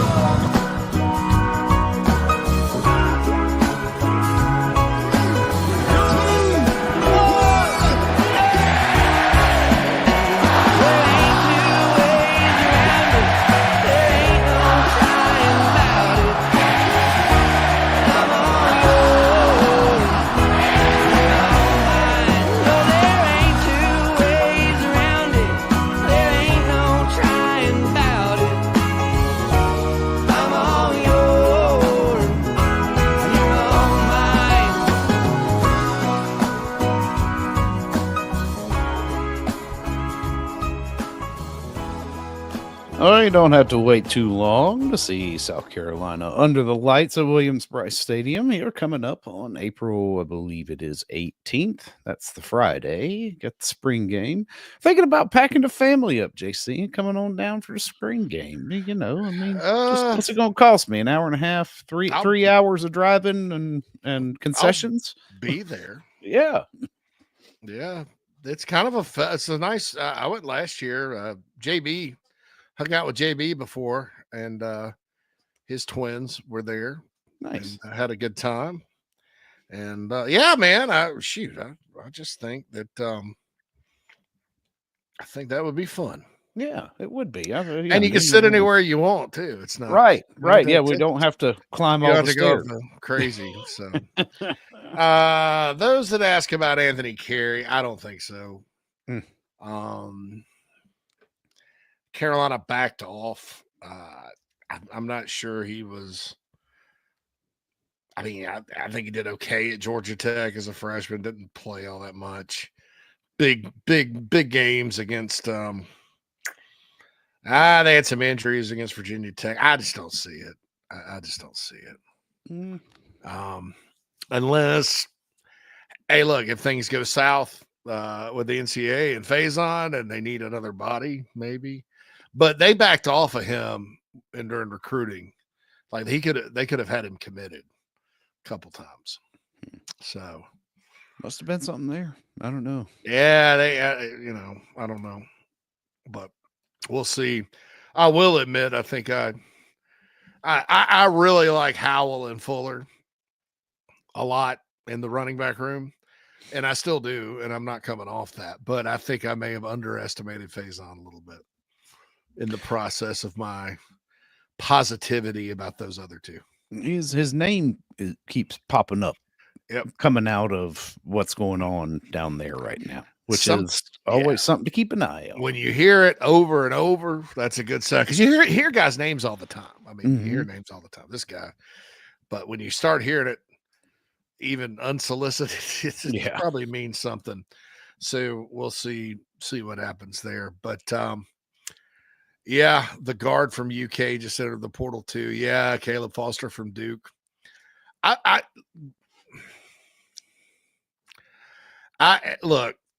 think they'll get a point guard.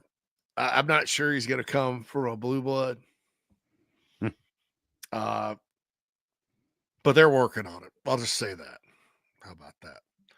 So we'll see sort of what happens. Ben says if you give Holbrook the 2018 team, I think we're in Omaha.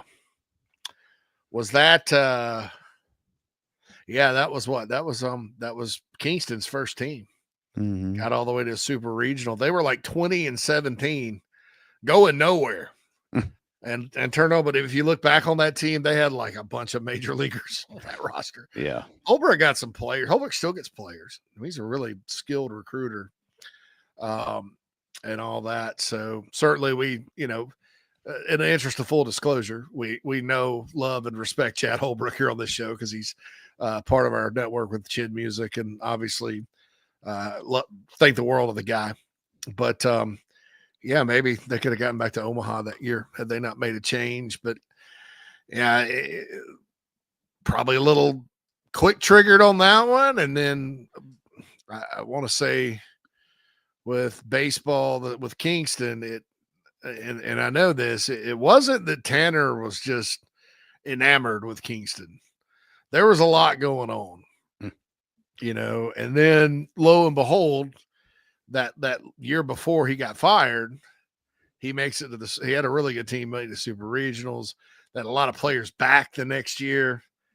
And then all of a sudden, they didn't leave the minute he didn't live up to expectations, he was out. I think the more interesting tenure was Frank Martin for basketball, right? Who Tanner did not hire him. No. And they wanted to make a move during the pandemic. The pandemic season, when I think they only got 21 games in, went 6-15 or whatever. And that was a weird basketball year, dude. Kentucky had a losing record. North Carolina, I think Duke. I mean, that was a weird season. The national championship game ended up being Baylor and Gonzaga. Baylor beat the snot out of them. Yep. Baylor won it all that year. But yeah, there were some actually political pressures, and now you can't fire him. And so the next year it was NCAA or bust. They didn't make it, and they made the decision they made. So those were all interesting. So I I'll look back on it and we'll see sort of what happens. But back to the basketball thing with Lamont Paris, Phil. I just don't want people to get, I mean, not everybody's going to be at the level of Eagle staff, as far as big gets out of the portal. And honestly, with like a Sandico, I did what everybody else does. I looked at the stats and was like, right. He's just big. And I even looked at the St. Joe stats and I was like, why did he must have regressed? This guy's a project or whatever. And I had to go watch him play before I finally figured it out. So that's my dumb butt fault for just looking at the stats and just judging it. I didn't make any comments on it, but I'll be honest. I was like, who is this guy? But then I saw him pass and I saw him shoot from the outside.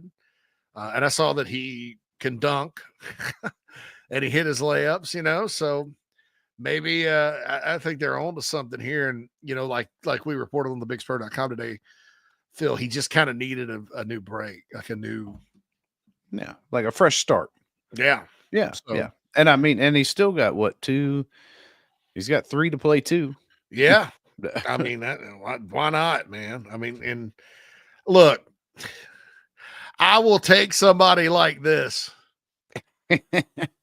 over somebody that can't shoot, is just athletic, that has to get.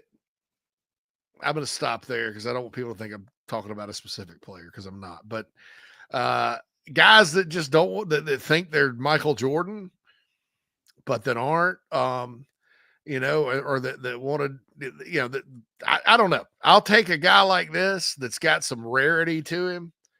Over somebody that may go out there and no matter who you got around him, he's just always going to screw it up, because I don't think you can win that way at South Carolina. Like I said, you have to out basketball people. Yeah. Here. And it's been that way when the SEC was bad. The SEC's always been full of great athletes, folks. It's just not always been the best basketball conference. This year it was both. That's tough. But right. It's been that way when the SEC's bad or good. South Carolina absolutely is not in a position to out-athlete anybody. Even the Final Four team, those guys had to be better at basketball to do what they did. And they were for that run, So there's that as far as that goes. But yeah, let Lamont cook, as they say. And I think there's reasons to be optimistic. If you get Colin Murray-Boyles back and you got Eagle staff and you got a good point guard and you got some of these other guys, Cam Scott, Phil, I think he may be an officer and a gentleman. Yeah. What's what that is? No, I don't. I'm not putting it together. I got nowhere else to go. Okay, yeah. I got nowhere else to go. I got nowhere else to go. Not that he necessarily wanted to leave, but I don't know what the appetite is out there for him. Yeah, the market's probably not very strong after Watch me say that, and then all of a sudden he's in the portal today and he goes to Duke. There you go.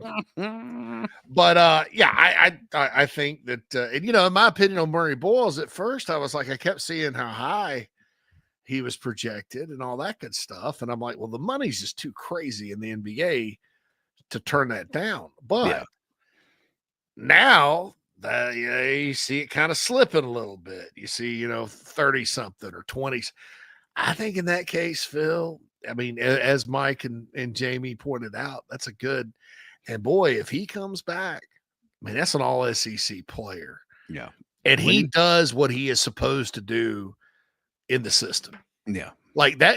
This year was, I mean, sure, he missed some free throws and some shots, but everybody does. Right. This year, none of how he played this year. He played better. Like he got better. Yeah. You could tell. Yeah. He stepped forward, progressed, and yeah, I mean, and dude, he played his ass off in the SEC tournament game. mm-hmm. I mean, that's a guy. I mean, blood coming out of his. I mean, dude, a few times this season. My man's out there bleeding. Yeah. So apparently, Lamont Paris says some school offered him $2.5 million to transfer. Yeah. I think they take care of him, Ben. I think they'll be willing to give Colin Murray Boyles a fair deal for him to come back.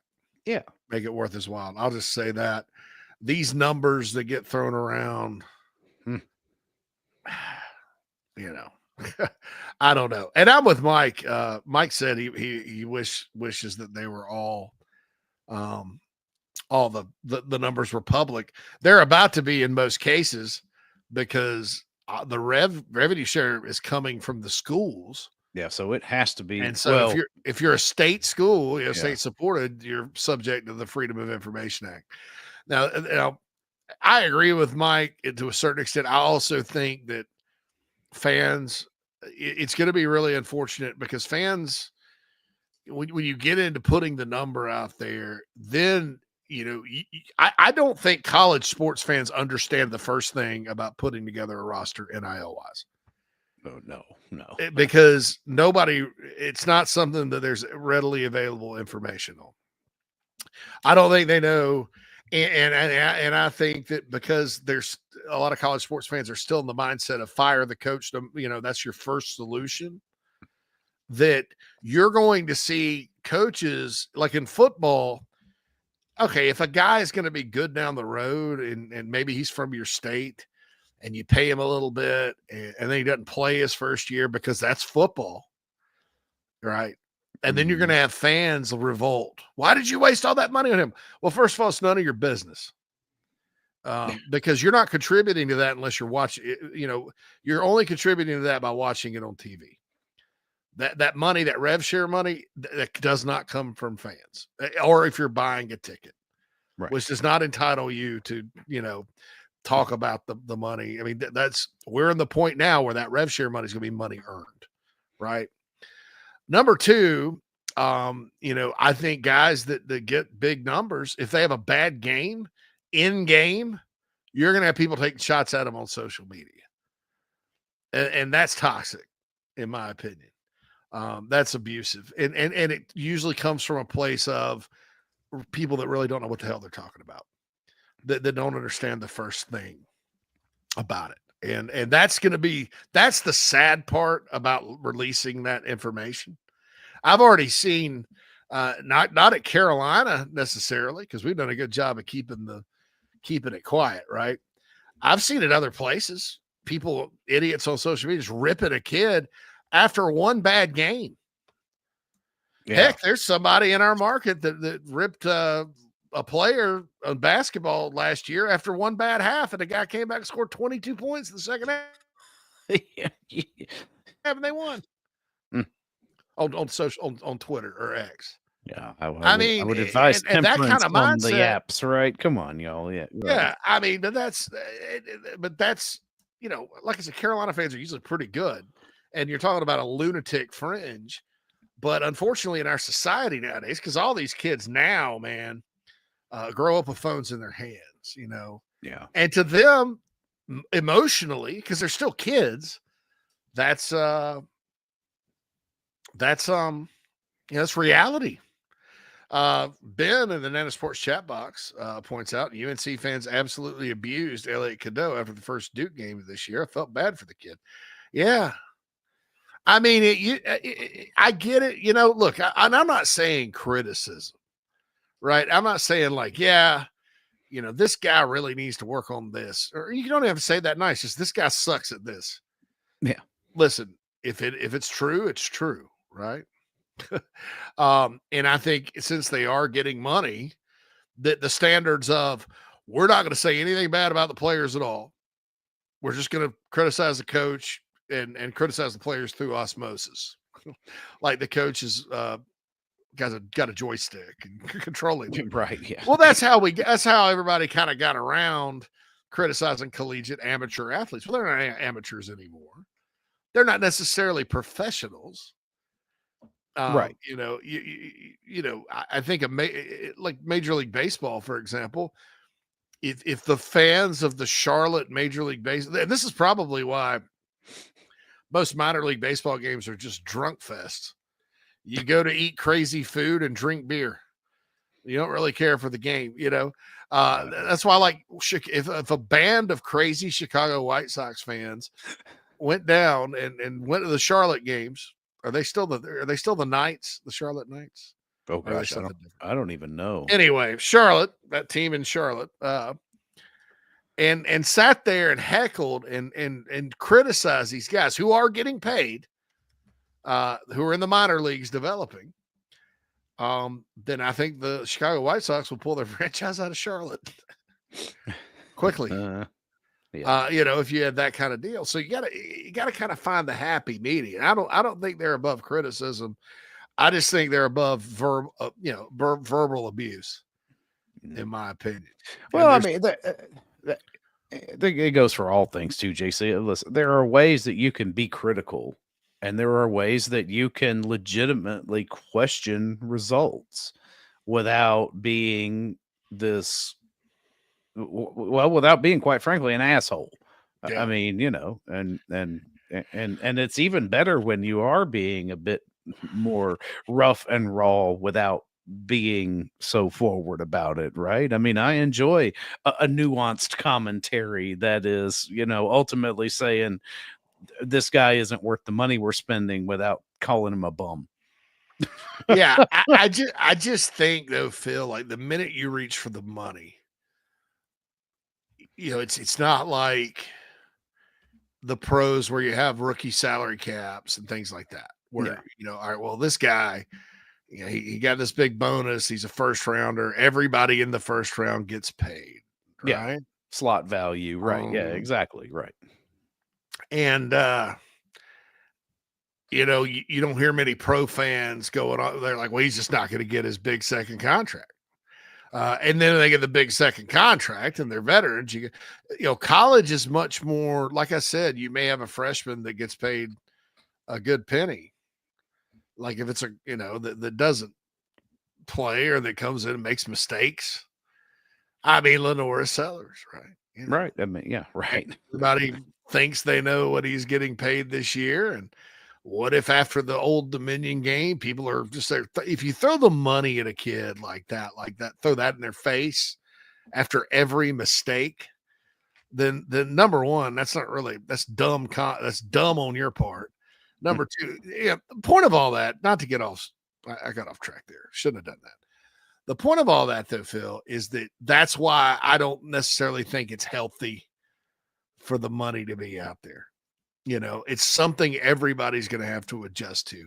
I'm not saying that with the money there should be no criticism, right? Because I think there has to be.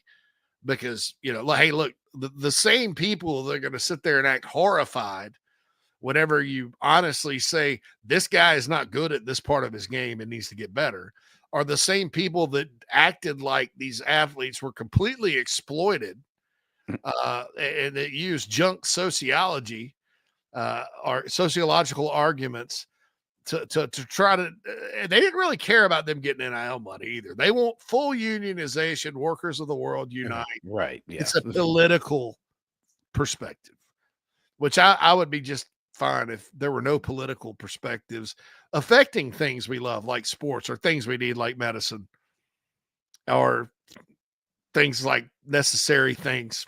You know, I would like for those to go back to being apolitical, right? Yeah. So that was part of that. It's not about any of that, but they're the same people that are gonna be like, well, they can't be criticized. They're the same people that are like, they act like coaches are tyrants and athletes are victims. And these people have never played sports, most of them. And so I'm not saying there should be no criticism at all. I'm just saying that I don't think, I think that with the money, that's just not something you need to reach for. And when the numbers are public, that's the first thing people are going to reach for. Yeah. Yeah. You know? I mean, it's low hanging fruit. So most people are just going to be like, well, overpaid, you know, not getting value out of it. Which, maybe not. Who's to say? So Bird from X says Gonzaga only initially reached out, but that's it. They didn't do anything to get info on him. Yeah. Well, he canceled a visit, according to him. Yeah, and I'm pretty sure a visit is a two-way street. Yeah, so I don't know how he's going to visit if that was the deal. So, I mean, here we go. The excuses are already happening. He's not that good. If you think he's not that good, that's fine. I don't really give a flying flip. It's just God. I mean, you don't feel good about anything. Well, here's the reality. If you are keeping 5 players off of the current roster, you got 4 coming in from high school. That means you've got 6 holes to fill, and you're going to have somebody fill those holes. And this guy looks like a pretty experienced player who can knock down shots, which is something that Carolina needs. So not only are you filling a hole, but you're addressing a need. He's a good player. Yeah. I'm fine with it. I think he's exactly the kind of basketball player they need. Mm-hmm. So don't care about about whatever. And according to who about Gonzaga? I mean, right. Who said that? Because John Whittle, who's been all over this, reported something different. Unless there's been an update, and I haven't been on the site in a while. I'll go with Whittle. What about you, Phil? I will always defer to what it is that John Whittle is saying, because he's not one to really say anything that if he hasn't heard it on good faith, and Whittle's not a guy out there just reporting things for clicks. Let's put it that way. He's the best in the business for a reason. Yeah. Ooh, man, you could be Indiana. Look, they lost their entire team. I'll say this. I think they'll be in the NCAA tournament next year. They might, right? Yeah, seriously. I think that guy's a good coach. If his son, I think, has an injury, but he was at West Virginia with him. He's a really good player. So he's got one, right? Mm-hmm. And I think they'll be fine. They're Indiana. I mean, they're going to go and there's so many basketball players. I think they'll be able to put together on a roster. The Queen of the Cucks says, while we're talking about criticism, any thoughts on Petrie, SQ, and LaCroix in the bar Saturday night? Fans are going the hell off about that. This is the first I've heard about it. I haven't heard anything about this. Did JB mention it? No, we did not mention it on the morning show. But I don't really care. I mean, 2 of them are hurt, kids, and aren't playing right now, because I don't think LeCroy played at all this weekend. Am I right? I don't. Yeah, LeCroy may be out for the whole year. He coached first base. Yeah. SQ, I don't know that I'd be at a bar if I had a concussion. Well, he's got an oblique injury. That's what's keeping him out now. He passed protocol, is my understanding from the latest, and this is from John as well, that it's not just the concussion that kept him out over the weekend. He has an oblique injury. Okay. Yeah, from the fall. Someone took a picture and posted it on X, trashing them. Well, those people need to mind their own freaking business. But what are you doing taking pictures of them, if you're at Saloon on Saturday night, Sunday morning at 2 a.m., and before a noon game, whoever took that picture, I would probably try to knock their teeth down their throat, just because it's none of their business, and you don't care. I mean, you're doing it for credibility, not for your own personal credibility. Yeah. I mean, now let's back up. If they shouldn't be before a noon game, shouldn't be at a bar that late. No, probably not. But they're also baseball players. I mean, if they're football players, yeah, that's probably bad before a football game. But or basketball. I mean, but baseball guys. I mean, perhaps people aren't kind of aware. Probably people aren't maybe aware that how baseball players roll. I mean, historically. Right. I just came from a New Jersey Gamecock account. Jesus. Yeah. Well, anyway, I'm just saying, like, look, and nothing against people from New Jersey. Carolina's got a ton of students there. I'm friends with a lot of people from New Jersey. nothing against New Jersey, but some people on Twitter that I look. I'm just going to say this. I don't think it's a huge deal. I think that's just, the people that want to get in everybody else's business that happen to see them out in public. What that does is, okay, so yeah, they probably shouldn't have been at a bar at 2 a.m. I thought bars closed at midnight on Saturday night in South Carolina. Do they not still? No. It's 2 now. They've loosened that up. They've loosened that up a bit. Yeah. Should they have been? Probably not. Are they college kids? Yes. Are they on a different time clock? Yes. Do you think you're helping anything by doing that? No. And you know what that does? It doesn't affect Petrie and SQ and whoever else they think that was in the picture whatsoever. No. Right. And people are so crazy, Phil. That may have been a picture from a while back. I'd like to see what they were wearing. Did they have on season appropriate attire? There is also that where it's like somebody could have grabbed a shot of this months ago and just sat on it until because they're Mm-hmm. losers. But I still think even if it was, what that does is, okay, well, you have to still recruit. What this does is all that stuff we were talking about how the department was, aligned and everybody loved each other and all that. What this does is go, yeah, I'm not going there. And people want to wonder about the baseball. Wow, nobody wants the baseball job, even though it's been a good program. People want to know it's part crap like this. It's part that there are people that say they want to fire Paul Maneri right now. The Carolina baseball fans, expectations. I don't think there's anything wrong with big expectations, and I'm just as sick as everybody else that the program has had a decline, right? Yeah. But there are some people out there, a big portion of the baseball fan base, that they're not doing anything to help it. They just expect whoever's the AD to go get, whoever, Joe Torre, to come because it's the almighty good baseball program. And by the way, they're mad at Ray Tanner for blah, blah, blah, blah, blah. None of that helps. And I'll tell you this, putting pictures of your players on out, all that does is reinforce old and tired BS from the early 2000s that people used to talk crap about Carolina. Oh, it's just a party school. You're going to get in trouble. Blah, blah, blah, blah, blah. Yeah. I just don't, I don't agree with it at all. Even if they were out there. And I'm not saying I'm not supporting them being out. No. Right. Not before a game like that, but they're college kids. And I just, I think if you claim to care, then that's not caring. That's just being a tattletale and putting stuff like that on X too. Oh, here we go. Maybe Petrie, listen, he just came off of his offer. Maybe he needed a drink or two. Yeah, bad day at the office. How many people, want to go have a couple of beers after a bad day at the office? Yeah, this guy, basketball hater, UFC super fan. Oh God. Yeah, I'm looking at it now.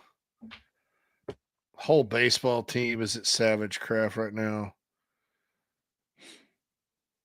I'm just like, well, this guy's the whole baseball team. Oh, what is this? Like some sort of he was following him around, trolling the crap out of him? Does he do that for the football team? This is a self-important troll. Yeah, I can't stand that crap. This guy. Yeah, it wasn't. They're college students. They're going to go. This guy's just fair. Now, what if they win the next 2 series out on the road? Is that going to be such a big problem for that guy if he sees them in 5 points again? I don't know. Oh, I'd hit him. Oh, I'd definitely push him into something. These guys are in the corner minding their own business. Yeah, just leave them be. One of the most,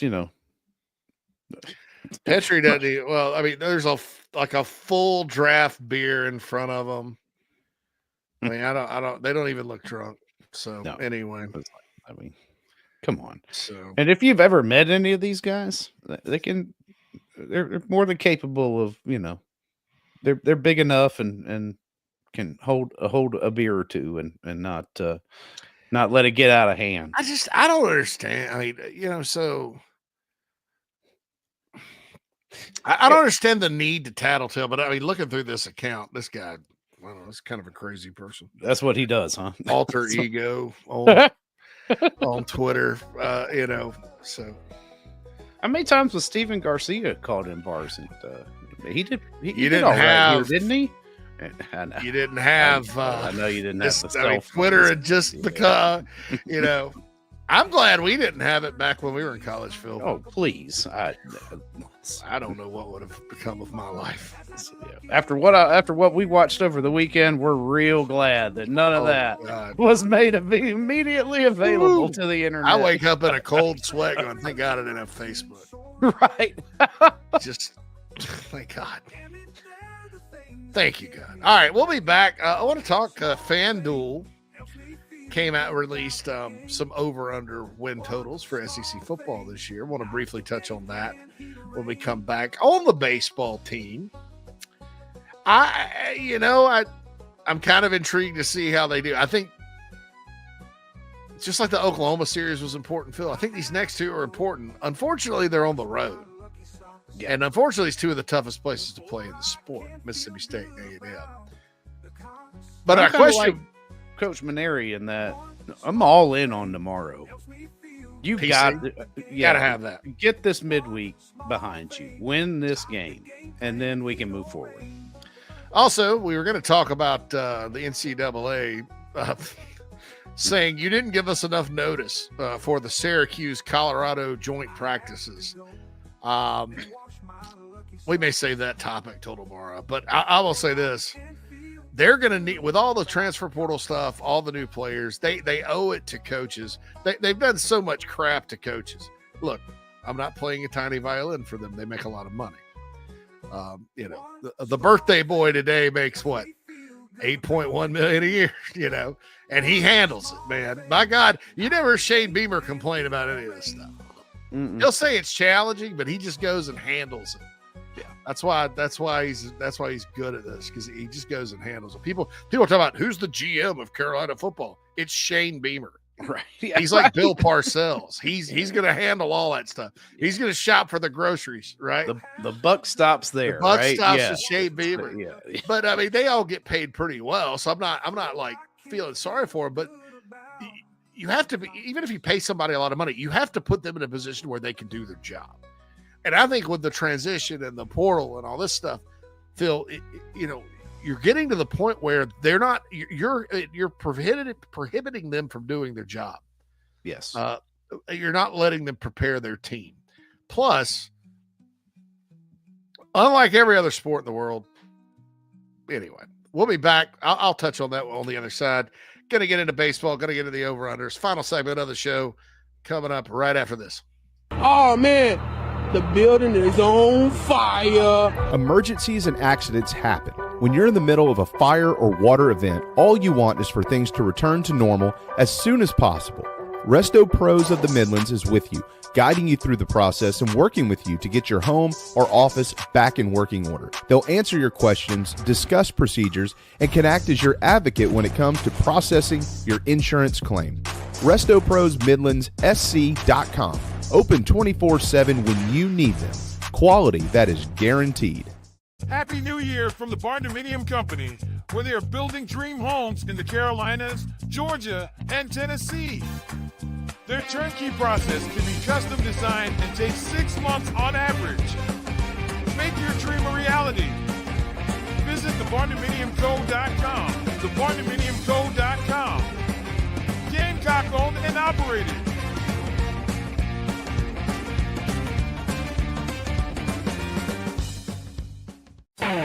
Think about that old ride of yours. The carpools, the road trips, the heavy hauls, date nights, and the dings and the dents and the sticky spills and cracker crumbs, and that smell that really never goes away. Do you really want to start the new year in the same old ride? Or is it time for a fresh start?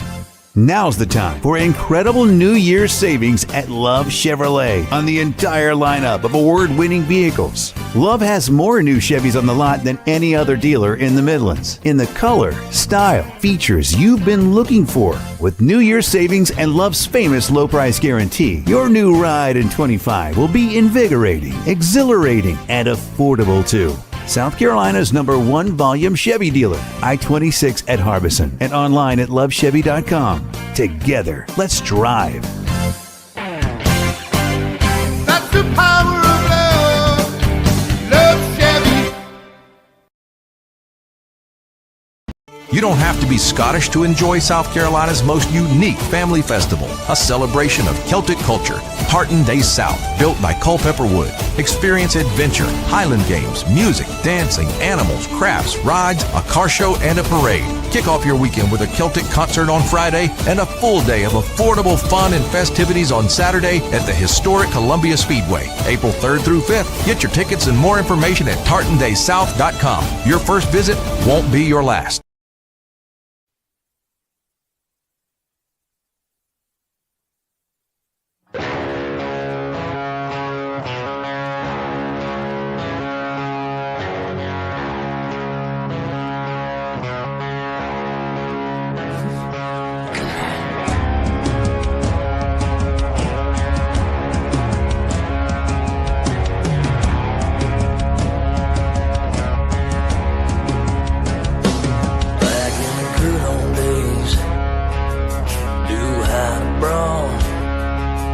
talking real gunslingers. I'm talking real outlaws. They saddle up and ride on into town. When it was high noon in the mall saloons, you knew what was going down. They took it outside. Took it outside. Bruce man to man, toe to toe, you know they had to go. When nobody's gonna break it up, not until you've had enough. If you think you've got the guts, and let's take it outside. Or if you think you're man enough, you really wanna knuckle up. If you wanna shed a little blood, then let's take it outside. Let's take it outside.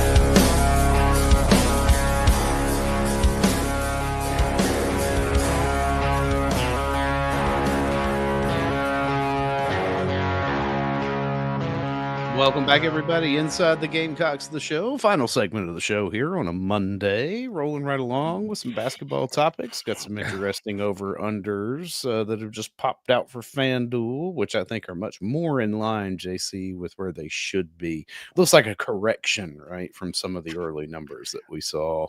I'm not so sure some of the, like, bet online. It was bet online. This guy, his last name Jimmy Shapiro, I think his name.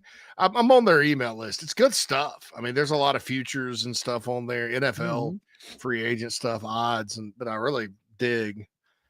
But they send these out, and Carolina was at like 5, and I was like, I think this is from last year. Some of it like looked like last year, but yeah, in the Nana's Porch chat box. Ben says, what would the MLB equivalent of Frank Reich to Stanford be?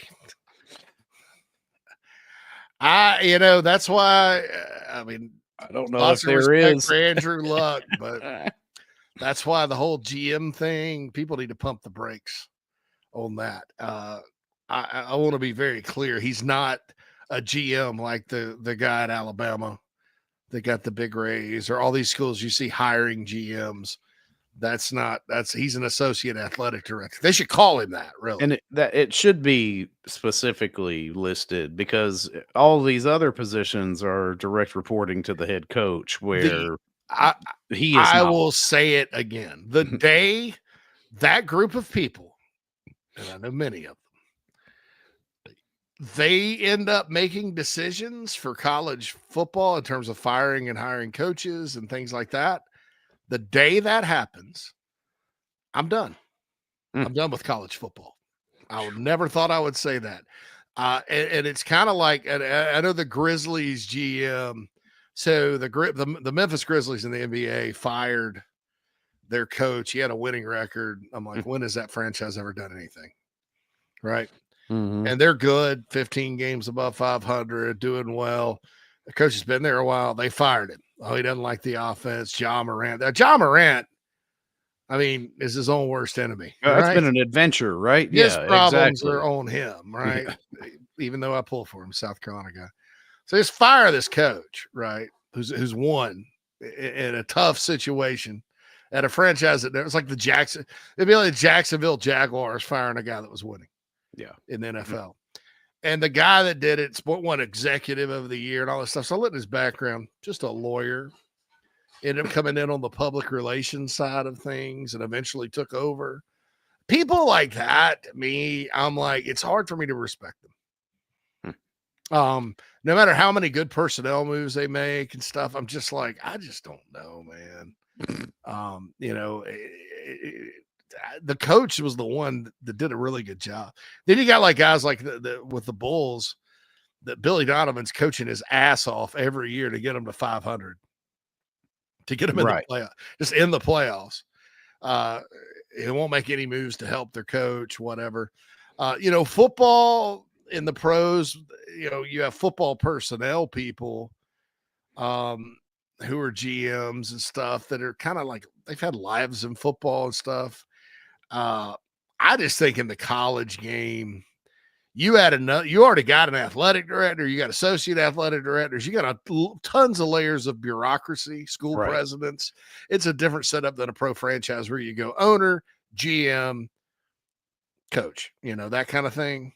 And sometimes the coaches are in charge of personnel. I just think you add somebody else to the stew in college football, that's bad. Right. But the media, the national media, they're taking it like, oh, he's just like this guy at Alabama. I mean, you think the Alabama GM is going to fire Kalen DeBoer? No, right. No. No. Yeah, it's not fully contextualized. No, yeah. When held up, it's like, well, you got general managers all over the country. Look at this guy over here. And it's like, well, technically, yeah. Yeah. And then you're like, the conversation just gets too long for our soundbite narratives, so yeah, you look over it. Yeah. You got to have common sense, but I'll promise all of you this. Some people said when they paid players, they were done. Some people said the portal, they're done. When these people that are general managers right now, and then you have some schools that are just, Wisconsin hired this guy the other day. And I'm like, why? Mm-hmm. Why are these guys? I mean, when those guys start making decisions over the coach and the coaching staff in college football, I'm done. I'm not going to support anything that adds an unnecessary layer of bureaucracy to the situation. Yeah, right. Because that's when huge mistakes are made, and you're really powerless to do anything about it if you're a stakeholder or you care. Yeah. Because it's a different mindset than being a coach where everything's geared towards winning and caring about your players and all that good stuff. General managers looking at all kinds of different things. And so the motivation there is completely, it's cattywampus. So anyway, back to the over-under. A more fun topic. So interesting enough, Phil, and this is from FanDuel.com. The Gamecocks are at 7.5 over under. I think that's fair. I like it. There is no one or no team in the SEC that has a double digit over under. How about that? Yeah, I saw that. Yeah, which is what. Yeah, that might be the right call, really. Yeah, I mean, a lot of years you'll see Bama or Georgia up there at 10.5, that kind of thing. Georgia was 10.5 last year. But Alabama, Texas, Georgia, and Tennessee. What do I keep missing about Tennessee? I need to go look at their schedule. It's the schedule. It's a function of name recognition behind, under center, because everybody knows Nico, and then a function of the schedule. It's got to be like, yeah. But these numbers to me scream, we need some under money. like because those, or we need over money on some cases and under money on others. Because it was like you said, because I think Bama, Georgia and Texas, I know were like 10.5. I think on was it 10.5? Yeah. Last year. They had the double Or digit, the other or in the previous one, some of those early win totals, right? So there's a lot of under money coming in there. Tennessee's, and then now you get it the other way. Tennessee's schedule is a little weird, or a little favorable. They open with Syracuse. Right? Yeah, that's a scrappy little team up there. Yeah, I mean, I know Syracuse has to replace. They do have to replace Kyle McCord, right? Yeah, he's going to the draft.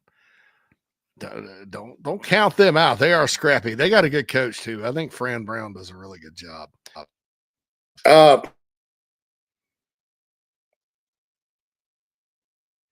yeah, you muted. I know what happened. It's the cord. It's all right. Yeah, but yeah, I wouldn't sleep on Fran Brown either. I like what he's done. Other than maybe his personal hygiene habits might leave something to be desired, but so long as they're winning, I guess he's pleasant to be around. His personal hygiene. Yeah, like he only showers when he wins. That's his thing, right? I didn't know that. Yeah, showers are for winners. Am I wrong? I've got the right guy here. I think so. I'm not sure. I haven't heard that, Phil. It's odd. Maybe somehow I missed it. So anyway, Stinky is going to go against Josh Heupel. That game's actually right before it's the day before. Carolina, so we'll be in town. Be a lot of orange. Virginia Tech, one of their colors, they're maroon and orange. A lot of orange in Atlanta that weekend, besides the Gamecocks, of course, which is good. Then they play East Tennessee in Knoxville. Georgia, Tennessee is in September this year, while Tennessee, Florida's in November. That's interesting. Oh, that's weird. So Georgia comes to Knoxville early. UAB, which is not going to be that good as long as Trent Dilfer's there. No offense to him, good commentator, but probably not the best choice to lead that program. At Mississippi State, who knows what they'll be like, but they're over-unders at 3.5. Arkansas comes to town. At Alabama, at Kentucky. Oklahoma comes to Knoxville, off. The Kill Zone's ex team, New Mexico State. Then at Florida, then Vanderbilt. So, yeah, Tennessee's got another favorable schedule. Arguably, Phil, I think it's just looking at it now, it's more favorable than favorable than last year. Than what it was last year, which is saying a lot. Saying a lot. Yeah, to go 6-2 in conference. But when you dig into it, yeah, Georgia, Mississippi State, Arkansas, Alabama, Kentucky, Oklahoma, Florida, and Vanderbilt. There's not a lot of resistance there. Yeah, I mean, if Georgia doesn't get them early, then that's something else. So Georgia, Texas, Texas to me, Phil, at 9.5. I think that's interesting because they didn't just lose Ewers, which I never thought Ewers was all that good. And I do think Arch Manning's good, but they lost a lot of other players too. Now they've recruited well, just like Georgia. Georgia's kind of in a similar boat. They open at Ohio State, but then San Jose State, UTEP, and Sam Houston. God, if you're a Longhorn fan, 3 straight weeks, that's like Ole Miss last year almost. With this just like blinking and nod. Yeah, your fan base is going to get bored. So then they got to go to the Swamp the week before they play Oklahoma. But then at Kentucky, at Mississippi State, that's quite a road trip. Longhorns. Vandy, November 15th at Georgia. Arkansas and A&M come into Darrell K. Royal. So I can see that too. That schedule. Ohio State could beat them. Florida probably, maybe. Georgia, maybe A&M gets them at home. They're at 9.5. LSU, Ole Miss, 8.5. And then here's Carolina. They're in here with 3 other teams. Missouri, A&M, and Auburn, 7.5. Oklahoma and the Gators are 6.5. Arkansas, 5.5. Kentucky, Vandy, 4.5. Mississippi State 3.5. No, I'm not so. Kentucky was bouncing back this year. Wait a minute.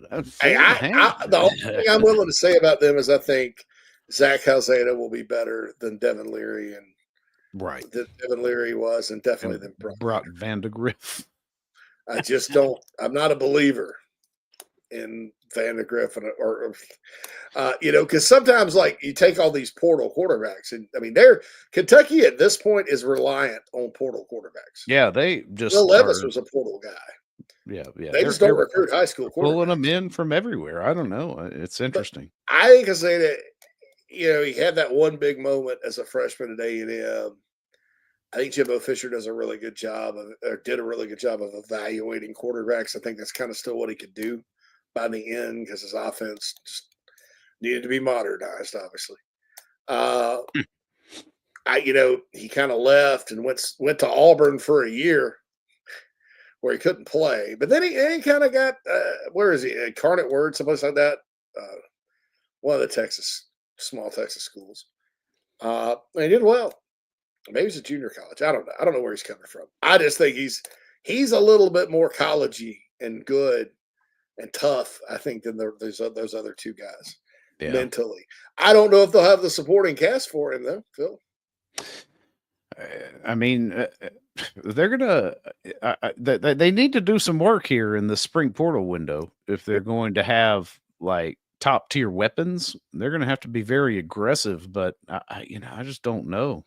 Like, it's interesting. Like, Kentucky could be one of those like schools for me that's in that like holding pattern on one sport as opposed to another because of the rev share thing that's about to come down, because they're going to want to probably disproportionately spend money for basketball in Kentucky than, say, other schools around the SEC as compared to the numbers that football gets. I think, yeah, it's just going to be a wait. When I'm looking at Mississippi State, man, I think I like old Mississippi State to win 4 this year. 4, yeah.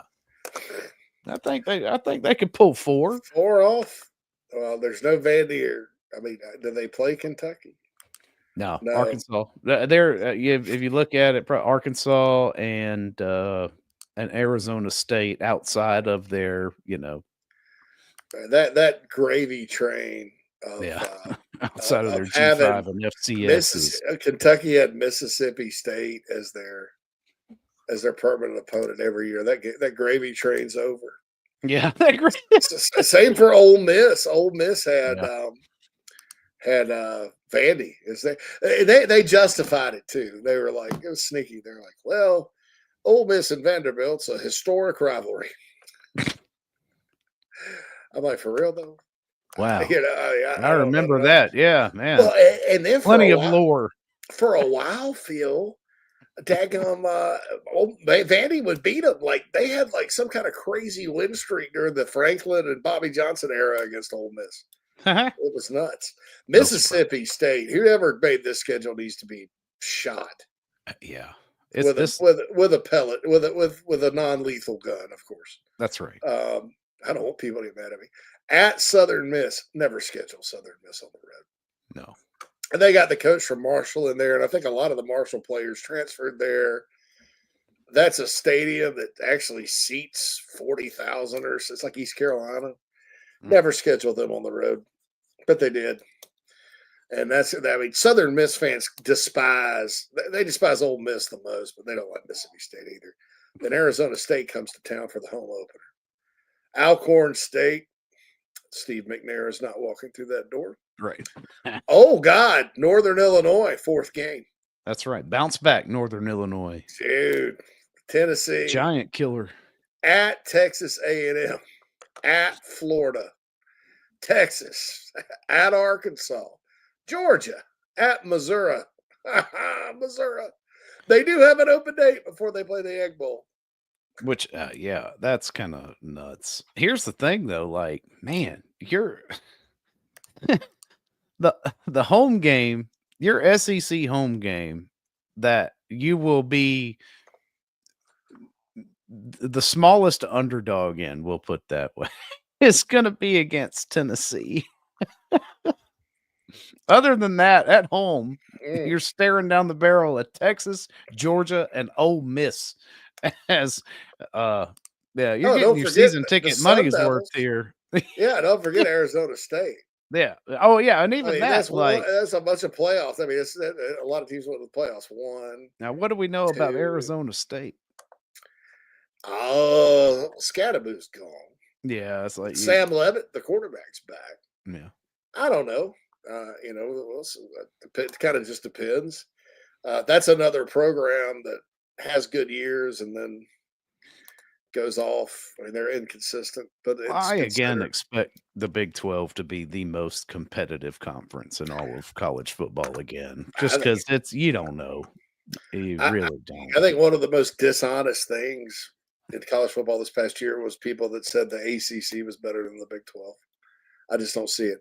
Now let's back up. Would Clemson have won the Big 12? Probably so. Right. It's nothing against Clemson. It's everybody else, dude. Mm-hmm. I mean, I was like, I don't know about this, brother. Yeah, but if you drop North Carolina in there, they're not winning the Big 12, probably. SMU. I mean, I know SMU beat TCU pretty good, but BYU handed them. SMU their only regular season loss. Mm-hmm. So I don't know. We'll see. All right, we got to wrap it up. Yeah, let's roll here. We've talked a lot of things. We've lived and prospered on the show today. Tomorrow, we'll continue to talk, preview the Final Four a little bit more, keep you updated on the basketball transfer portal. Yeah. Talk more football tomorrow, probably, because I want to get into more of these over-unders as far as the schedule goes, and then also the joint practice thing, and we can talk a little bit about quarterback recruiting for this 2026 class after Brady Smiegel's visit. Ben, one more final shot from the Nana Sports chat box. He says the ACC's only going to get worse. Duke legit, maybe the second best team. There's people thinking North Carolina's going to contend under the GOAT. I'm reserving judgment on that until we see it on the field. There's too wide a range of outcomes right now with that guy at the helm of that program. I think Louisville will be good. Hey, NC State can cycle to 8-4. I mean, they're due because they were a little off. Yeah, they were 6-7 or 6-7 this year. Yeah, that's a historically down year. They live in that 6-8 win. Basketball coach takes you to the Final Four. You're fired the next year. Yeah. Football coach wins between 6 and 8. He's been there a long time. I was told he's got a great job. Oh, yeah. Listen, I mean, that's right up there with Stoops' comfort, Oh, God. Yeah. I mean, listen, you're not expected to do much. And when you not even really exceed expectations, you're lauded. That's why, and NC State, same, as what I said about Kentucky, right? Like, this is a school in the rev share era that you could see would spend a higher proportion of their money on basketball, right, than football. I think, with Kentucky too, here's what I'm saying. You've set up your whole football program to get to a bowl every year. That's a good year. Some years you get to the Citrus Bowl. It's a big deal. Most years you're fine with Nashville or Birmingham, right? It's only a bad year when you don't get to a bowl. You set it up that way. That's how you schedule. Yep. That's the style of coach you have. Occasionally you may pull an upset. Of course you're going to give more money to basketball because you're not trying to compete for national titles in football or SEC titles. You're trying to be pretty good. It's something to pass the time till football, till basketball. Right. So if I'm Mark Stoops, I'm like, why can't you go get that collection of 3-star guys that you always did and develop them like you always have? Why have you become so reliant on the portal? You're getting a little greedy. Just get us back to the Birmingham Bowl, bro. Yeah, right. What happened to the spider web? Yeah. Where is that? After the Ole Miss game, kind of somebody took a shop vac to it. Yeah, that's right. Threw a rock right through that thing. So. All right, Phil, take us out. Let's get out of here. Tuesday, up tomorrow. I think we'll probably have a little bit of Mike Morgan on the morning show. And, of course, we've got Alex Jones, I believe, makes his Tuesdays back again tomorrow. There'll be more baseball talk, of course. Football talk. JC and I will dive into get a little deeper into the football subjects that we didn't quite get to expand on today, coming off of a big weekend of news. But I am Phil Mad Dog Mullinax. He is JC Sherbert. Everybody enjoy the rest of your evening. For Inside the Gamecocks, the show. Go Cox.